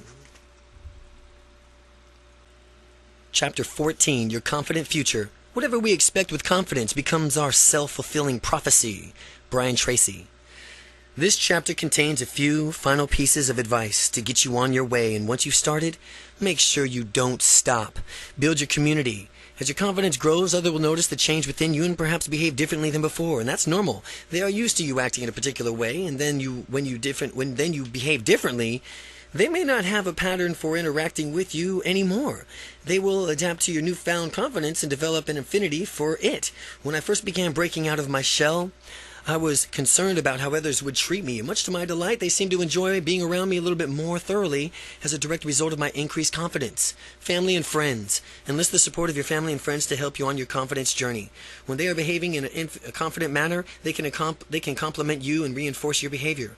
Tell them that you would appreciate their support as you do these confident exercises. Similarly, if they catch you falling into an old shy habit, they can politely point it out for you, which means that you can immediately correct that behavior. Some people may have a negative reflection to your enhanced confidence and zest for life, and they are not genuine friends. Your genuine friends want the best for you, and anything less means that you're not a true friend. And if someone tries to criticize your increased confidence, view this as an opportunity to test your confidence and let that criticism bounce right off you without even making an impact. Learning unstoppable confidence with others is, in addition, I recommend meeting regularly with others, like-minded people, to teach unstoppable confidence to others, to increase your own confidence. Let this book serve as a guide. It will help your group does confident exercises with each other. Getting together with other people can be an incredible, powerful way to ratchet up your confidence. You can support each other on the journey to a greater success. And when you get together with confidence, you can talk about situations that when you were confident and other situations where you need more confidence. Others may have insights that haven't occurred to you yet, and you might be able to help them likewise. Meet with people on a regular basis. Once a month maybe would be great. Harness the power of synergy. That is the concept of the whole greater than the sum of parts. In the case of this confidence group, the entire group's intelligence exceeds that of each individual's intelligence summed up. The whole group would become each member would become as intelligent as all of the intelligence summed up. Take action now. Your power lies in the present. That means you need not cast off procrastination and do it now, whatever it may be. I cannot emphasize this point strongly enough. Dismiss. It can wait until later mentality right now. The sooner you adopt the do it now attitude, the do it now attitude, the sooner you will create a better relationship, more fun in life, to fulfill your dreams. The reason doing this as soon as you can possibly is easier than procrastinating is because of the psychic weight of the things that are put off. If you typically procrastinate on something, you may not think to yourself, I should be doing that instead of this. Then you might talk to yourself and doing it later. Meanwhile, the leisure activity, which you were supposed to be enjoying, is now consequently ruined because your mind is preoccupied with what you should be doing. That is why we do it now mentality is so powerful. It's really much easier to set up and finish tasks than it is to free from your obligations. Enjoy yourself in your favorite leisure activities. The greater equalizer among us is that in each and every day, we all have the same 24 hours to invest. Everyone, rich or poor, 24 hours, here we go. Most people don't think of their time as an investment. But once you spent today's 24 hours, you can never get them back, ever. People endlessly hang out wasting time without realizing that it is time that is never to be recaptured. I'm all for leisure and spending quality time with friends and loved ones. My main objective is towards people who are acting without purpose, or rather being inactive without purpose. If people consciously choose how they spend their time, that is fine. To maximize your use of time, survey your life. Find out what wastes your time and eliminate it so you can spend more time doing what you thoroughly enjoy. If something is unbearable to you, hire someone else to do it. Or perhaps trade responsibilities with a friend, partner, or a spouse. It all comes down to this simple message. Do more of what you like and less of what you don't. The following is an exercise to discover how to invest your time. When you finish it, the result might surprise you. Go through the results and eliminate your time wasters. Maximize doing what you love, and you'll find yourself being more efficient in the following weeks. Since you will know what tasks consume large chunks of your time, what tasks can be delegated? Number 1, for an entire week, write down what you are doing every half hour. Number 2, after the end of the week, notice how you spend most of your time and what you're doing. Number 3, ask yourself how easily you can eliminate time-wasting activities. Number 4, ask yourself what you can invest more time on in your activities that will lead you closer to your goals. And finally, schedule your next week according to what you've discovered. And as you continue to use your time ever more wisely and productively, notice that this increases your confidence. The more actions you take, the more dreams come true, the more motivated you'll feel and do and achieve even more. The proper fruit of knowledge is action. Action. Take action. Reap the full benefits of your knowledge. Stay on track with your confidence and practice a calendar. One method to stay on track as you develop your ability to be confident is a confident practicing calendar. You can take an extraordinary calendar and schedule which confident exercises you will do on a particular day. You can also set up milestones that you expect to achieve that journey towards unstoppable confidence and compare your progress against them. One day you could practice speaking confidently. The next day exercise you'll be walking confidently. The following day exercise gesturing confidently. Going through this book, pick out your favorite exercise and put them down on the calendar. Create your calendar and match your personality. You'll know what will work best for you. Positive reinforcement is a great motivator. There I recommend you that you praise yourself when you find that you're behaving confidently. Although you may not think it's a bit corny, I know I did at first, but I found that following reinforcement method really worked. And when I found myself behaving in a way I wanted and I gave myself small applause, a pat myself on the back, or a self-hug, many people deny themselves their due credit, even when they perform extraordinarily. Give yourself credit by consciously reinforcing your positive behavior. After all, who's the only person you are guaranteed to be with 24 hours a day for the rest of your life? You are, of course.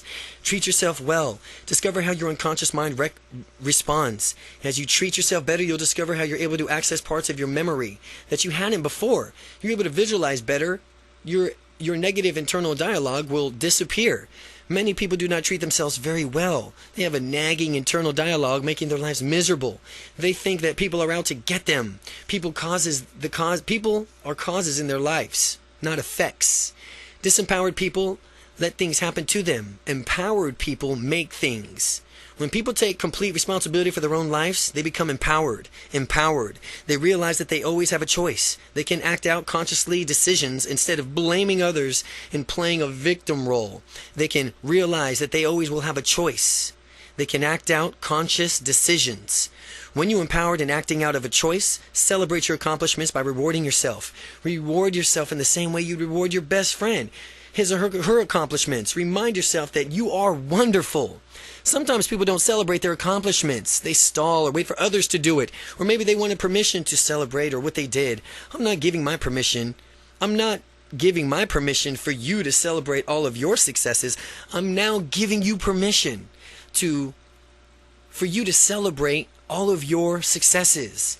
Live a healthy life. Because in order To be unstoppably confident, you must lead a healthy, fulfilling life. There's 3 components that essentially to leading such a flexibility is a sense of humor and an orientation towards the future.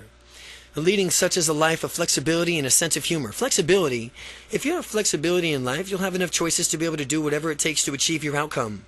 If something does not work, you'll have a wherewithal to realize that it's not working and admit your behavior. In other words, use flexibility until you eventually get your results. The more flexible people are, the more likely they will get what they want. There is a law of cybernetics, which is the science of effective organization, that states the person or component with the most choices in the system wins. Take a negotiation, for example. If someone has many options and the opposition has few, the first party has an upper hand. The fewer options you have, the less empowered you are. Maximize your empowerment by being flexible and having many options and choices as you can imagine. A sense of humor. Having a sense of humor is essential in life. It means that you won't take things too seriously or blow them out of proportion. I'm sure we all know people who take everything too seriously and end up having health problems or smoking or drinking or as an escape from their problems. The more useful way of experiencing life is maybe laughing your way through it. When times are the toughest and you are completely stressed out, the ability to laugh out loud is truly priceless. Laughing out loud will help you center you, which will lead you into a more resourceful, problem-solving state of mind. People are excessively serious and overly formal. And they tend to get ulcers and heart attacks, strokes, and other medical maladies because they choose to allow themselves to get stressed out. People who laugh a lot, they're a lot healthier and live a lot longer. Be sure to keep your sense of humor as you continue on through your life's journey. Future orientation. There are 3 different ways that we can orient ourselves with respect to time. The past, the present, the future. Each can be a useful outlook, having strong orientation for the best path of living our life's dream. The past could be useful for summoning positive resources from earlier periods in your life, for gathering and tapping into experience, for example. Some people who are heavily oriented towards the past virtually live into the bygone glory days, however, continually rehashing them through the storytelling of other reminiscence. Focusing solely on the past makes it easier for you not to take any action towards building the future. People who get overly caught up in the present orientation live entirely in the moment and fail to plan for the future, and flawed outlooks can be in a direct consequence. These people want immediate gratification without having to think about the negative effects of their decisions.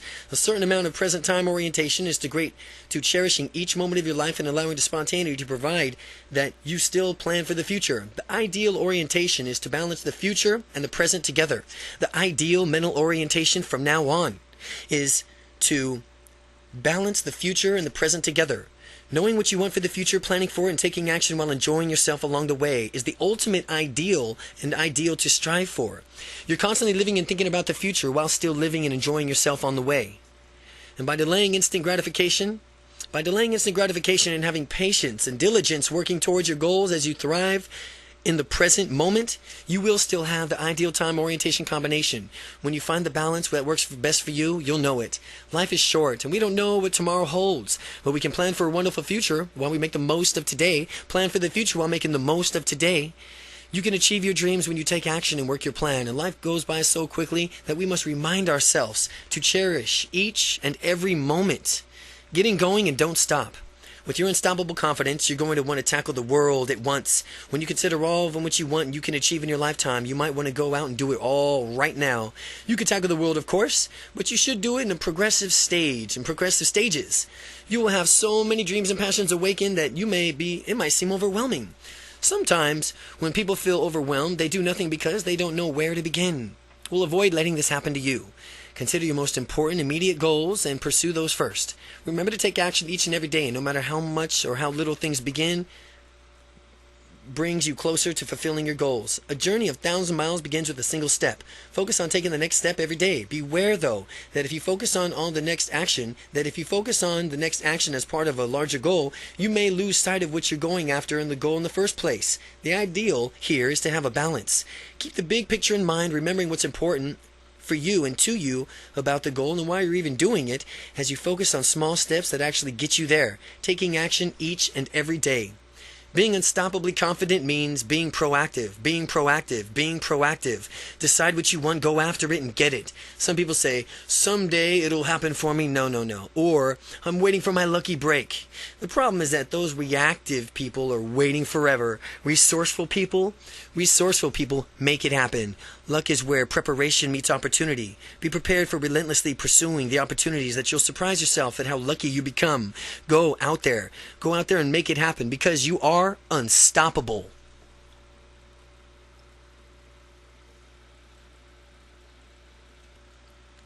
Appendix. Qualities to alter your experience and your beliefs. You can work on altering your experiences by focusing on the following qualities. Visual qualities is color. Is the image in color or black and white? Size. How big or small is the image? Detail. How detailed is the image? Focus. Is it clear? How clear is the image? Contrast. Do the elements of the image contrast? Brightness. How bright or dull is the image? Border. Is there a border around the image? Distance. How near or far away is the image to you? Shape.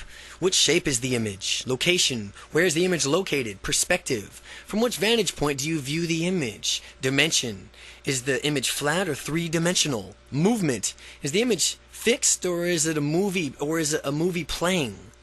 Auditory qualities. Location. Where's the sound coming from? Tonality. What's the tonality like? Depth. Does the sound surround you? Volume. How loud or quiet is the sound? Melody. Is the sound melodic or monotonous? Duration. Is the sound continuous or intermittent? Sensory qualities. Intensity. How intense is the feeling? Location. Where do you feel the feeling? Speed. How fast does the feeling occur? Duration. Is the feeling continuous or intermittent? Quality. How would you describe the feeling? Unstoppable confidence. How to use the power of NLP. NLP to be more dynamic and successful by Kent Sayre. If you're serious about gaining more confidence, you must get this book, Robert G. Allen, The 1 Minute Millionaire. This book will give you a boost towards success that can make all the difference. Brian Tracy, best-selling author of Maximum Achievement. Imagine having the confidence and courage to go after goals, successful careers, rewarding relationships, richer, fuller life. If you could dream it, you could do it. Using the scientific methods of neuro-linguistic programming, NLP. Through NLP, author Kent Sayre transformed himself from a plainly shy introvert into one of the nation's most dynamic NLP trainers. He's taught thousands how to break out of their shells and go after their dreams. Now, with this proven system, you too can harness the power of NLP to blast out of your comfort zone, shatter your limiting beliefs, and boost your confidence instantly. The step-by-step program for a ready-to-use tool, verbal, nonverbal techniques, and practical thinking exercises will redirect your mind towards your goals. You'll be amazed how easy it is to interact with others, embrace opportunities, and enjoy social events, activities, and work functions. Unstoppable confidence.